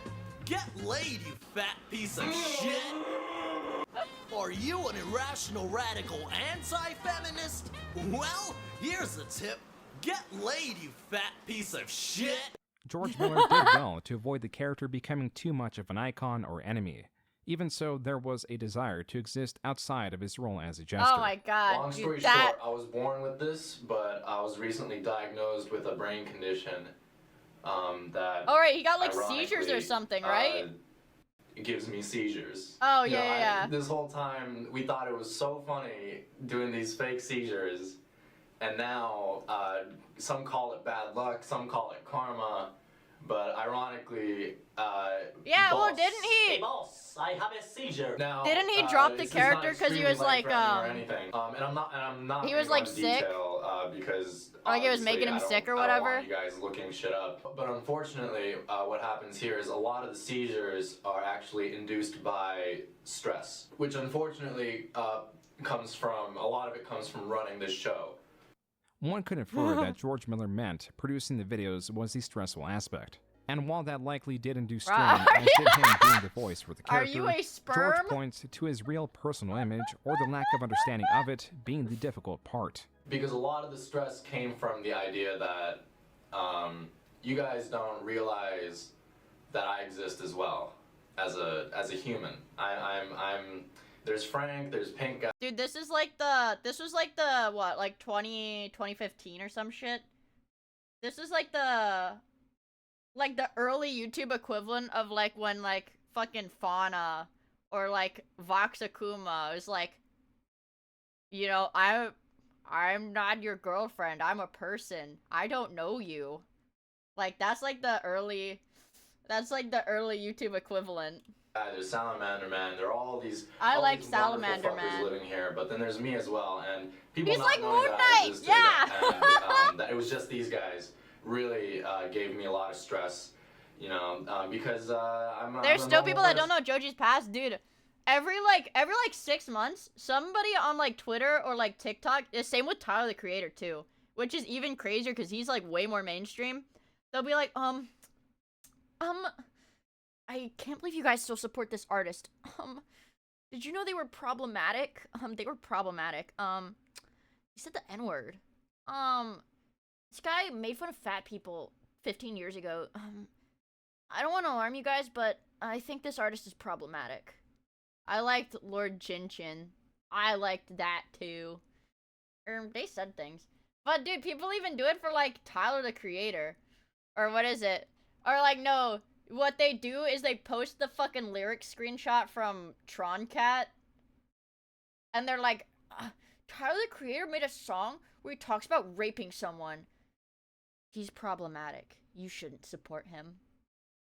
Just like the rest of you guys. While this is open to interpretation, Yeah. it could be that was the core of the issue.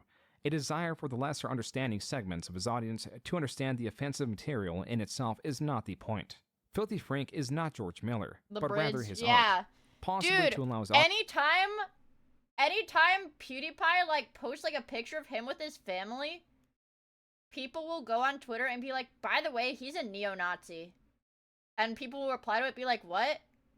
Wait, what, context? They'll be like, context? And somebody will be like, well, he said the N-word once in 2016.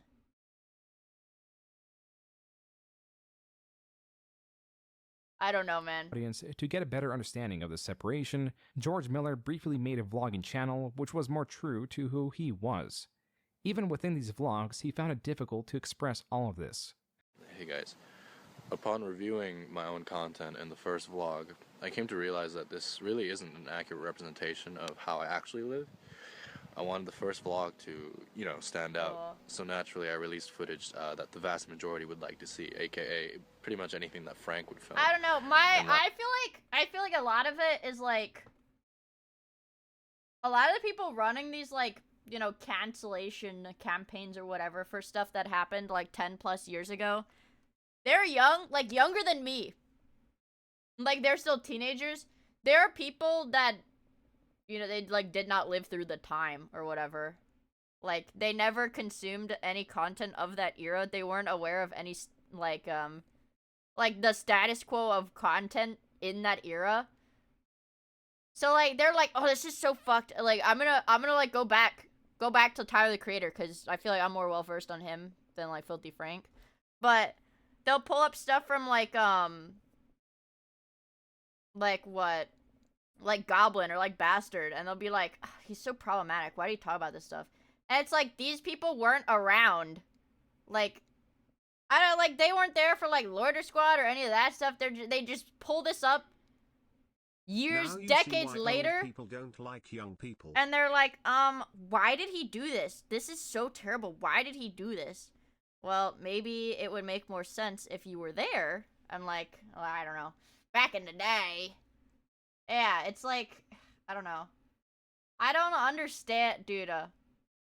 I don't understand people who moral frog. I don't understand that. Yeah, I don't understand what you gain from that either. Do you feel good? Does it make you feel good? I can't imagine it does, but I don't know. To each their own.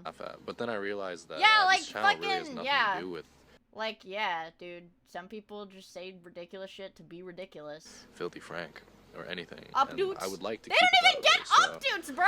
I do not go around filming old people. Actually, like it was me trying to please everyone yet again, as usual. This channel is really just for myself. So if it bores you, I'm terribly sorry. My life is I was born too late. George would soon delete these videos as they were not entirely well received. I was born too late to see Daft Punk perform live. That's like my biggest upset. Like if what was I doing when I was like 7 years old, bro? What was I doing? What was I doing? What was I doing when I was fucking like 5 years old, bro? What was I doing? Huh? What was I doing? What was I doing, bro? What was I doing? Alive 2007, what was I doing? I was in kindergarten. I should have been 18 at a concert.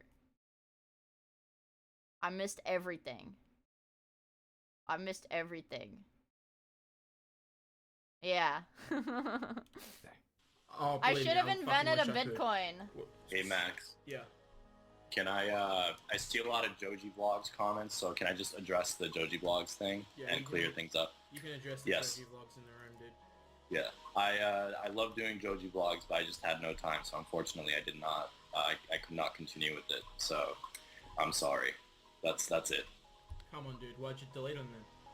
You really started to get my fucking nerves, George. Oh, no, they're still up. Someone re-uploaded them, they're up there. Yeah, it's just you don't want to, you know. Same reason I delete my gaming stuff, man. It's like, it's not really the channel for that sort of thing for me, you know? George's vlogs were indeed re-uploaded by an archivist. The top comment from this video shares a popular sentiment amongst his audience. Quote, I think what makes his vlogs sad to watch is the fact that it was short-lived because people shunned him for quote-unquote breaking the fourth wall. And after that, he became bitter and miserable for having to be stuck doing a character. Unquote. George Miller did play this character for at least 3 more years, but 2017 was a different year. More the years prior, prominent creators formed a coalition against the dregs of YouTube. With increasing pressure from traditional media and advertisers, the website began to crack down on all forms of non-family friendly content. YouTube sought to rid itself of its non-family friendly content, and what did we get out of that, you guys? Tell me. Well, you don't have to tell me, I'll tell you. We got fucking infinite loops of Elsa Gate. All we get is pregnant Elsa giving birth. And that's it. It poisoned itself even with the knowledge that healthy cells would suffer too. One only hopes that the cancer dies first. In targeting prank channels, quote-unquote kids channels, and other forms of unwanted media, IDubbbz, Filthy butthole Frank, waxing H3H3, tutorials, and even creators who were detached from that content style were widely being affected. H3 had launched their podcast, which could appeal to YouTube's nebulous rules. Filthy Frank and IDubbbz were not as malleable. The character of Filthy Frank relied on obscenity. Furthermore, George Miller We are had not long watching expressed he breast wanted a pump different way to tutorials, express dude. himself. And now I he is actually being liked pushed. the naked On one hand, yoga. YouTube was cracking Okay. down on his content, meaning to exist, it would have to be more That's family fine, friendly I and therefore guess. less expressive. And on the other side, he was already creatively dissatisfied and stressed with How being to come huge loads that taste yume. What the constrained hell? to the character for so long. It was time for I change. am watching the breast pump Well, tutorials. he finally like gave you the confidence to be like, all right, it's time for like this to be my. Just general biological clock type shit. Type shit. You know, it was like am I just gonna like kind of do this, or am I gonna move on and, you know, make bigger and better stuff, you know, because that's really what it's all about. Like, George Miller had reincarnated as Joji, a musician seeking to express himself with a wider range of topics like love or purpose. This was a shot in the dark because George Miller was insecure about his art as Filthy Frank. Formerly, he could play with serious Dude, topics, but also I'm playfully so glad that he popped off. discard them as to preempt. Because, like, I mean, realistically, the chances of, like, literally throwing away, like, it's like, not throwing away, you know, but completely pivoting from your audience. And it's like, and you know what, the key difference, like, him and Idubbbz both completely pivoted from their existing audience, but you know what he did that Idubbbz didn't? He didn't fucking disavow all of his fans. You know? Yeah, not many people get to become famous twice. potential criticism. Now, he stripped that veil away. Exactly. As it concerns the story of Idubbbz, it is less about the change, but how it carefully took place. the fan bases, I believe they get into a lot of arguments often. It's quickly unifying though, from what I've seen. See, all he had to do when was I'm out on the not street, shit it's on his 50-50. fans, and they'll People unify and either- support him. They call me out for the work that they know me for. So I never watched any of this content. Oh my gosh, Cleo. Okay, this is like my childhood. I'm not sure what happened aside from they grew up and matured. It's basically what happened for all of them except Idubbbz. So they were all in this like little friend group, like content creator friend group. And they all grew up and changed their content, but they remained friends, except Idubbbz was like, no. He was like, my fans were evil, the people I worked with were evil, like, evil. And then he fucked off with his OnlyFans girlfriend.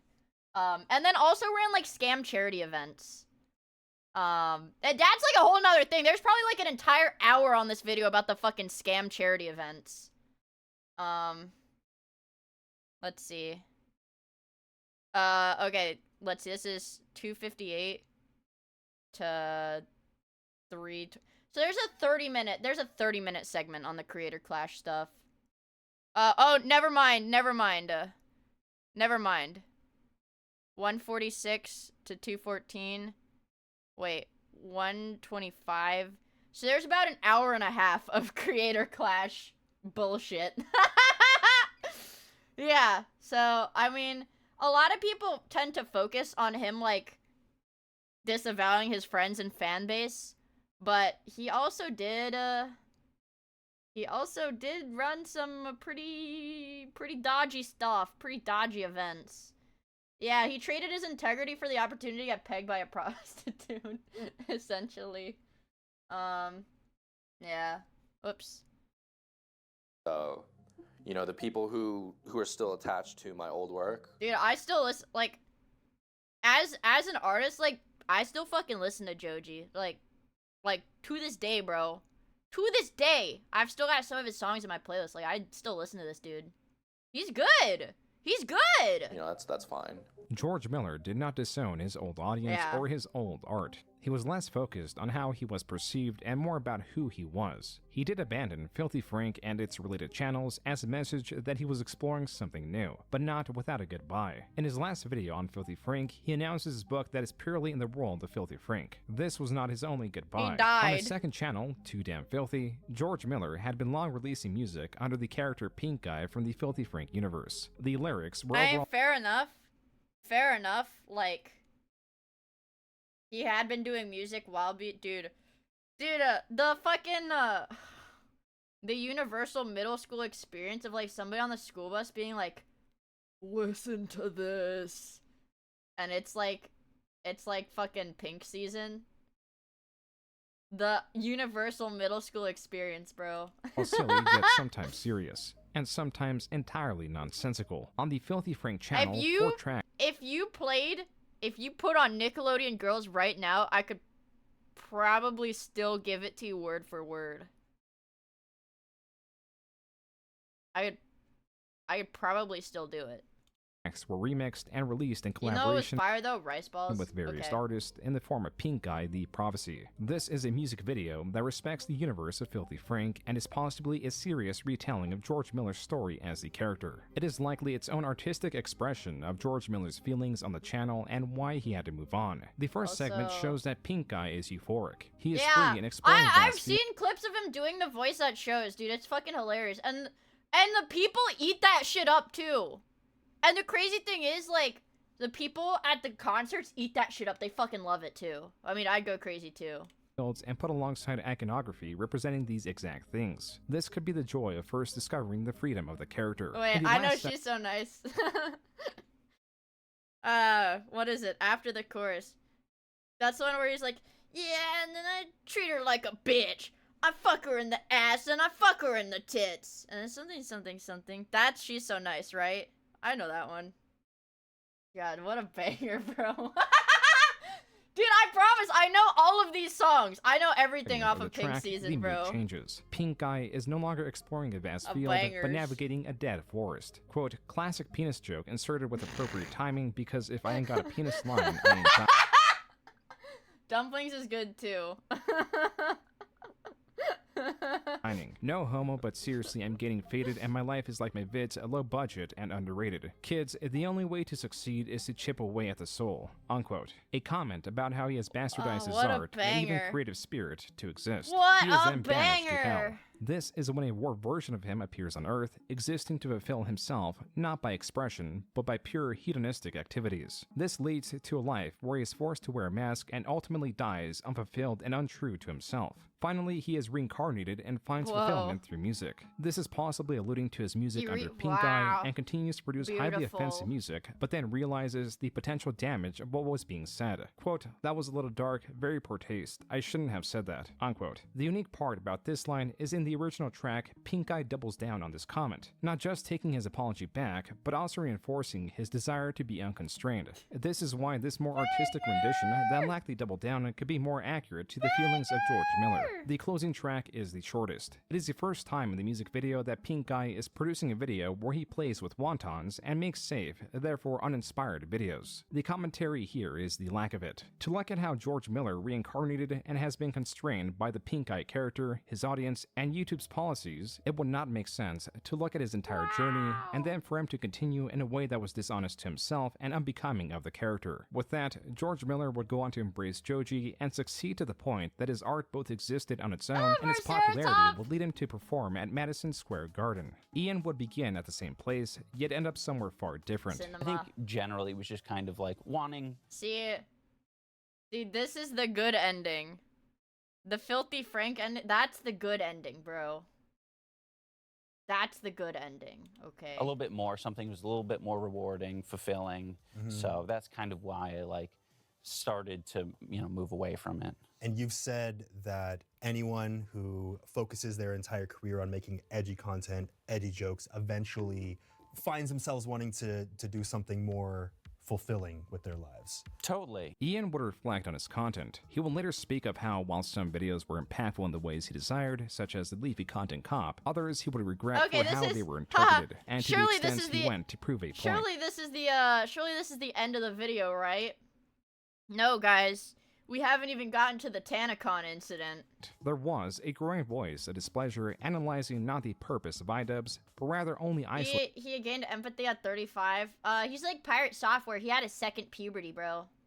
Okay, it's just his second puberty. his actions. Content creator Tana Mojo was one of these people. Though she was unfamiliar with Ian, she was furious at the slurs iDubbbz used to the point that she demanded he end it himself. Oh, yeah.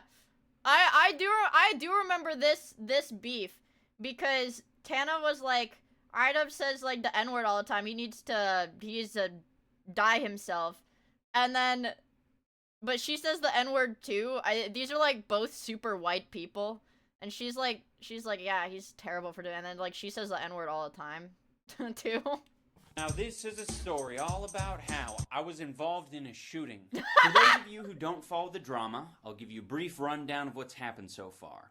A couple months ago, Tana Mojo tweeted at me that she was very unhappy with my use of the— See, this was how, like, this shit wouldn't fly. This, like, oh, I don't like that you say slurs. And then saying KYS, like, that wouldn't fly in 2025. If you said this in 2025, you would have people being like, you can't tell people to KYS. Problematic. N-word. I didn't respond to her tweet. Instead, I did a bit of research and I found out that she used the dreaded N-word in the past. But she didn't use the N-word in the same way that I use it. She used it in a very mean-spirited way. You know it was with the Oh my god! Oh my god, okay, Growing up in Vegas, everybody said those words, and I didn't even know that they were considered racist at all. They were in yeah, so that was the rap beef. songs, and I totally thought it just meant like homie or like friend. Tana Mojo was arguing that saying the N-word was a high crime. Growing up in This Vegas, is no not the a fuck unique we did not. perspective, but was hypocritical coming from Tana, as she had used that word in the past in a derogatory fashion. This is what inspired Ian's Content Cop honor, covering her hypocrisy and how Bro, she these are like embellishes her mid-2010s stories. What else commentary can be said YouTubers, about this topic yes. that hasn't been said already? Not much. Pretty much everyone said it already. But here's some clips of Tana saying that context isn't important. Okay, but when you're reading it, even if you're just saying it, even if you're reading something that somebody else says, you're saying, I'm a white person and I think it's okay to say that word. It doesn't matter the context that you say it in, it's still racist. It doesn't matter the context you say it in, it's still racist. Listen up, teachers of America. If you've ever read aloud Huckleberry Finn to your students, you've engaged in an act of racism. That decided it was The good to supporters go call harass themselves Tana. N-word. Holy shit. Like, that's what they call each other. Whoa, Tana, you're gonna drop the F-bomb like that? And how Content Cop Levy was a message about treating others how you would like to be treated, Content Cop Tana was an argument that It the was N-word her holds power idea? because it is taboo. Also, good People night, didn't get their Corgi! Thank you for fucking stopping heads by! ran over in World War II. They weren't thrown into internment camps. But yeah, but you can't see that one because it's got Not sort good. of it's guttural. Either all of them are okay or none of them are okay. I think that was my, like, it was like a combination of a lot of things in that video that I think led to me regretting it and being like, oh, this is like too much. Like, I went way too... Dude. Oh yeah, is this the Cold Ones episode that you guys said was like really like a hard watch? This one? I think the most interesting thing about that video is it's either all okay or none of it. Bro, the scary thing is it's okay. It was one of these statements that was like, like I wanted something like, talks that sounded over him. strong Punchy. and like, yeah, punchy. And that's exactly what, I thought worked. It's funny, like the amount of people who everything I've he's been talked on to recently now is that hard to were like, watch. oh yeah, when Yeah. you said that, like, I did interpret it as like, yeah, none of it's okay. That's how I was like, yeah, I agree. Yeah. Ian would later regret having such a strong statement in his video. But just like the Leafy one, the message was also to be consistent. But the jester must dance. And dance he did. It's incredible how much more intelligent you would have looked if during the event where I came and said, say, if you just said, wow, you're a very uncomfortable person and you're not very funny. What a pathetic joke. You would have just destroyed me. But you couldn't do that because you're the most He lost his predictable human real being on the planet. No! Don't show me this clip. I'm gonna like get in trouble. Yeah, everybody know. We all know this clip. He walks up to me and he kind of like locks his arm around me, like around my neck like this. And it wasn't like... Oh yeah. I guess she didn't know that they were filming. So she like lies about what happened. Like a chokehold or anything. It was very like firm and like tight, like I couldn't have really gotten out, if that makes sense. I'll Yeah. explain that in a second. And so the guy looks at me and he wraps his arm around me and he looks in the camera. Alright, N-word, enough. Smiling, loud as fuck, like yells it, and then like looks at me and looks into the camera. Like say. Approaching Tana at a meet and greet was Ian's girlfriend's idea. One It that was proved the actually her idea? It was actually her idea. Dude.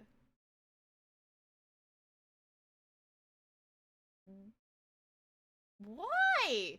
But like freaking why? It doesn't even. Oh my god. As Tana had embellished the story by misreporting how Ian had held her. Ian would demonstrate how dishonest Tana was. Even so, there was a guilt building because she was young and Ian had placed her in an uncomfortable position regardless of the point he was trying to prove. And I, created a situation where like she couldn't, just walk away from it. I entered her life. And dude, I mean, she brought it on herself. I mean, like, what the fuck? So he's like, yeah, honestly, I should have just let her get out with no accountability for, like, any of the shit she was slinging.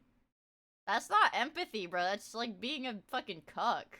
And, that's too much. Tana, shortly after the Content Cop, released a video reflecting like, on the that's all problem. she had to do! All she had to do is just, like, that's all she had to do, is, like, do an apology. Like, that's it. Ian's words and the online mob that formed around them. She explains that she said those slurs as a freshman in high school and has apologized for them, but has come to the conclusion that those apologies were deceitful and not enough. All in all, I said the N-word in those videos. I knew what it meant, regardless of me knowing the depth of it or the pain behind it or anything like that. I knew that it was a slur, and my friends and I thought it was shocking and offensive and funny. Wait, it's crazy because she came back years later and said what he did was good, I grew from it. I mean, like, that's all you have to say sometimes, is just be like, yeah, I grew from it. Like, that's all you have to do sometimes. To say to Amari because he was black and he was okay with it and he thought it was funny and blah blah blah, and so I made stupid vines like that. Had this not happened to me, had iDubbbz not made that video, had the entire world been looking at my channel under this microscope and criticizing me and calling me out for my wrongs, I would have never made this video. I would have never owned up to it. I would have never had to face it the way that I am right now. I would have continued to see, give like this is mature. Like I was previously. I would have continued to push it under she the was rug and surprised run when he away from my retracted the problems Content like Cop. I always do. I would have never made a video like this because I would have been too afraid. And in a really fucked up, weird way, I am glad all of this is happening. Ian had once again yeah, successfully like, shamed this is the most mature person. I think that's, like, the most the mature target person. for the better. Tana that he's expressed just as much, copped. and added that it took something that crude to make a point. Though the commenters were not so ready to accept Tana's quick turnaround, later interviews would demonstrate how she had internalized what Ian said. 100%, and the Content Cop was good. I feel like you've oh my god, yeah, what the fuck? Yeah, I think this is, like, the only person that, like, actually grew from this stuff. Yeah, wow, she's, like, giving interviews later being like, yeah, made me a better followed up person. this like self-guilt. At the end of the day, you were calling out a white dude for saying the N-word. That's pretty common, right? But where did I have the room to call him out, you know? About 2 months after the Tana Content Cop, Ian appeared as a guest for episode 4 of the H3 podcast. Within, he expresses his sympathies for some of the creators he has targeted and why he feels his Fine Bros Content Cop was cruel after he had met one of them. Some of the commentary channels out there is when they go in really hard on, 35-year-old like, man discovers empathy. you need to interact with these people that you make fun of in real life just to be reminded of what you're actually doing, kind of thing. Right. Yeah. So interacting with Rafi. When you see his face and you're like, and then you This is recall real all life. the terrible things you it's a said real about him, person. and you're like, fuck, like this- Exactly. yeah. And this is real life. and He it's- felt this. Remember, the Fine Brothers tried to trademark the concept of reacting in order to have a monopoly on the format so that they and only they could make infinite revenue from YouTube. Like, they're pieces of shit. They're pieces of shit, bro. Yeah. Shit. Yeah. The internet wall is no longer there. I'm 5 feet away from him.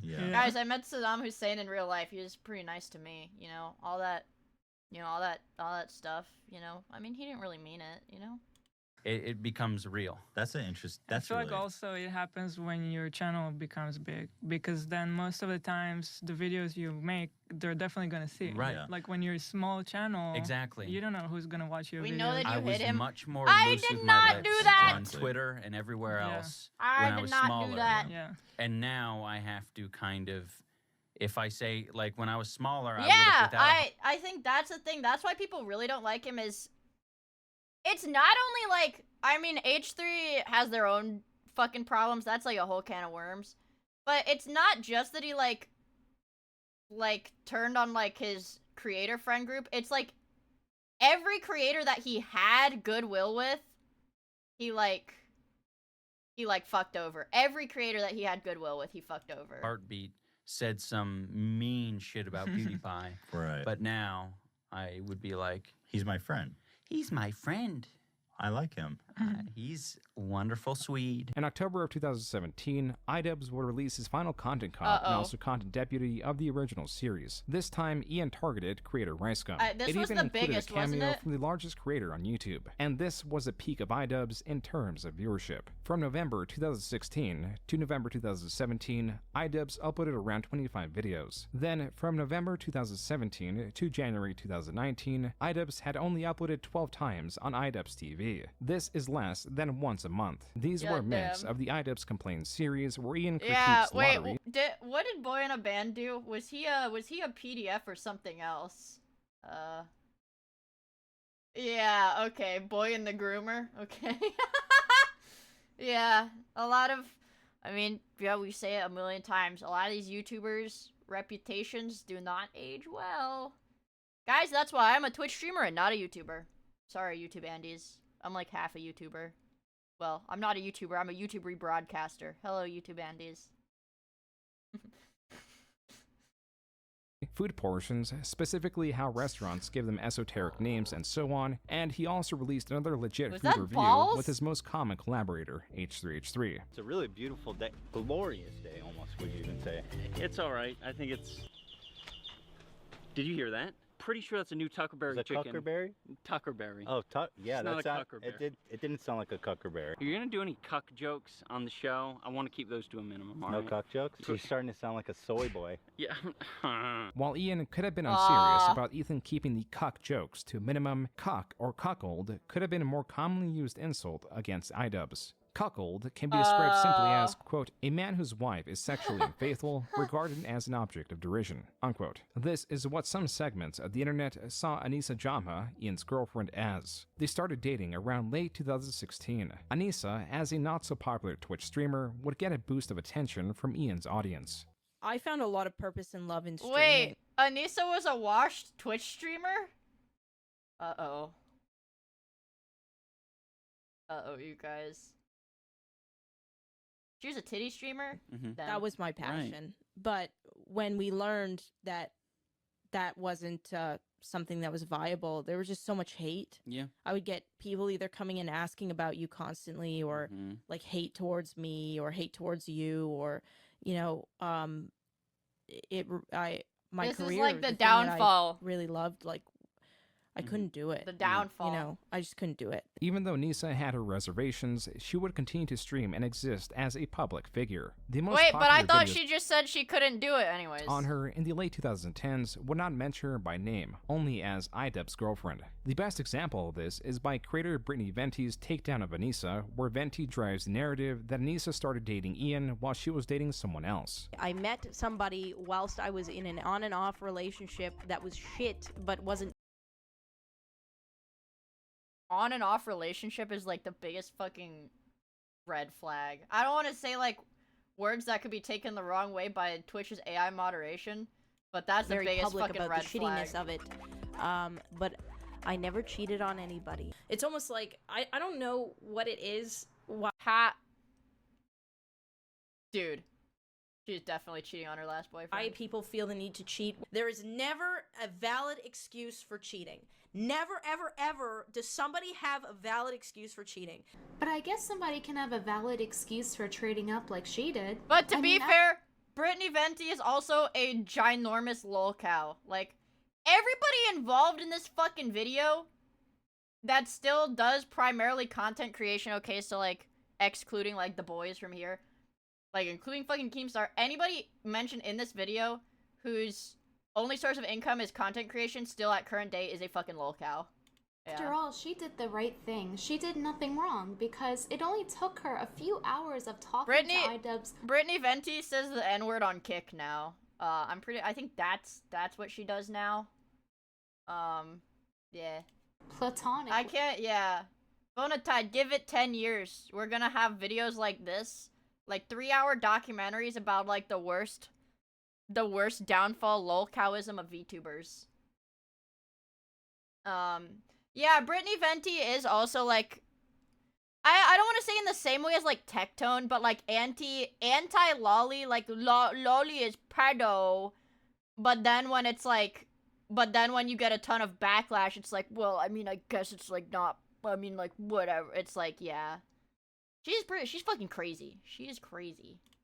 I know she's just a, yeah, she is a grifter, but she's always been a grifter. That she needed to break up with her current boyfriend. Like, she'll, I mean, that's like really common now, though. Like, they'll just say anything if it's what gets them thumbs up, like, oh, this take is good, they'll say it. Doesn't matter if they agree with it or not. Guys, at least I give you bad takes with my chest. There have been some things I've said while watching this. I look at the chat after I say it, you guys are like, you can't see the face I'm making because my model doesn't track it very well, but you guys are like, okay. Feel like that's okay. Like, I mean, like, I'm not gonna lie. My significant other that I'm with now, like, when I met him, I was dating somebody else. Anissa could be seen possibly flirting with other content creators in 2017, particularly with Chris Reagan. It did not help that she was outspoken against, at the time, popular creators. Now, our first story is coming from Anissa, also known as iDubbbz's girlfriend. Anissa was streaming on Twitch, and somebody in the chat asked her what she thought about Ice Poseidon, the in-real-life streamer here on YouTube. He was on Twitch, but then he got banned, and this is what she said. Dude, this is like current day, like, not current day, but like, this was like, Ice Poseidon just got banned on Twitch, now he has to stream on YouTube. Man, you guys. How the times have changed. Roll it. Ice Poseidon is successful not because he is intelligent. Ice Poseidon's a retard. Intelligent or hardworking. Ice Poseidon is successful because he if she says anything other than that, she's wrong.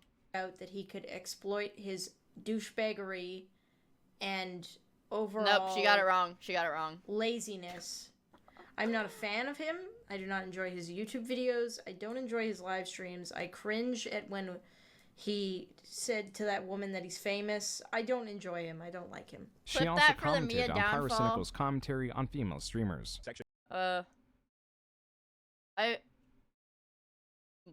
Lukewarm, maybe a little cold take. I think Pyrocynical's funny when it's not like...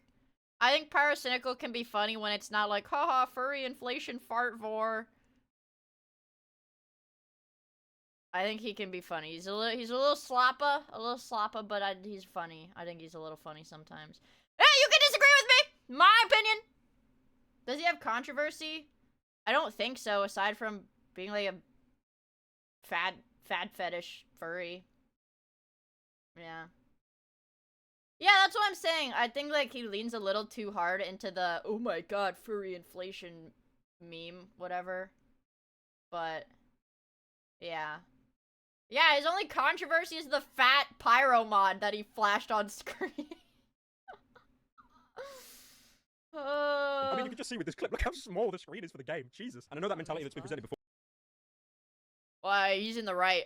He's in the right. Why is she mad? Well, I didn't even know. I'm gonna say it, guys. I didn't even know there was a game on the fucking screen. I'm gonna say it. I'm gonna come out right. Say I'm glad I don't have an eyeball tracker. I did not even know there was a game on the screen, you guys. I'm going back because there's no way there's a game on the screen. Let's be real. Oh my god, there is a game. Fuck. Guys, we're all going to hell. Chat, we're all going to hell. Jesus, if you laugh, you go to That's been hell. presented before. Don't like it, don't watch it. The problem is, you're bringing a lot of kids onto the side. Why do people always make that argument? Like, there's no way when she's playing the actual game that it's that size. Like, what the hell is that? It is, though. It is, though. It is, though. I can already see the headline now. It is, though. It is, though. It is, though. It is, though. Says mean things about Pyrocynical in her stream. Anissa in the space was a... And the crazy thing is, so she knows, like, the ramifications of her actions. Like, she's like, I know people are gonna say da-da-da-da-da about me and iDubbbz after I say this, but I'm saying it anyways. Like, she knows what's gonna happen, but she still does it. PR nightmare, where Ian takes a colder, logical approach, yet is not at all devoid of empathy as he considers how his videos will affect his targets. Anissa takes a non-filtered, emotional approach, as was made clear in this debate against creator Vegan Gains. Hey everyone, so the other day I debated... Wait, isn't there a Turkey Tom on this guy? Isn't there? There's a turkey. This vegan like schizo guy. There's a turkey. I'm pretty sure there's a Turkey Tom on him. Anissa Joma or Yoma, I don't know how to pronounce her last name, They're but all some of you may know lolcows. her as iDubbbz's girlfriend. And the debate proposition was that vegan diets are superior in terms of health compared to omnivorous diets. The theme of this whole discussion is that, like, confidence comes off as correctness, but I don't think that that's... Okay, well, I'm confident because I've talked about this, like, literally every day. It's my job. Yeah, I mean... I think I'm gonna, like, cringe really hard if I watch this whole thing. The mic's covering up her content? What do you mean? But I'm just saying... Get out of my chat. Get out! I just think that's the theme of what... Okay, well, look... Valid arguments, I think that maybe I just don't have the I mean, which is whatever. It's fine. Well, but Anissa, she's not even debating it's him. Fine. I don't think you're really prepared to have a debate with this against me. Like, really, it's someone like Lane Norton should be debating this with me. Terrible thing to... Dude, she's gonna pull the fucking misogyny card. She's like, well, you're being misogynistic. Realistically, if I was a Titty League streamer and I had the opportunity to debate a schizophrenic vegan creator whose whole brand is about veganism, I wouldn't do it. I don't know shit about veganism. What would my argument be? Well, I think vegan food tastes bad, and I think meat and cheese taste good. And that's why it's better. Like, that's the... I don't know jack shit about this stuff. That's the only argument I would have, so I wouldn't do it. I wouldn't debate this guy. So I wouldn't debate this guy, right? Say, like... No, it's not. Like, look, I'm not expecting Yes, everyone to come across to be experts in nutrition or know as much as me. Do you ever listen to your stuff and just go like, man, I went a little fucking hard there? Do you ever do that? No. Like, look, I'm a very direct confrontation. No.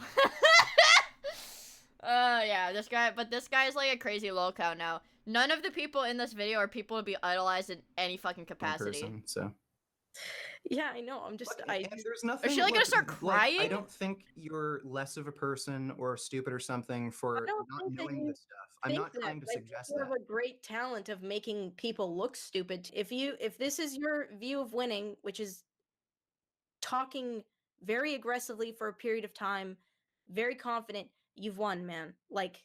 I've made arguments. Despite how the debate went, some allegedly saw Anissa as the victor. So I did watch Anissa's stream on her Twitch channel, and this? a lot of her followers were in support of her and actually believe that she won the debate, which is... Well, because she's, a little surprising considering how miserably she lost. In the nature that relationships or friendships or general experiences change someone, Ian was beginning to change himself to better interact with Anissa. I would get triggered by any form of abandonment, basically, and I would go into 5-year-old brain, which for him...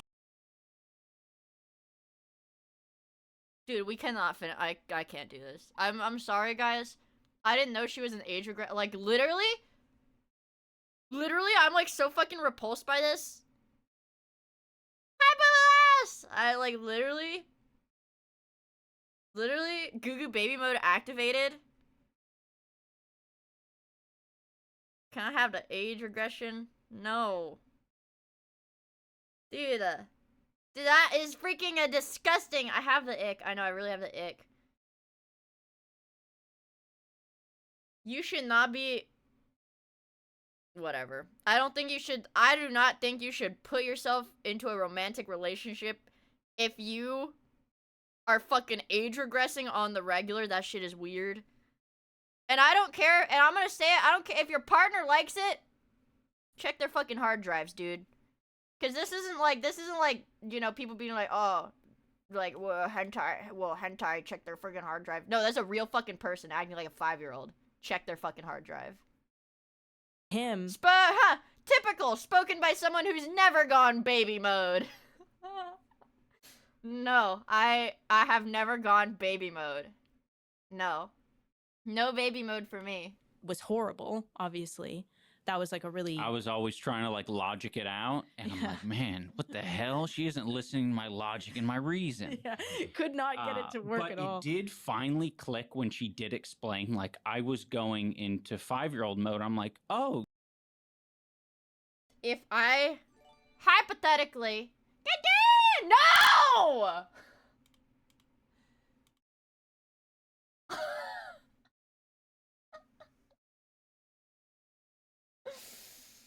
No! No! Son of a bitch. Well, hope she likes the anime emotes. Hope she likes the anime emotes, guys. What was I? Yeah, you fucking, I lost my train of thought now. Look at that. I lost my train of thought. Now I'm 5-year-old mode in game. I might get banned for saying that. I'm joking. No! Oh my god. Now it's a treasure train. Guys, look at that. We've got an iDubbbz and an Anissa gifted. And look, it's like, you know how like when you multiply 2 negatives, it makes a positive? When you guys do 2 bad things, it makes a good thing. Right? So now subs are free. At like level 5 or something. Or at level 3. Subs are free at some point in time with that. But I don't know. Wow, anonymous. Thank you for the gifts of the cuck chair. Let's... Yeah, cuck chair. Wow, even the chair. Everybody's here. I have no idea what I was gonna say. You fucking ruined my train of thought. Wow, we're haunting. We're haunting. Oh, this is like a... Dude, we're getting like a nightmare blunt rotation of gifted subs right now. Actual nightmare blunt rotation. Oh yeah. So he's like...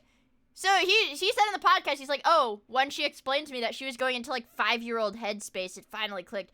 If I had a boyfriend, or I don't know, for the sake of the context, if I had a girlfriend, that like was being really upset, and then explained to me, oh, you know, we can't really like this, like it's so hard to like work stuff out and reason stuff is because, well, I'm going into 5-year-old headspace.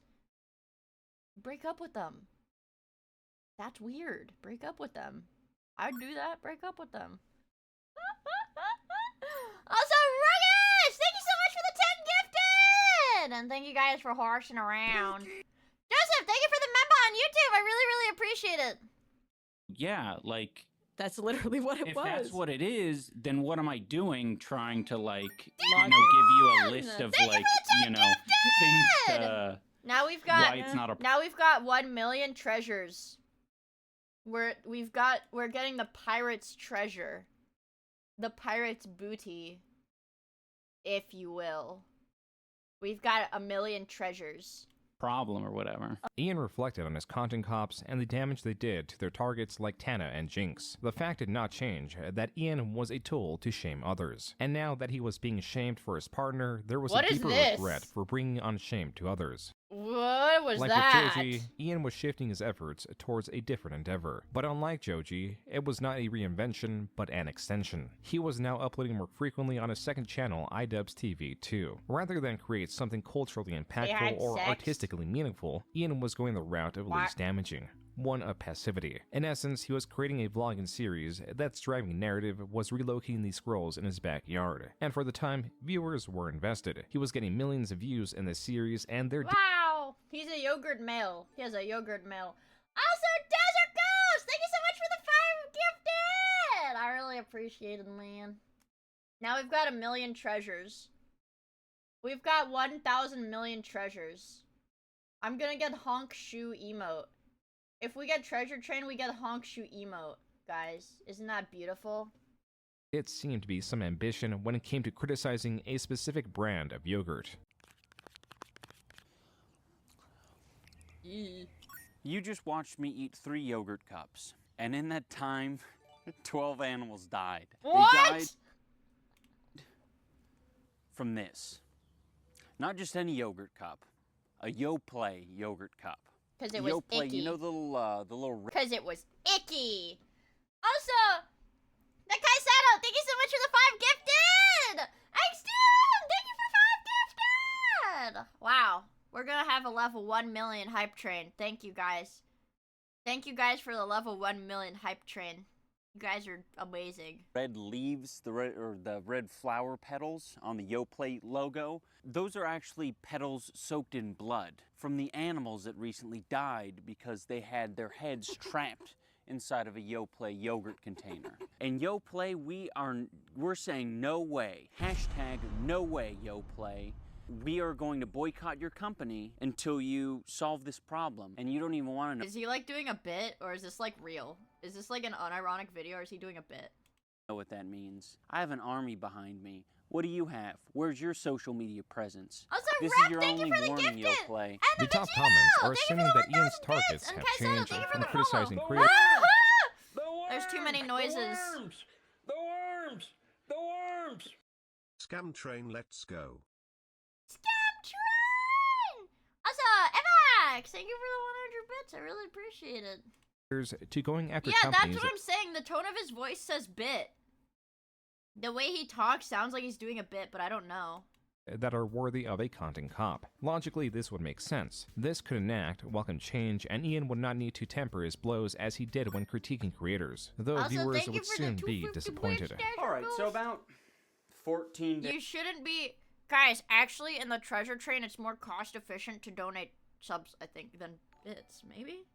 I don't know. Don't take my advice. I'm actually not sure. I said that confidently, but I don't know. I just know it's discounted, so I don't know. Also, yeah, thank you for the follow. I really appreciate it. We've got 2 Mias. We have to fight. Do horses count? I like horses. Wait, what? Yeah, I like horses. Horses count because I like them. Also, Fritz, thank you so much for the 10 gifted! He's relying on his girlfriend's income? Guys, stop gifting subs so you freaking sit on my fat ass and watch YouTube. And finish my Diet Coke. Thank you, Stat! Thank you so much for the 5 gifted! I really appreciate it, man.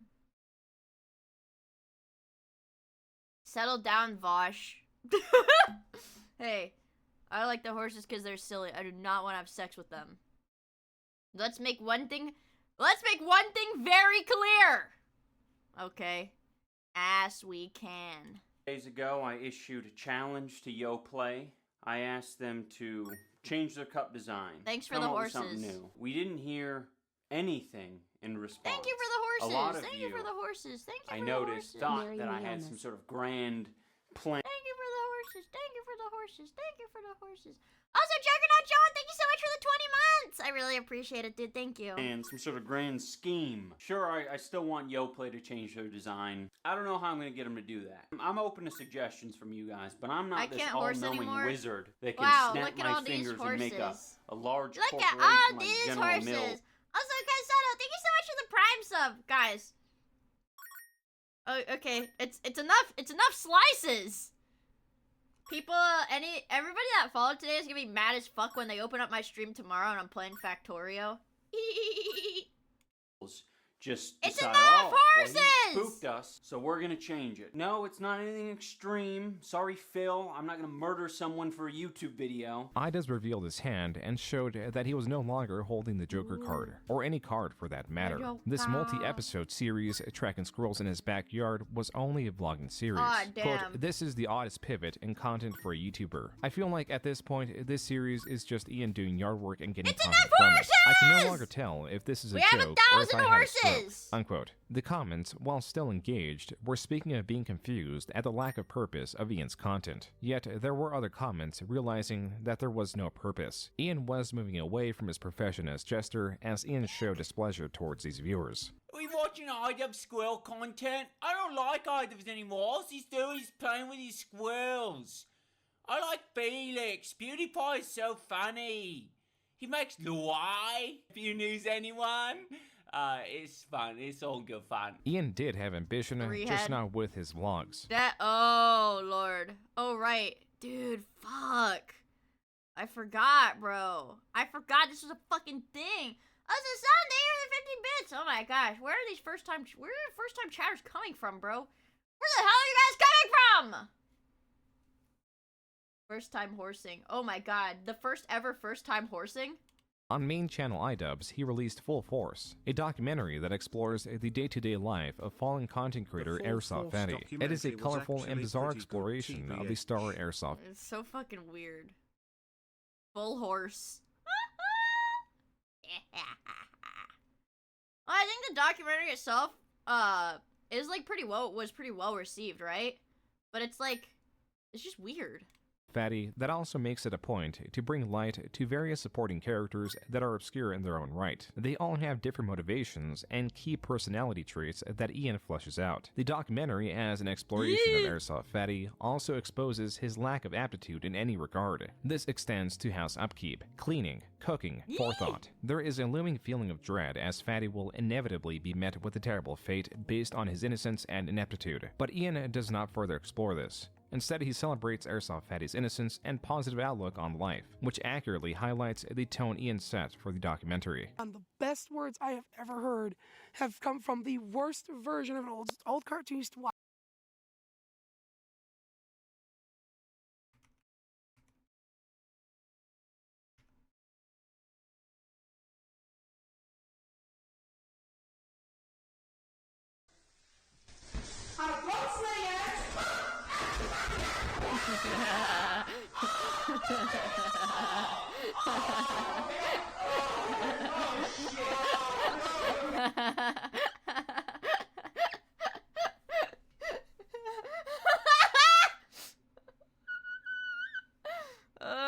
Or we could play the one from the most recent season where they make him run on the treadmill, right? This was from the most recent season, right?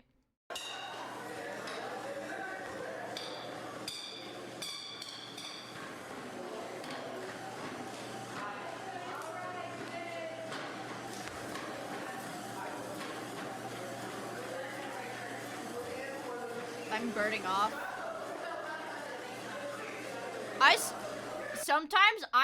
Sometimes I get Bert's Twitter account promoted. Like sometimes I have Bert's account in my fucking For You feed and it scares me.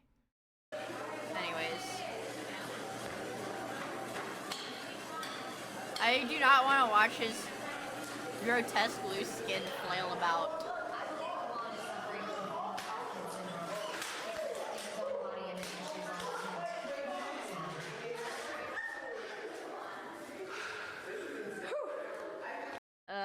Yeah. Anyways, let's same guy.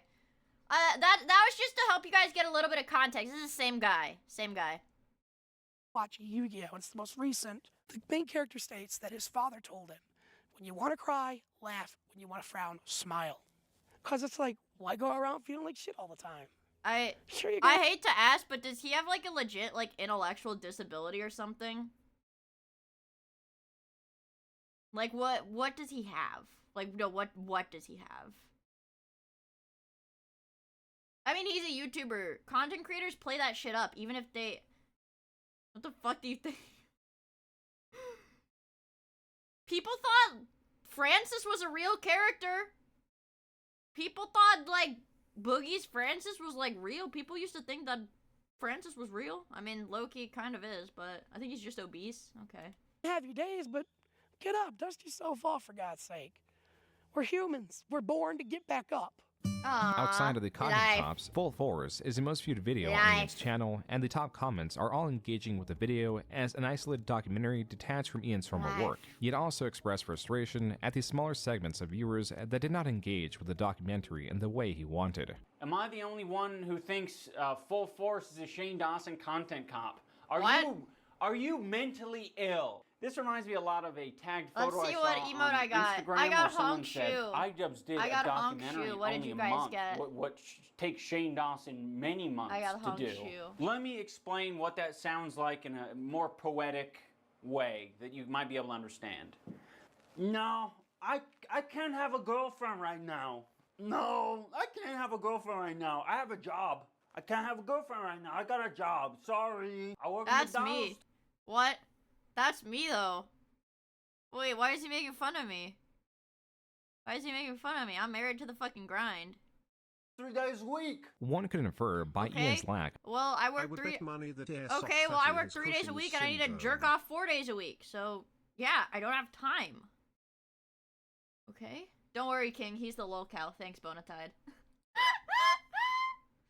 I would bet money that Airsoft Fatty has Cushing syndrome. I see. Thank you for the one extra push, dude. of Content Cops, Yeah, I his just Save need the to Squirrel jork. series, his last bad unboxing for what would be several years that he was taking a different approach. In late 2019, Ian uploaded World's Largest Toy Popper, creating a large toy popper that amplified its destructive ability. It is a video remember about this. trial and error and taking this toy to the limit of what a human can quote-unquote play with. This would sit as the third most viewed video on Ian's channel. The top comments were not only in full support, but also somewhat understanding in the direction Ian was taking his channel. Quote, "Man went from bullying YouTube villains to playing with rubbers. Never in my life did I think YouTube would promote an iDubbbz video to #1 on trending. It seems like you genuinely enjoyed yourself doing this, and you weren't super cynical about it. Keep having fun, man." Unquote. If Ian only was he could succeeding keep the in his whimsy. transition that could not have come at a better time. In December 2019, YouTube removed Content Cop Leafy, a casualty of its new harassment policy and a warning to anyone that would attempt to revive that era of YouTube. This was an action that did not need to exist to deter Ian to returning to who he was. He was not even able to fully realize a new accepted version of himself because of what would happen the following year. On March 9th, 2020, at 10:36 a.m., Anissa announced on Twitter that she was opening up an OnlyFans. While her followers and allegedly Ian were supportive, there were a fair amount of people turning the situation into comedy, making memes and looking further into who Anissa was. I mean, if we're being frank, I mean, yeah, like, you're gonna get clowned on. What do you fucking expect? I mean, like... Hi, Frank. I'm Frank. I'm Frank! No, I'm Garlic. No, I'm Snowplow. No, I'm Snowplow. But, I mean, it's like... I mean, why? Why would... Okay, my thing is, why would she do OnlyFans if iDubbbz's videos were, like, #1 trending? Like, obviously, at that time, he was making a shitload of money. At that time, he had to be making a shitload of money. But, like, so, like, why would you even feel like doing it? Some girls just like shaking it. Well, I guess I'll trust Tacklet, because he's an expert on OnlyFans girls. He was calling out a YouTuber that no one liked, everyone hated, and had a fan base of just children, and now he's been reduced to an absolute bitch boy, man. How does this even happen? There's memes all over this subreddit about how much he's a basic bitch, and there's a lot of people that are making summaries for why he's getting this much hate. Whether this is just turned into a meme or not, a lot of people seem to agree. Like this video, iDubbbz is a simp. Simp dubs. Play some kind of sound effect, please. Simp dubs. Dude, back when... Oh my god, back when simp was like an insult. Like... Simp was like people use simp as like a legit insult. Like a legit insult that had weight. We've got, babe, it's 4 p.m. Time for my OnlyFans shoot. Yes, honey. You get me? They don't feel fake, like, already. And I can't... I don't like extension. Did she Wait, did she get a boob job? have fake tits? Oh my god, no way. So she has fake tits. Honestly, I'm not here to shit on her. Whoa. I've never seen someone... Well, I thought he was gonna be American. He looks American, not British. I don't care. She makes content. She has people that enjoys it. That's all that gives a shit. Wait! Dude, so you're telling me the fucking iDubbbz channel money was getting funneled into her boob jobs? Jobs, I just feel like he's getting a Wait, bit... she actually did have iDubbbz pay for the boob job? Oh my god. He's getting cucked. I just feel like he's just getting cucked. Ian's community at large were either unaware or did not care, even though the memes made it seem like they did, and the YouTube search autocomplete appeared to feed them. Overall, his channel was hardly affected, but Ian was. If there had to be a moment where Ian's trajectory changed, it was this video posted March 28th. Oh Hello, no, everyone. this is Welcome back to another episode of iDubbbz. This is the video. This is the video. This literally is what starts the downfall part of the video. This is a very special episode where I get to tackle two topics that I've recently become very passionate about. I never watched this video because I didn't want to watch thinks it. They know me, and my opinion on sex work. My girlfriend started an own. Oh my god, dude. I like, all he had to do was not address it on video. All he had to do was not address, like, okay. We've said this like a million times. We've literally gone over this like every time we watch a video like this. What makes a fucking lol cow is when they start personally interacting with these, like, detractors. Everybody's gonna have haters, whatever. But, like, all you had to do was not feed them. And you would have been fine. The Norwood Reaper arrived at that very moment too. What a coincidence. Your Norwood level is correlated with your negative karma. Also, hi, Serb. Yeah. I mean, like, you can date an OnlyFans girl, like, fucking whatever. If you date an OnlyFans girl, you should know that there's, like, social stigma that comes with that, and it's, like, whatever, like, yeah, it's not nice, but that's just the way it is. Can't do anything, that's just the way it is, and the way it's gonna be, so. If you, yeah, exactly, if you don't feed to your detractors, they just embarrass themselves, and you're fine. Yeah, just own it and move on. OnlyFans account. But lol cows cannot do it. Yeah, they get insecure about stuff. Yeah. Which is a website where you can upload amateur porn. Anything from double penetration all the way over to lewd cosplay. Okay, this is like... No, we can chat. Lend me your power. Lend me your fucking power. We're gonna get through this together, you guys. I need a prage in chat. I need a prage in chat. We're gonna... I don't have any left. We're gonna get through this. No, we all know what porn is. I just really hate this video. Or this iDubbbz video. This video, the June the King video is good, but this iDubbbz video is very hard to get through, bro. Alright, lock in. And everything in between. And I think all of it is cool. Yeah, I know. I didn't think it would be a controversial opinion either. A good amount of people are just doing the reasonable thing and just making jokes and laughing about it. But so even the simp stuff made him insecure. How, bro? Being called a simp? That's like... I also think porn is cool. Can I get a 1 in chat if you think porn is cool? I'm Krungle already. Thank you for your input, Slim. 2, actually.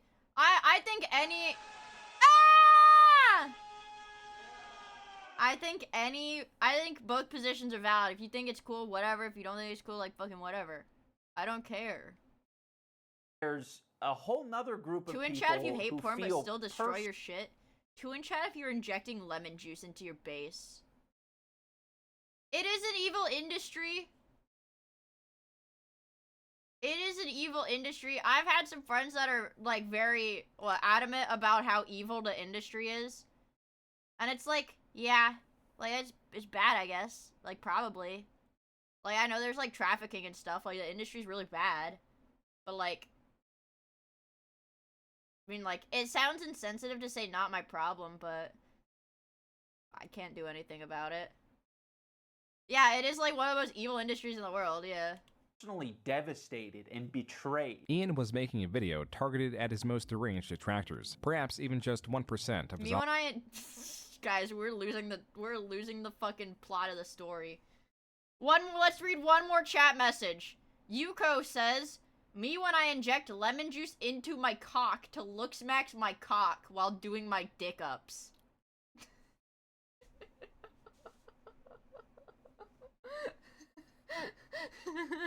Wait, guys, this is me. No, I'm interacting with the detractors.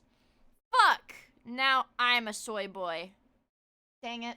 Now I'm a soy boy simp. Audience, but his commentary would affect more than just that audience. I don't know where you got the idea. He isn't bone smashing, it's over. Yeah, Yuko, you need to hit yourself in the head with a hammer too, or else you'll never be Chad. You'll be a sub-5 subhuman. I don't know what the male, I don't know. I was cool. You'll be a 0.1 LSP. Do you think it was cool when I was playing with it? PSL, sorry. I knew it wasn't LPS because LPS is Littlest Pet Shop. I loved that shit when I was a kid. So I had a 50-50 shot. Anal beads. It's cool when I play with anal beads. Do you think it was cool when I was running around in an oversized cop outfit? Quote, you thought it was cool when I was running around in an oversized cop outfit? That was cool to you? Everyone, yes. I thought it was cool when you were running around in an oversized cop uniform, unquote. In trying to challenge the taste of a socially inept individual, he was insulting his audience at large. The split like to dislike ratio was arguably not from the OnlyFans, but from the lack of understanding of how little his audience cared on either side, as all of the top comments do not care for the drama or for the OnlyFans. Ian also made the mistake in showing that one of the comments he was reading from had a single like. This was possibly the least thought out thing Ian has done on his channel. He got one guide. He actually got, unironically, wholeheartedly one guide. And posted a video on his, like, 6 million plus YouTube channel. He's just like me. Yeah. Nuh-uh, that guy flaming me had, like, I'm gonna say it.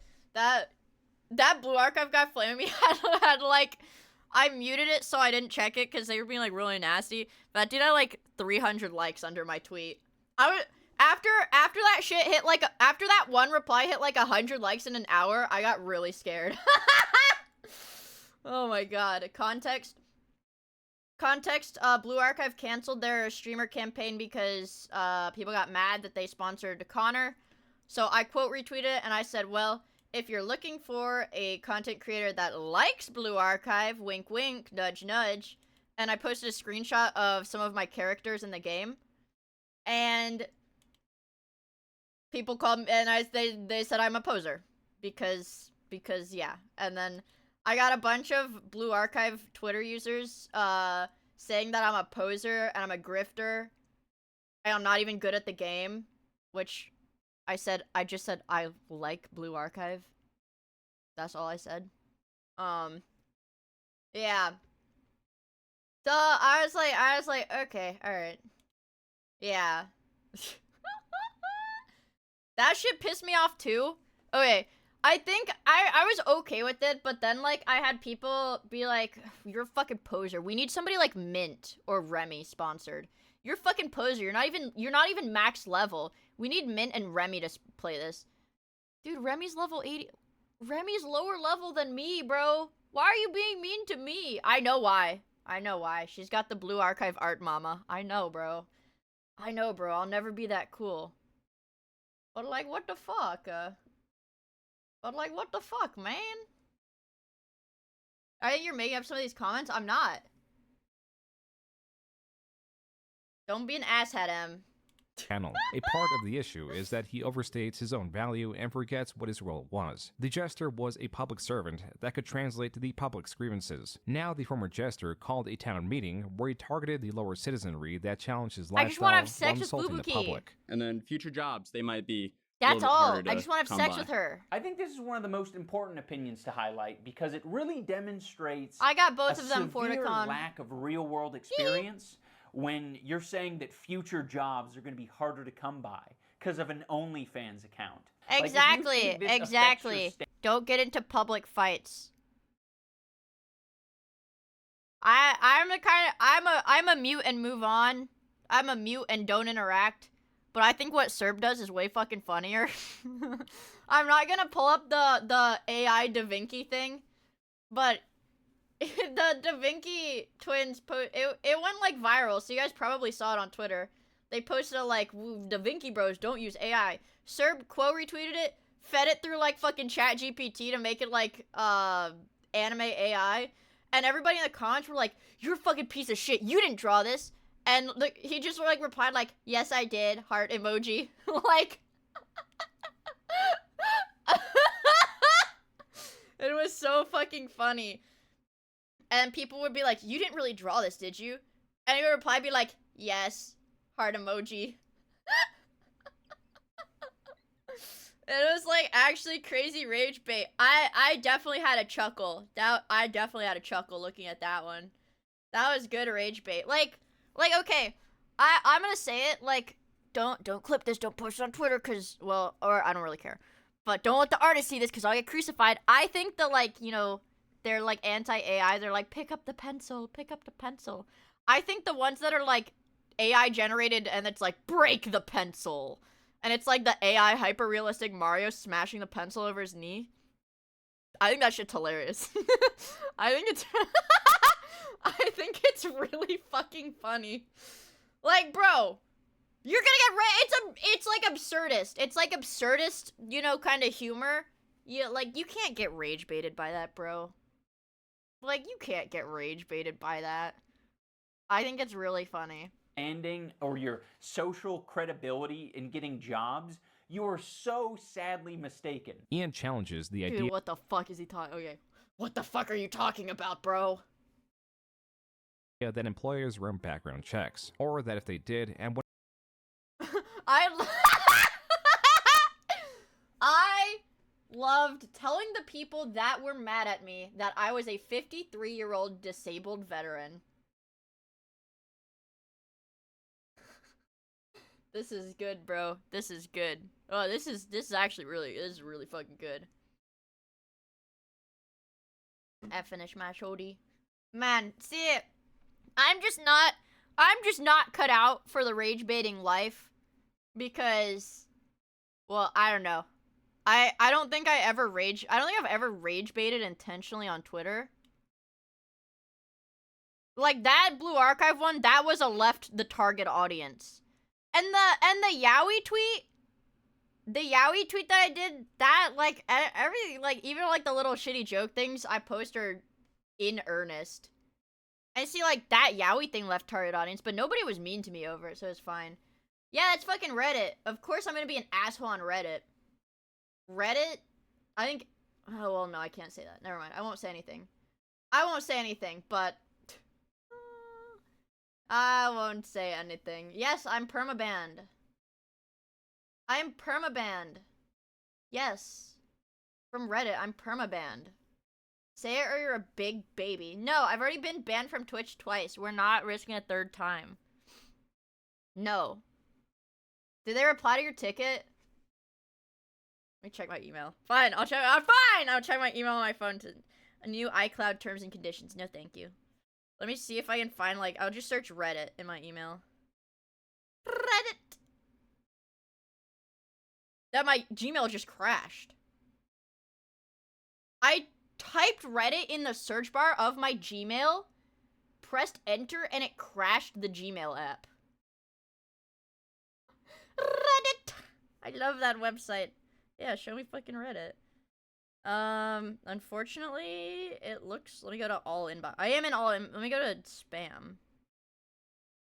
Bad news!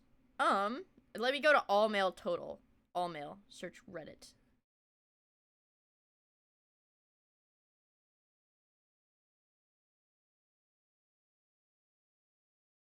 No. Nope. Nothing. Fucking nothing, because they hate me. No response! No response on my beautifully articulate support ticket. Ghosted. By those bastard Reddit mods. Yes, I'm still permanently banned from Reddit, and I will probably be permanently banned from Reddit forever. Did I say the magic word? I think I said pretty please. No, I said I've made an unfortunate mistake. That's what I said. I said I have made an unfortunate mistake. Why did I get banned? Probably for harassment. I was low-key harassing people on Reddit. And then I said I was 5 in Reddit. And I feel like I posted something kind of sex-pesty, and then Oh! It's because I had negative karma. I kept trying to post in subreddits, but I didn't realize that it was, like, flagging me every time I posted because my karma is negative.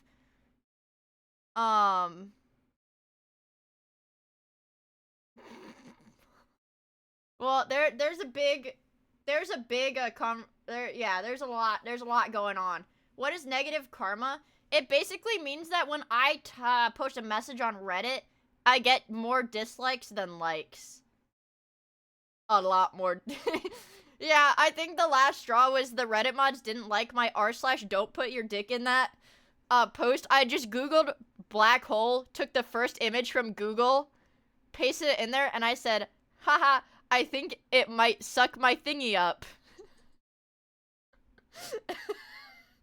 And it got filtered for it got removed by the mods for low quality posts, and then after that I couldn't post anymore, so I think that's what got me. Yeah, I don't fucking understand why they don't appreciate my way with words. I do have quite the way with words. I don't know. I don't know why they didn't like it. I thought it was pretty good, but Not hired they based on hated it. sex work.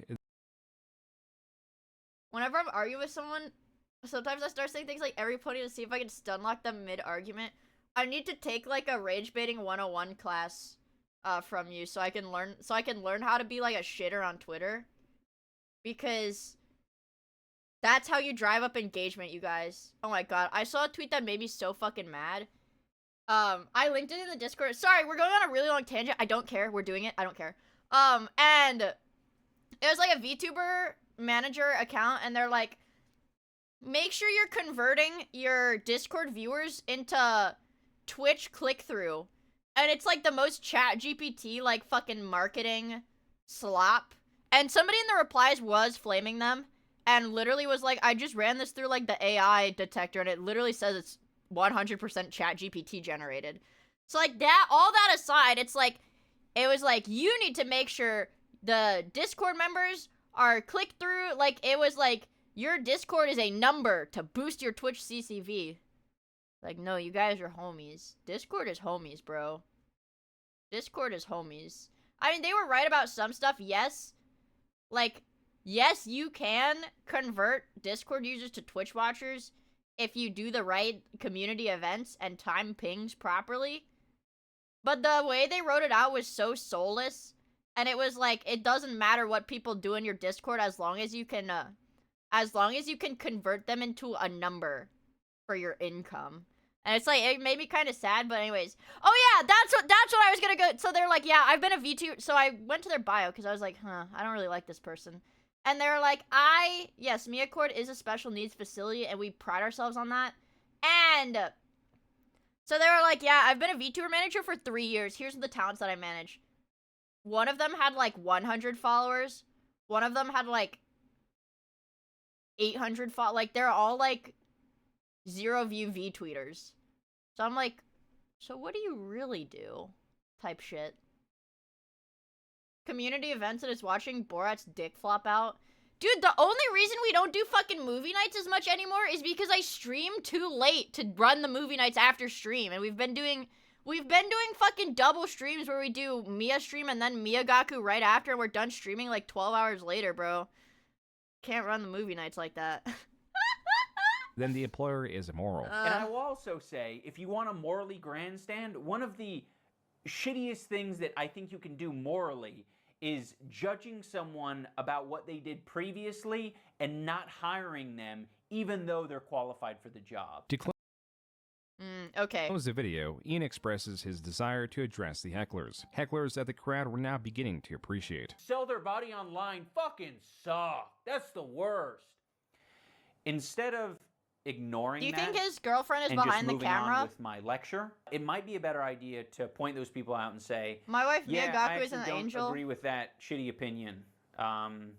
Because it seems like me just ignoring it has led to like a cultivation of a bunch of retards. Following this video, Ian lost around 20,000 subscribers and greatly increased conversation around Anissa's OnlyFans. The goal was to be more obvious with his intent, perhaps to quell some dissatisfaction. The result proved to be the opposite. I think people are way too fucking invested in internet celebrities, and it's just genuinely pathetic. Now, I don't agree with every point iDubbbz made in the video, and I don't think that's a big deal. I don't fucking hate him because I disagreed with a couple of points, and I think This overall, was 20 dude, this shouldn't have was even so been recent. a controversy in the first place. She made $40,000 selling no nudity on OnlyFans. It's fucking Instagram pictures. That's genius. It's free money.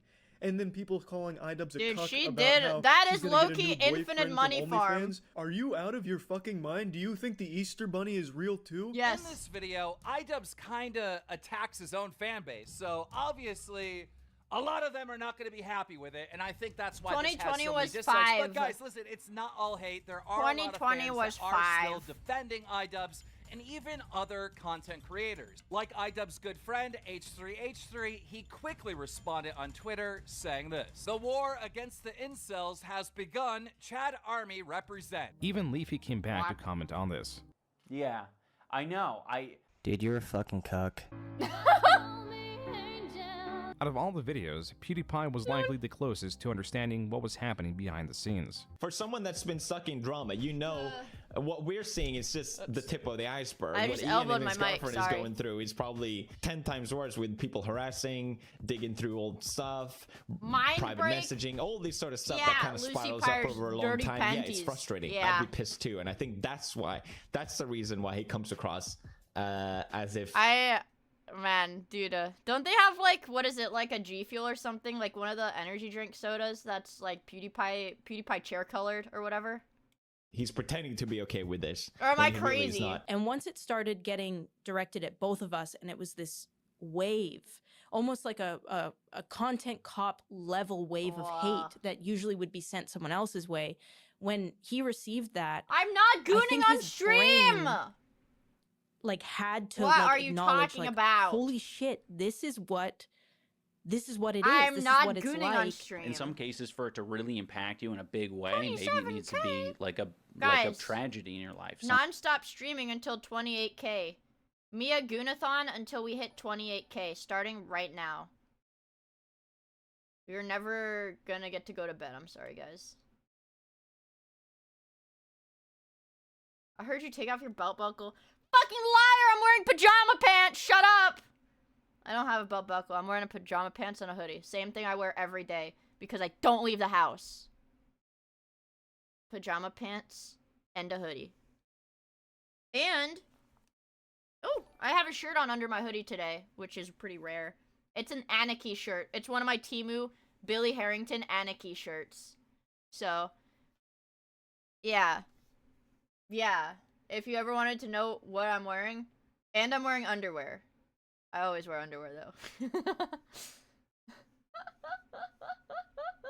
Living the dream, baby! Also, this part Dirty Panties, thank you for the follow. And Corbear Gaming, thank you for the follow as well. I really appreciate it. Why don't you get dressed to stream?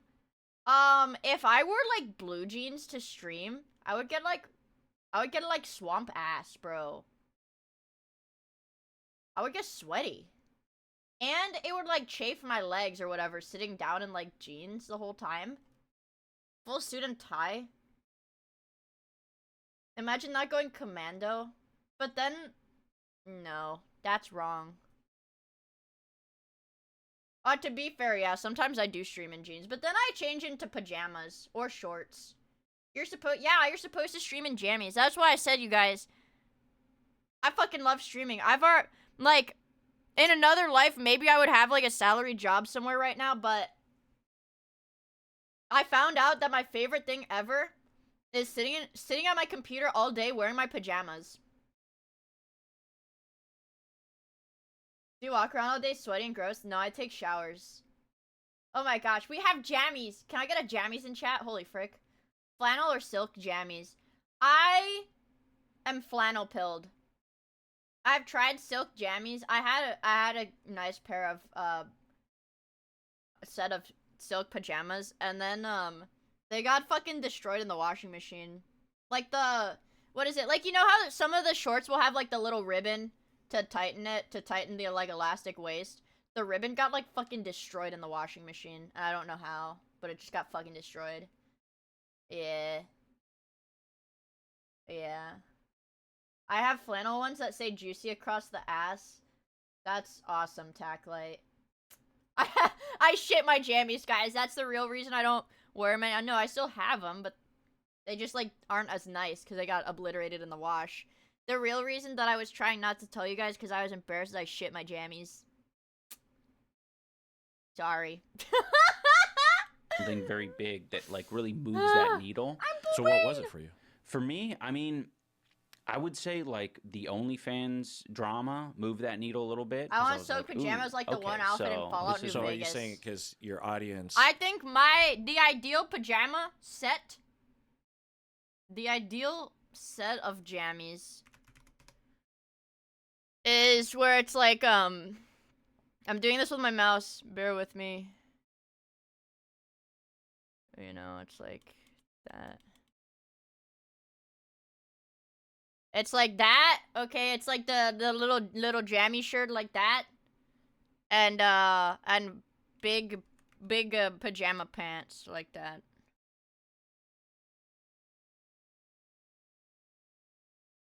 And I don't know, and they have like little, I don't know. They've got like a little design. This one can have like blueberries on it. You know, like that. I like pattern pants. Pattern jammy pants. I'm a big fan of them. I'm a big fan of them. I'm a big fan of them. Mom found the shit jammies. If my jammies don't have a poop chute. Oh my god. The ones that on the back. Okay, hold on. So like here's the pants. That on the back they've got like, you know, the little buttons like fucking Mickey Mouse, bro. What do you mean? What is this? What is this for? What is this for? The butt fluff. Me when I wear my pajamas to the pajafas. Ah, boy, does it feel good to undo my butt fluff. Was suddenly revealed to you as, wait. It's her pooping? I don't agree with That's what you're icky. saying here. They didn't just automatically, like, understand For when you have to that go to the outhouse I in the could cold? have this opinion about my Oh. wife or sex work or anything like that. This content cop level of hate changed Ian. He was reflecting less on the positives of the content cop and more on the negative feelings he gave to specific creators. He was hating being a tool of shame as he was now being shamed himself. But the And- crazy thing is, oh my god, hi Mike! What the fuck is up, so bro? you could keep your pants on when you had to go to the outhouse. Is that actually true? I feel like you guys are like gaslighting me though. I forgot what I was gonna say.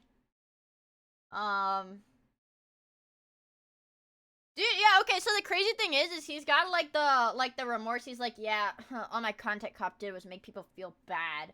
But like the people like Rice Gum, still a piece of shit. Leafy? Still a piece of shit. Keemstar? Still a piece of shit. Tana Mojo that he did the content, like anybody who's not actively a piece of shit still that he did a content cop on has like reformed and like changed for the better. I fell for the clickbait title. Mike, I'm sorry. It's not my fault. My chat recommended me a 4-hour video. My chat recommended me a 4-hour video and I have to, well, I said I wasn't gonna watch it because it was 4 hours long and then I watched it. And so... Unfortunately, like many of his targets, he was stubborn to a fault. It's good that you're this way. You're very stubborn. You're not going to let somebody tell you, like, when you're doing something wrong. You're going to, like, ride it out until you come to a conclusion on your own. You can't get him to do something until he'll just one day decide, like, I'm going to do this. The other thing she said is that you're a big sponge, empathetically. I have to play it the tomorrow. people who used to love him for that, I for will saying play it what tomorrow. he believed in, no matter how it was received, they now hate him for that. Ian, just as Leafy did, could not ignore the Oh, criticisms, even if react they were only Andy. produced to hurt him. Instead, a resentment began to build. Or And else I think I'm realizing won't something. play games. I think But it's since so the OnlyFans thing, you have good. been being Defiant. defiant with your audience. Yeah, probably. And I get it. It's frustrating. Yeah. Like you want to like get them to stop being Yeah. Well, especially when it's like an amorphous blob of people with Yeah. all different opinions. Yeah. And, you know, you're kind of trying to figure out, like, what is majority rule here? Yeah. Ian is stubborn, resentful, and foremost, changing into someone that was less interested in his art, and more interested in forcing the desired perception. He was less and less making videos that were impactful, and coverage on him continued to be even less charitable and more focused on Anissa and her history. His girlfriend has been exposed. That's right, some of the best examples would be this video that was uploaded on March 17th that is starting to go viral now, titled The Secret World of iDubbbz's Girlfriend. I'm reading, by bro, Creepshow Bonatide, I Art. read And in your this message. video, it kind of highlights like her like allegedly stealing art. This is and, peak like, background having slot some for bad grinding takes weekly about vault. World War II on the front page of his Reddit, which I thought was fake, right? There were all these tweets of iDubbbz's girlfriend kind of tweeting at you and flirting with you and thirst tweeting you, and I thought it wasn't real, but then then I looked it up. What? I mean, these tweets are real. I mean, there's a bunch of tweets, but I think one of the most damning one is one. Are you trolling me right now, man? I'm not. She tweeted at you in January 9th, 2016. Jesus Christ. Saying, "Why am I never in your videos? Do I need to lower the cost of money to get me to bend over. Through the mostly negative coverage of Anissa, it was the H3 podcast that brought generous perspectives on Anissa's past. However, Anissa in June on her own channel continued to fuel the flames. Honestly, when I released OnlyFans, I didn't think anybody would care because, well, aside from, you know, incels. But a lot of people did care. Throughout the rest Actually, if you get mad at me, you're an incel. If you get mad at me, you're an incel. The shittiest argument ever. 2020, the iDubbbz channel was losing tens of thousands of subscribers. In July, he released his newest documentary titled Ice Cream Man on creator Dax Flame. The documentary set out to get a better understanding of what part of Dax Flame was a character and what part of him was genuine. Compared to Full Force, this was a far different experience. Inexplicably, the colors were washed out. The documentary lacks supporting characters, and a fair portion of the documentary is building up to a poorly conceived game show. Dax Flame was much closer to a normal person than Airsoft Fatty. There was not much chaos or a world to explore, and the documentary likely suffered because of it. Ice Cream Man stands at 7 million views, less than 1/3 of the viewership of Full Force. Then in 2021, there were no videos on the main channel until May. In all, iDubbbz TV only saw 5 uploads for the entirety of 2021. This could be because it was a busy year for Ian. He had filmed a new documentary that had failed to come out this year. He had gotten married to Anissa, and he was organizing a boxing event, as explained in his last upload of 2021. If he's down, we'll make it happen. If not, then he's a pussy. Fast forward to present day, June 2021. Not completely Creator present, clash but this is year. happening. Ricegum reaches out to my wife, my precious wife. And you know what he says? He says that iDubbbz is irrelevant and that he's fallen off. Get him to box me. Ricegum had been wanting to box Ian since 2018. It was only recently that iDubbbz claims he became aware of this and had been working to set up a boxing event, even going as far as to get LASIK eye surgery, only for Ricegum to be backing out. I will say, when the first Creator Clash was announced and they had all the people that were gonna be in it, I thought it was cool as fuck, and I wanted to watch. I wanted to watch it live, cause when they first announced it, I thought it was cool as fuck. But demanding a higher payment. In time, this fight would completely fall through. What remained was Ian's passion to run a boxing event for charity. I love the PDF document that Sam Hyde made of all the ideas he had to fuck with iDubbbz. In the same way that Ian was a tool to shame infamous creators, infamous comedian Sam Hyde. Oh, dude, are you like a prophet or something? What the fuck? Oh my god. Would be the tool. Is this Joey? Dude, that's Joey. That's Joey, my goat. That's Joey, dude. I fucking love Joey. Oh my god. I got high. Rewatch. Yeah, I did like the concept of he was one of his idea to drive iDubbbz to the hood and leave him locked in the car for 4 hours. I'm using Foresight. Used against Ian. On January Now I won't be able to use Foresight for another, 3 weeks.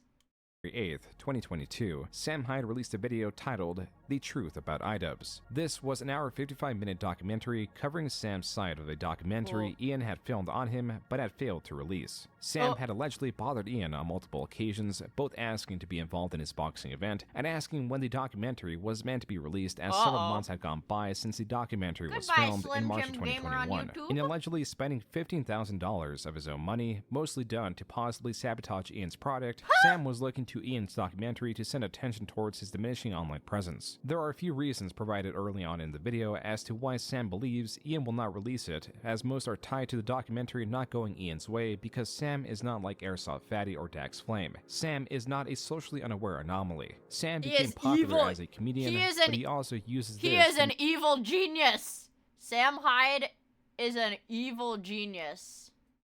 Certain beliefs, as he is possibly a neo-Nazi. The moment one attempts to prod at his genuine outlook on life, he deflects it by answering in a comedically Sam Hyde is like an IRL boogeyman. He's nowhere and everywhere at the same time.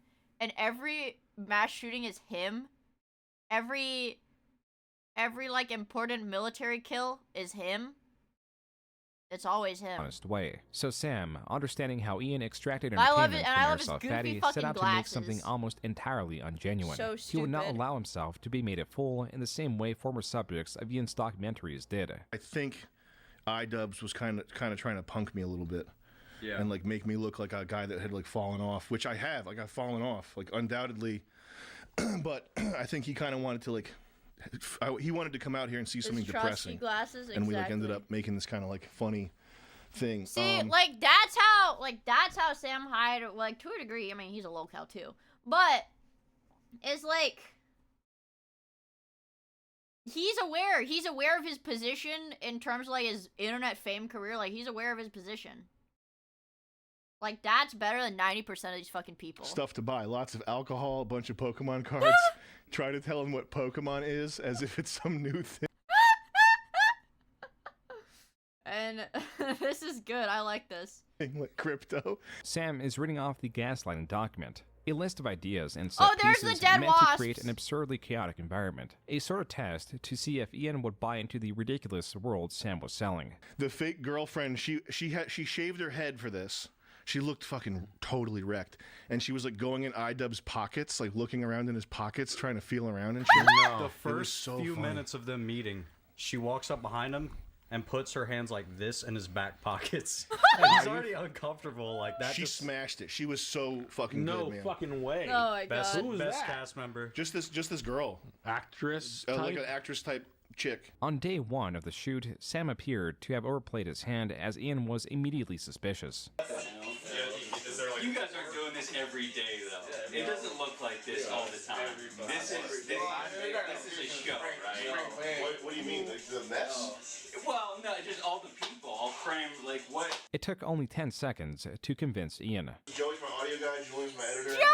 Evan does 3D models. Chris does writing stuff. Wow. He's not. With Ian now in Sam's world, Oh, there he she guides him is. through the disorganized office, takes him on a ride on a vehicle he rented, and spars with him. This is the other kind of fucked up thing is that he's doing like YouTube boxing now, and I started this. I planted this seed in This his is head. actually his best recent work, not counting the first 5 days of Fish Tank. On day 3, there is an interview, the one-on-one that would be interpreted by viewers in far different ways. Many pinned the change in tone happening when iDubbbz asked about a DMCA Sam had issued years ago against Ian's channel. What do you think? Did I snub you or slight you or something? What? What did I do? Your memory's that bad? Yes. Oh, You don't dude. remember. I do Oh, not dude. He's so fucking petty. What the hell? If it was like years ago, I'm gonna be honest, I wouldn't even remember if I did it too. I mean, like, at that point, like, big YouTube channels probably do, like, hella DMCAs, you know? Okay. Do you remember? What was it? Do you remember making a Kickstarter TV? Yes. Of well, no, it wasn't Kickstarter TV. You remember making a pony game? Yes. Okay. Cinema. There were some creators at the time who made videos about this fake pony project. Yeah. Yeah. Were you one of them? I was one of them. What did I do? Do you have any guesses? Did I say fuck you or something? No, you copyright claimed the video. Really? Yes. And then you sent me an email. That might not have been me. Oh, You don't okay. think so? I sent you an email. It kind of seems like something that you would do. The email was, I will release the copyright claim on your video if you can send me a video of yourself squatting 200 pounds below parallel. Why did you do that? Well, why didn't you do that then? Oh my god, dude. It's like I mean, like, I know Sam Hyde, like, did, like, legit, like, a funny guy, like, comedy stuff. Like, I know he did, like, legit comedy stuff. But he, like, it just flows so smooth. It just flows so smoothly. You know? It just feels so natural. You'd be so much stronger now if you'd done that. Yeah. Damn. Did I create an enemy with that? Really? How are you gonna punk me? I'm gonna make you look like an asshole. Really? Which isn't hard to do. Is that really the case? No. Okay. At timestamp 1 hour, 12 minutes, and 38 seconds, there is text on screen stating that the interview ended 6 minutes prior. This could be Sam signaling to his audience that after Ian brought up the DMCA and questioned Sam about his politics, that he began acting expectedly disingenuous. The rest of the video is more of Sam guiding Ian through his world. Ian, now pressured into releasing his side of the events, released his documentary on Sam the following month, titled getting away with it. Ian's version included moments not included in Sam's video. He also explains Sam's style of communication in what he calls the circle of irony, a moment that would be criticized as a long-winded explanation of Sam masking his intent. This is tied to Sam masking his beliefs. Dude, yeah, it's just called fucking lying. You know, you never lied for the bit. You lie for the bit, bro. That's all it is. That's all it is, bro. Ready to be destroyed. He's donated around $5,000 to the Daily Stormer, which is a neo-Nazi website, and you don't really do that as a joke, from what I understand about the world. So with the context that Sam openly aligns himself with the alt-right and white supremacy and misogynistic stuff, it's hard to write off any of the ironic stuff as just ironic. Earlier in the documentary, Ian petitioned Sam to cue his audience. I think it's far funnier if you just sit there and you're like, yeah, everything he does is 100% in earnest. Like that bald girlfriend he brought in, that was his real girlfriend. That was. In as to when he is saying something sincere. For the viewers, when you say something like that, if you're serious, you say 100% serious. 100% serious. How about this, Tom? I say, baby Sammy's serious. You fucking retard, so now you know. So you don't have to guess. Because you're autistic. So you need a picture book guide to tell you when someone's in a mood. Here's an angry face. Okay? Get your guidebooks out so you know when people are in different moods. This is only meant with an insincere lambasting. Ian wanted to find out what was genuine and what was not, only for Sam to reveal very little of even his experience with him was. Have you tried to get her any help? No, seeing as she's a girl I paid $500 to shave her head and pretend to be my girlfriend, no, I haven't tried to get her any. I think one thing I would change if I was Sam Hyde, I think he should have kept with the tweaker girlfriend bit for a bit longer. And he should have been like, no, I like her more that way. Type shit. Help. Should you want me to try? Wait, okay. I don't know her that well. It's probably not my business to get her off drugs. Also, I think I told her to put her hand in your pocket and pretend to be on drugs. Shut up. You think are you serious? You think I would date a girl that has her hair shaved like that? Yes. You think I'm taking a mental case? Yes. No, actually, I've known her for a long time. And, this is so upsetting to me right now. You think I'm a fucking millionaire. You think I have a shit-ass office like this? Shut up. This is your office. Says who? You think I would fucking spill rock stars and Legos all over my office like a fucking animal? And have 20 people in?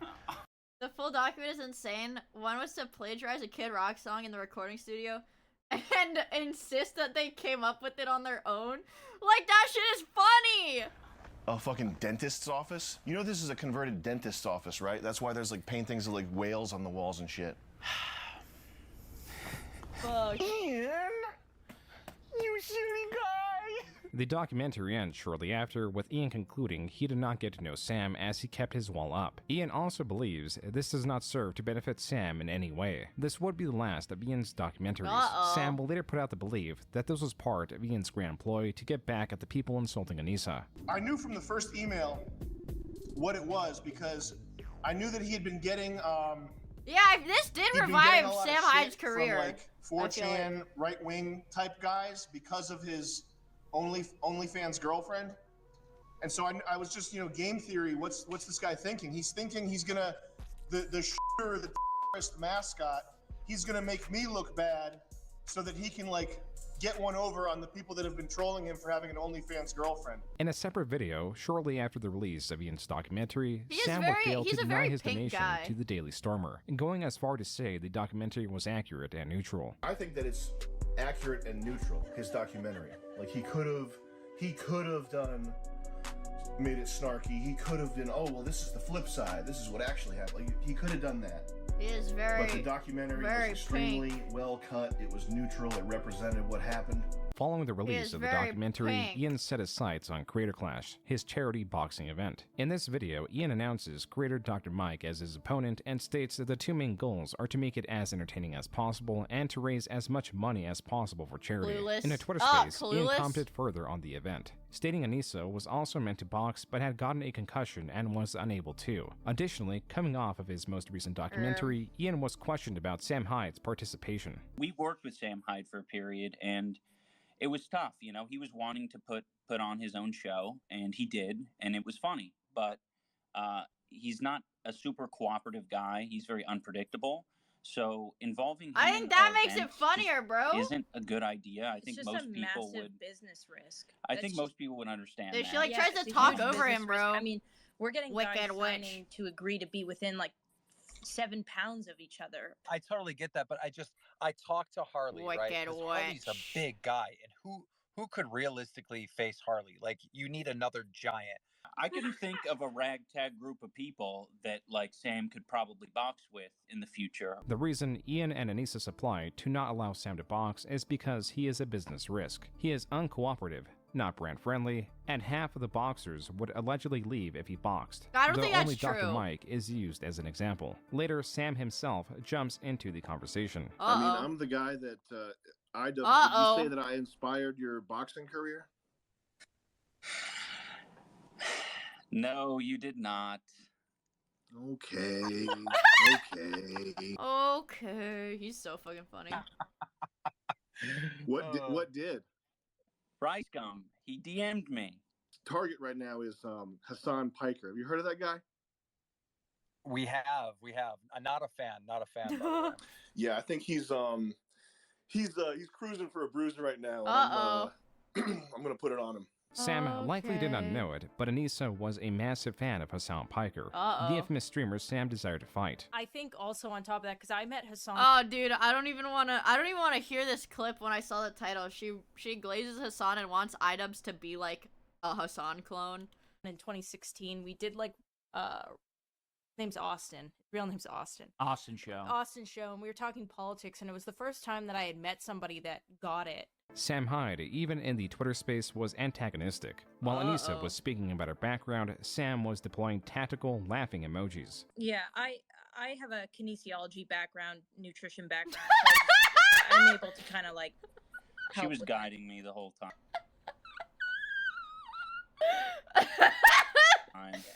In April, Tactical iDubbbz released laughing another emojis, promotion baby. for Creator Clash. This time, he was marketing the event not as the typical influencer boxing, not something haphazardly put together with creators who did not know what they were doing. Yeah, see, I was excited because they had Super Mega. They had Matt and Ryan. And I've talked about before, I was a fucking huge Super Mega fan in like high school or whatever. I mean, I still like them. I still think they're fucking hilarious. But I was like, fuck, I want to see this, bro. I want to see this. Yeah. Creators who did not know what they were doing or don't care to follow the rules. He even stated he was going to be making a documentary of the process. There will eventually be a documentary about the boxing event. You guys will see Matt how getting serious bodied round everyone's one- taking it. Dude. We're not messing around. Yeah, he's not built to fight, bro. Matt is not built to fucking fight. It doesn't matter if he trains or not. Matt does not, like, genetically, he was not created with the intention of fighting. He was made to make YouTube videos, I think. I think he was made to make YouTube videos. And sing beautiful songs. He was, yeah. That's why it's so funny, and they joke about it later, so it's all good. Yeah. I like Super Mega. What was I gonna say? I don't know, I forgot what I was gonna say. I like Super Mega. I like Matt. It's a complete lifestyle change. In this being a more serious event, Ian could theoretically capitalize Yeah, on I it don't to obtain remember. I higher paying like him. sponsors. As with any charity-run event, expectedly the money goes into paying for the arena. The yeah, fighters, which mostly amount to $20,000 each, meant to be used for training, the broadcast crew for the pay-per-view, etc. While Ian focused more on explaining the charity aspects, Anissa was selling the event partly as a gathering of influencers. Way more exciting VidCon or like I want Interesting. it to be like influencers can like care about this and fans can care about this and like you can go Interesting. watch it and have Yeah. like a build up, like maybe parties before and like stuff like that. Another motivation for this event was to find out what the next thing was for them. Me when I want my charity event to be like VidCon and have a bunch of partying. Me when I think I want my charity event to be like VidCon. What? An inspiration that came not from Joji's transition, but Ethan to his H3 podcast. You actually said something to us that I feel like kind of got our brain going of like, oh shit, we need to start moving. It was like, you were like, yeah, I spent money on this set because I knew it was going to make money. And like, I knew it was going to make it work. I'm not worried about it. And we talked about hiring people and stuff with you guys. And like, it was a huge like aha moment for us where we were like, we need to like do something. Like the idea of us like doing something like this is Oh yeah, this is insane. way bigger than we even thought. This event needed to succeed, not just for the charity, but also to I prove would that probably Nisa let and her peg iDubbbz me. were working well together and that they could If set we're a goal being and frank- achieve it. Hitting you where he knows that it's painful. Like once. Yeah, that which I've is ruined. that What? you're basic. What? When she had her long hair. Not with the short hair. The Red Witch who was fucking enchanted, bewitched What? Stannis, and well, he's It's saying so you have deep. no agency, Yeah. and he's saying Dude, say whatever you want. I'll double down. As long as she's clean. that Yeah. you're a witch. Yeah. Yeah. Worst I Mia mean, take of I all showed time. Up, 2016, and now here we are, and Ian is doing Because, different- like, she's definitely gained weight. Like, she's definitely gained weight from, like, the last clips of her. And her haircut is pretty ugly. Like this. I'd let that peg me once. Like, come on, bro. Look at the little thumbnail. Like, once. You're getting cooked for this, but I, Loker, genuinely agree. so, like, Ian, Wait, as she gets bald?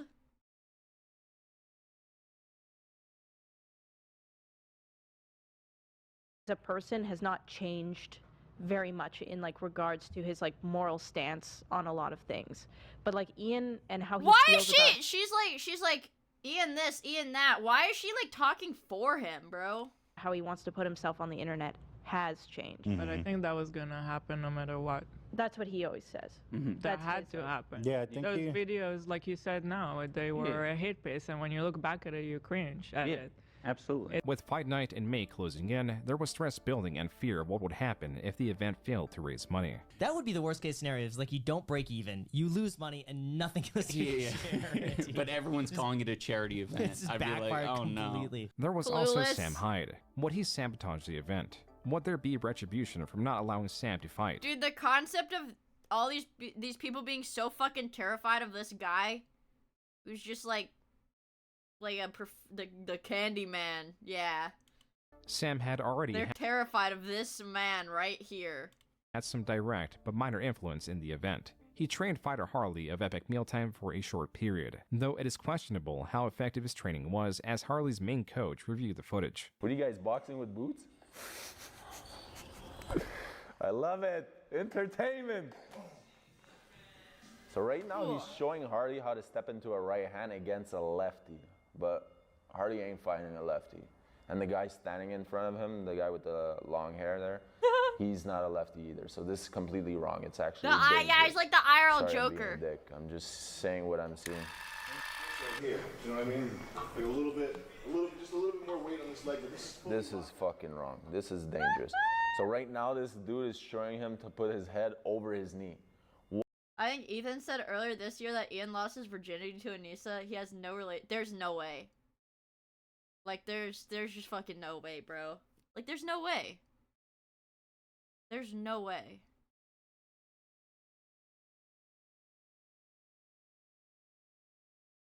Holy shit. Dude. I mean, like, there's no way, bro. Do you think he could have gotten anyone? Yes, I do. He had like millions of subscribers, bro. Bro, why do you think there's so many like stories about YouTubers like fucking grooming and shit? Because they literally just use they throw their clout around, they get whoever they want. He got locked into his first GF, it's bad. He's actually cooked. Dude. That's like kind of sad. That's like kind of sad. I mean, like, low key. While your head is over your knee, there's nothing good that ever happens from that. Sam was banned the night before the event, as creator Brandon Buckingham reported. So the night before the event, Sam was banned from entering. He already had flights, damn near $12,000 tickets, and an Airbnb for not only himself, but his entire crew. All gone to waste at the very last second. And at no point before the fight did IDub say, hey, Sam, you can't come, I'm gonna ban you. He literally waited until the very last moment. We already saw that part in the video. Anissa started talking to iDubbbz while she was in a relationship. It was a quote-unquote off and on relationship, but yeah. Well, pulled his crew aside and told them at a gathering of other creators that Sam was not going to be allowed to enter. And not only would Sam be banned, but his entire crew would be banned as well. It is May 14th, fight night. Sam Hyde and his crew have been banned from the event. The event is being run by a YouTuber who has possibly little to no experience managing something of this caliber. There are creators who formerly had no boxing experience, and Ian has set this event above other influencer-run events. The stakes were high. Look at that beautiful, beautiful boy. He's ready to put it all on the line. And Ian were stressed. Fight after fight, Ian's match grew closer, and nothing set the tone better than Airsoft Fatty fumbling the national anthem. For so proudly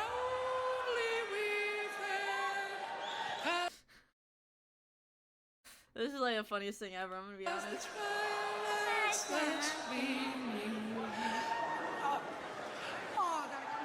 Sorry, I got nervous, people, my bad. Let's just do this, let's fucking do it, ready? Let's give it another try. The voice of an angel. Oh, say, can you see by the dawn's early light, for so proudly we stand. Like, dude, like, these are like early, like, fucking teenagers and early 20s people. I should have been there, chat. I should have fucking been there, but I don't live in Florida, so I couldn't go. I should have fucking been there. I should have been there. I should have been there. These are true American patriots. Fatty would go on to fumble the national anthem an additional time, but he has succeeded in unifying. Dude, that would have been me! If I was there, chat, this guy is spiritually me. This is spiritually me, because that would have been me. That would have been me if I was there, you guys. And bring the crowd to life in a way that a performer can only dream of. This event was not perfect. It had its quirks. Some fights, such as the Dad versus Matt Watson fight, were heavily one-sided, but that was also Oh, I'm so sad watching him get beat up.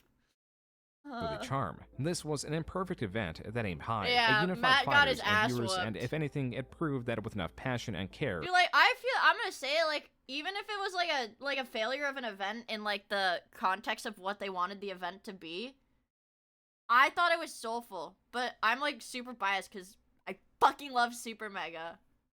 Yeah, grown man versus child. That was son versus dad. Okay. even the Also, biggest hi, goals Cleo. can be realized. Even though Dr. Mike had won, Ian had proved that he could run this event. At 100,000 pay-per-views, this event will go on to raise $1.3 million for the Alzheimer's Association, hell yeah. the American Heart Association, and the Healing Horse Therapy Center. Hell yeah. Even with the success of the event and outside got of the knowledge horse- that it had horse raised that much money, charities. Sam Hyde continued to rally against Ian, but mostly Anissa. She's gonna ruin his life. I guarantee it. Mark my words. Mark my words. That woman is gonna ruin his life. By chance, Brandon Buckingham was able to catch Dr. Mike right after the event, where he revealed that not only did he have no knowledge about Sam Hyde's banning, he likely did not even know who Sam Hyde was. Did you hear that he banned Sam Hyde from entering the event? I did not. Why is that? Yeah, I don't know. I have no idea. I have no idea either. Sorry. Yeah, like front row. Oh, dude, man. See, it's like, why did they feel the need to lie about it then? If he was like, yeah, Dr. Mike was like, he said he was gonna pull out if Sam Hyde showed up, and he's like, I don't know who that is. $1 seats, and then he said he. It reminds me when Seth Rogen Seth Rogen, not Joe Rogan, thought Dad was Matt's actual dad. Wait, Oh, you said I meant Joe Rogan. Okay, I was like, what? Really? I saw a video today of a boxing match between a father and a son. See, it's like if you had like that this could be like the intro to like a super mega video if somebody else voiced it over. It made me so sad. It made me so sad. Like this, like if you told me this was a bit within their videos and they just got like a lookalike or something, I would believe you. Because there's this young kid. He looks like he's probably like 17 or 18, and the father's 42. And the father beats the shit out of him. I mean, like... I like Matt's daddy temporary tattoo. Head and keeps punching him. I'm like, that's your son. That's your son. And we're watching you beat your son up. Because I get your son probably got cocky with you, but... And he celebrates after he knocks his son out. It made me so sad. Because first of all, I'm like, that kid has brain damage now. 100%. Maybe it's just a little. Maybe he'll be fine. Maybe he'll get over it. But maybe you fucked him up. That can happen too. He might be depressed from now on after that. It might fuck up his pituitary gland. It happens to people. And you just did that to your son. You're supposed to like touch him up. You're supposed to not even hurt him. Like slam him in the body a little bit. Like, you think he can fight? Okay, dude. Okay, let's have a little boxing match. I need to know if this is legit, bro.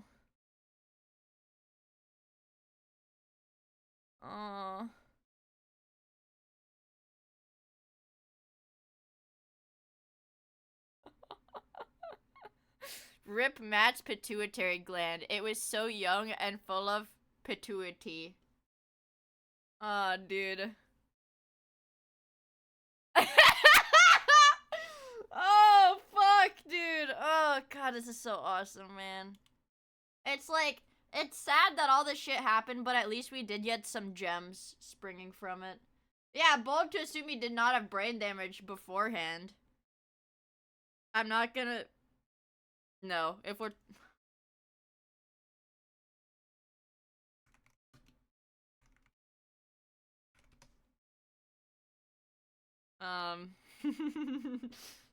I like Matt. Matt is my favorite. Whoa, dude. Wow, that's Rainbow. People are gonna like it because people click it because it's Rainbow. She's so cute.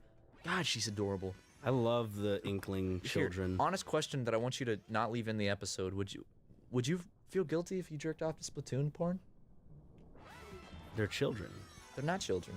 They are. They're kids. But if they were... Wait, are they children, really? Yeah. They're called Splatoon Boy and Girl. They're kids. They're a different species, so that it doesn't really register. You don't have Well, I was being hypothetical anyway. I wasn't... Yeah. They're really kids. I think so. Have you jerked off to...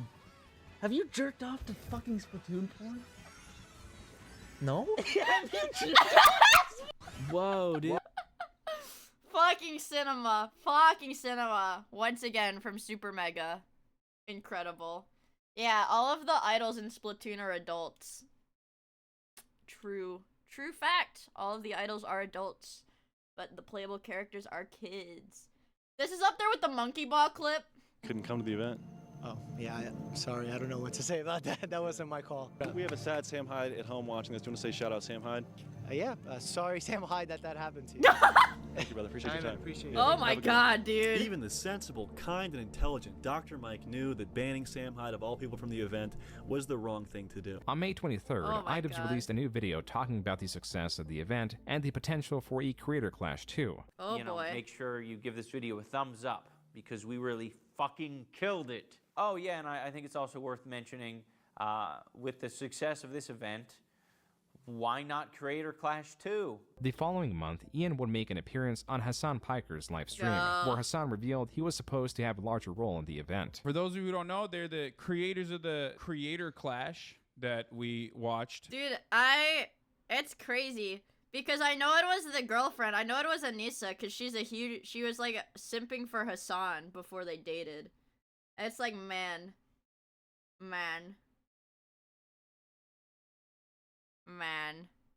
That I was supposed to also attend, but I was too much of a chicken to You're also participate supposed to in. fight in it. Yeah, that's what I'm saying. Oh, okay. When I said attend, I meant like fight. But then I was like, also invited you to it to watch. yeah, that's true. There is a possibility that Sam's banning was tied to Hassan Piker. He was a creator Anissa looked up to, and was the target of Sam, who had recently formally challenged him. You got anyone you want to call out in the heavyweight division? Oh, you know it, lad. You know that, Hassan Piker? I'm coming to kill you in Los Angeles at your house. Or in the ring. No, in real life. I'm going to stalk him and become obsessed with him and wear his makeup. Hassan would not fight Sam, citing the dangers in platforming him. As for Ian, after the fight, he only uploaded a few videos on iDubbbz TV. A video about preppers This is and a like video about such a fidget fucking iconic clip, bro. toys. The latter video performed terribly compared to the Popper video. Rather than taking something to the extreme, he made something bizarre. A Thanos molded Popper toy with Orbeez meant to represent the oil and pimples. He also posted videos of The Hot Seat, a podcast/talk show style series produced by Ian, and had Dax Flame as a host, but these were quickly removed due to their poor performance.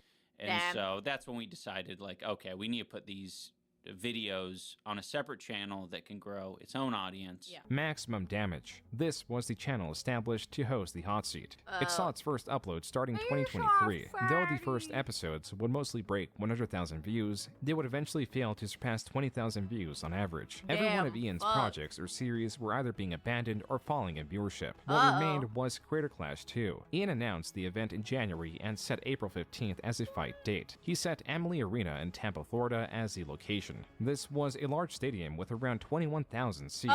It was twice the capacity of the previous arena. Ian had big plans for this event, yet the threat of Sam still lingered as he continued to comment on Ian and Anissa. What the hell is this? Is that her last name? He's taken her last name? Brother, The threat of Sam lurks. they married in June, with iDubbbz' last name changed from Washburn to Joma. Ian, as he did prior, would make guest appearances on other channels to promote the event. These are two of note. In H3 Podcast episode 266, they spoke about the financials of Creator Clash, how it earned $1.3 million the year prior, how soon they learned the event was profitable, and why Anissa is still not fighting this year. So last year was like wait, 95% what? of sales were in the last 48 hours. The pay-per-view? Yeah. I mean, we're going to watch it, but I'm not going to pay for it yet. I played men's lacrosse as from 14 to 21 or 20.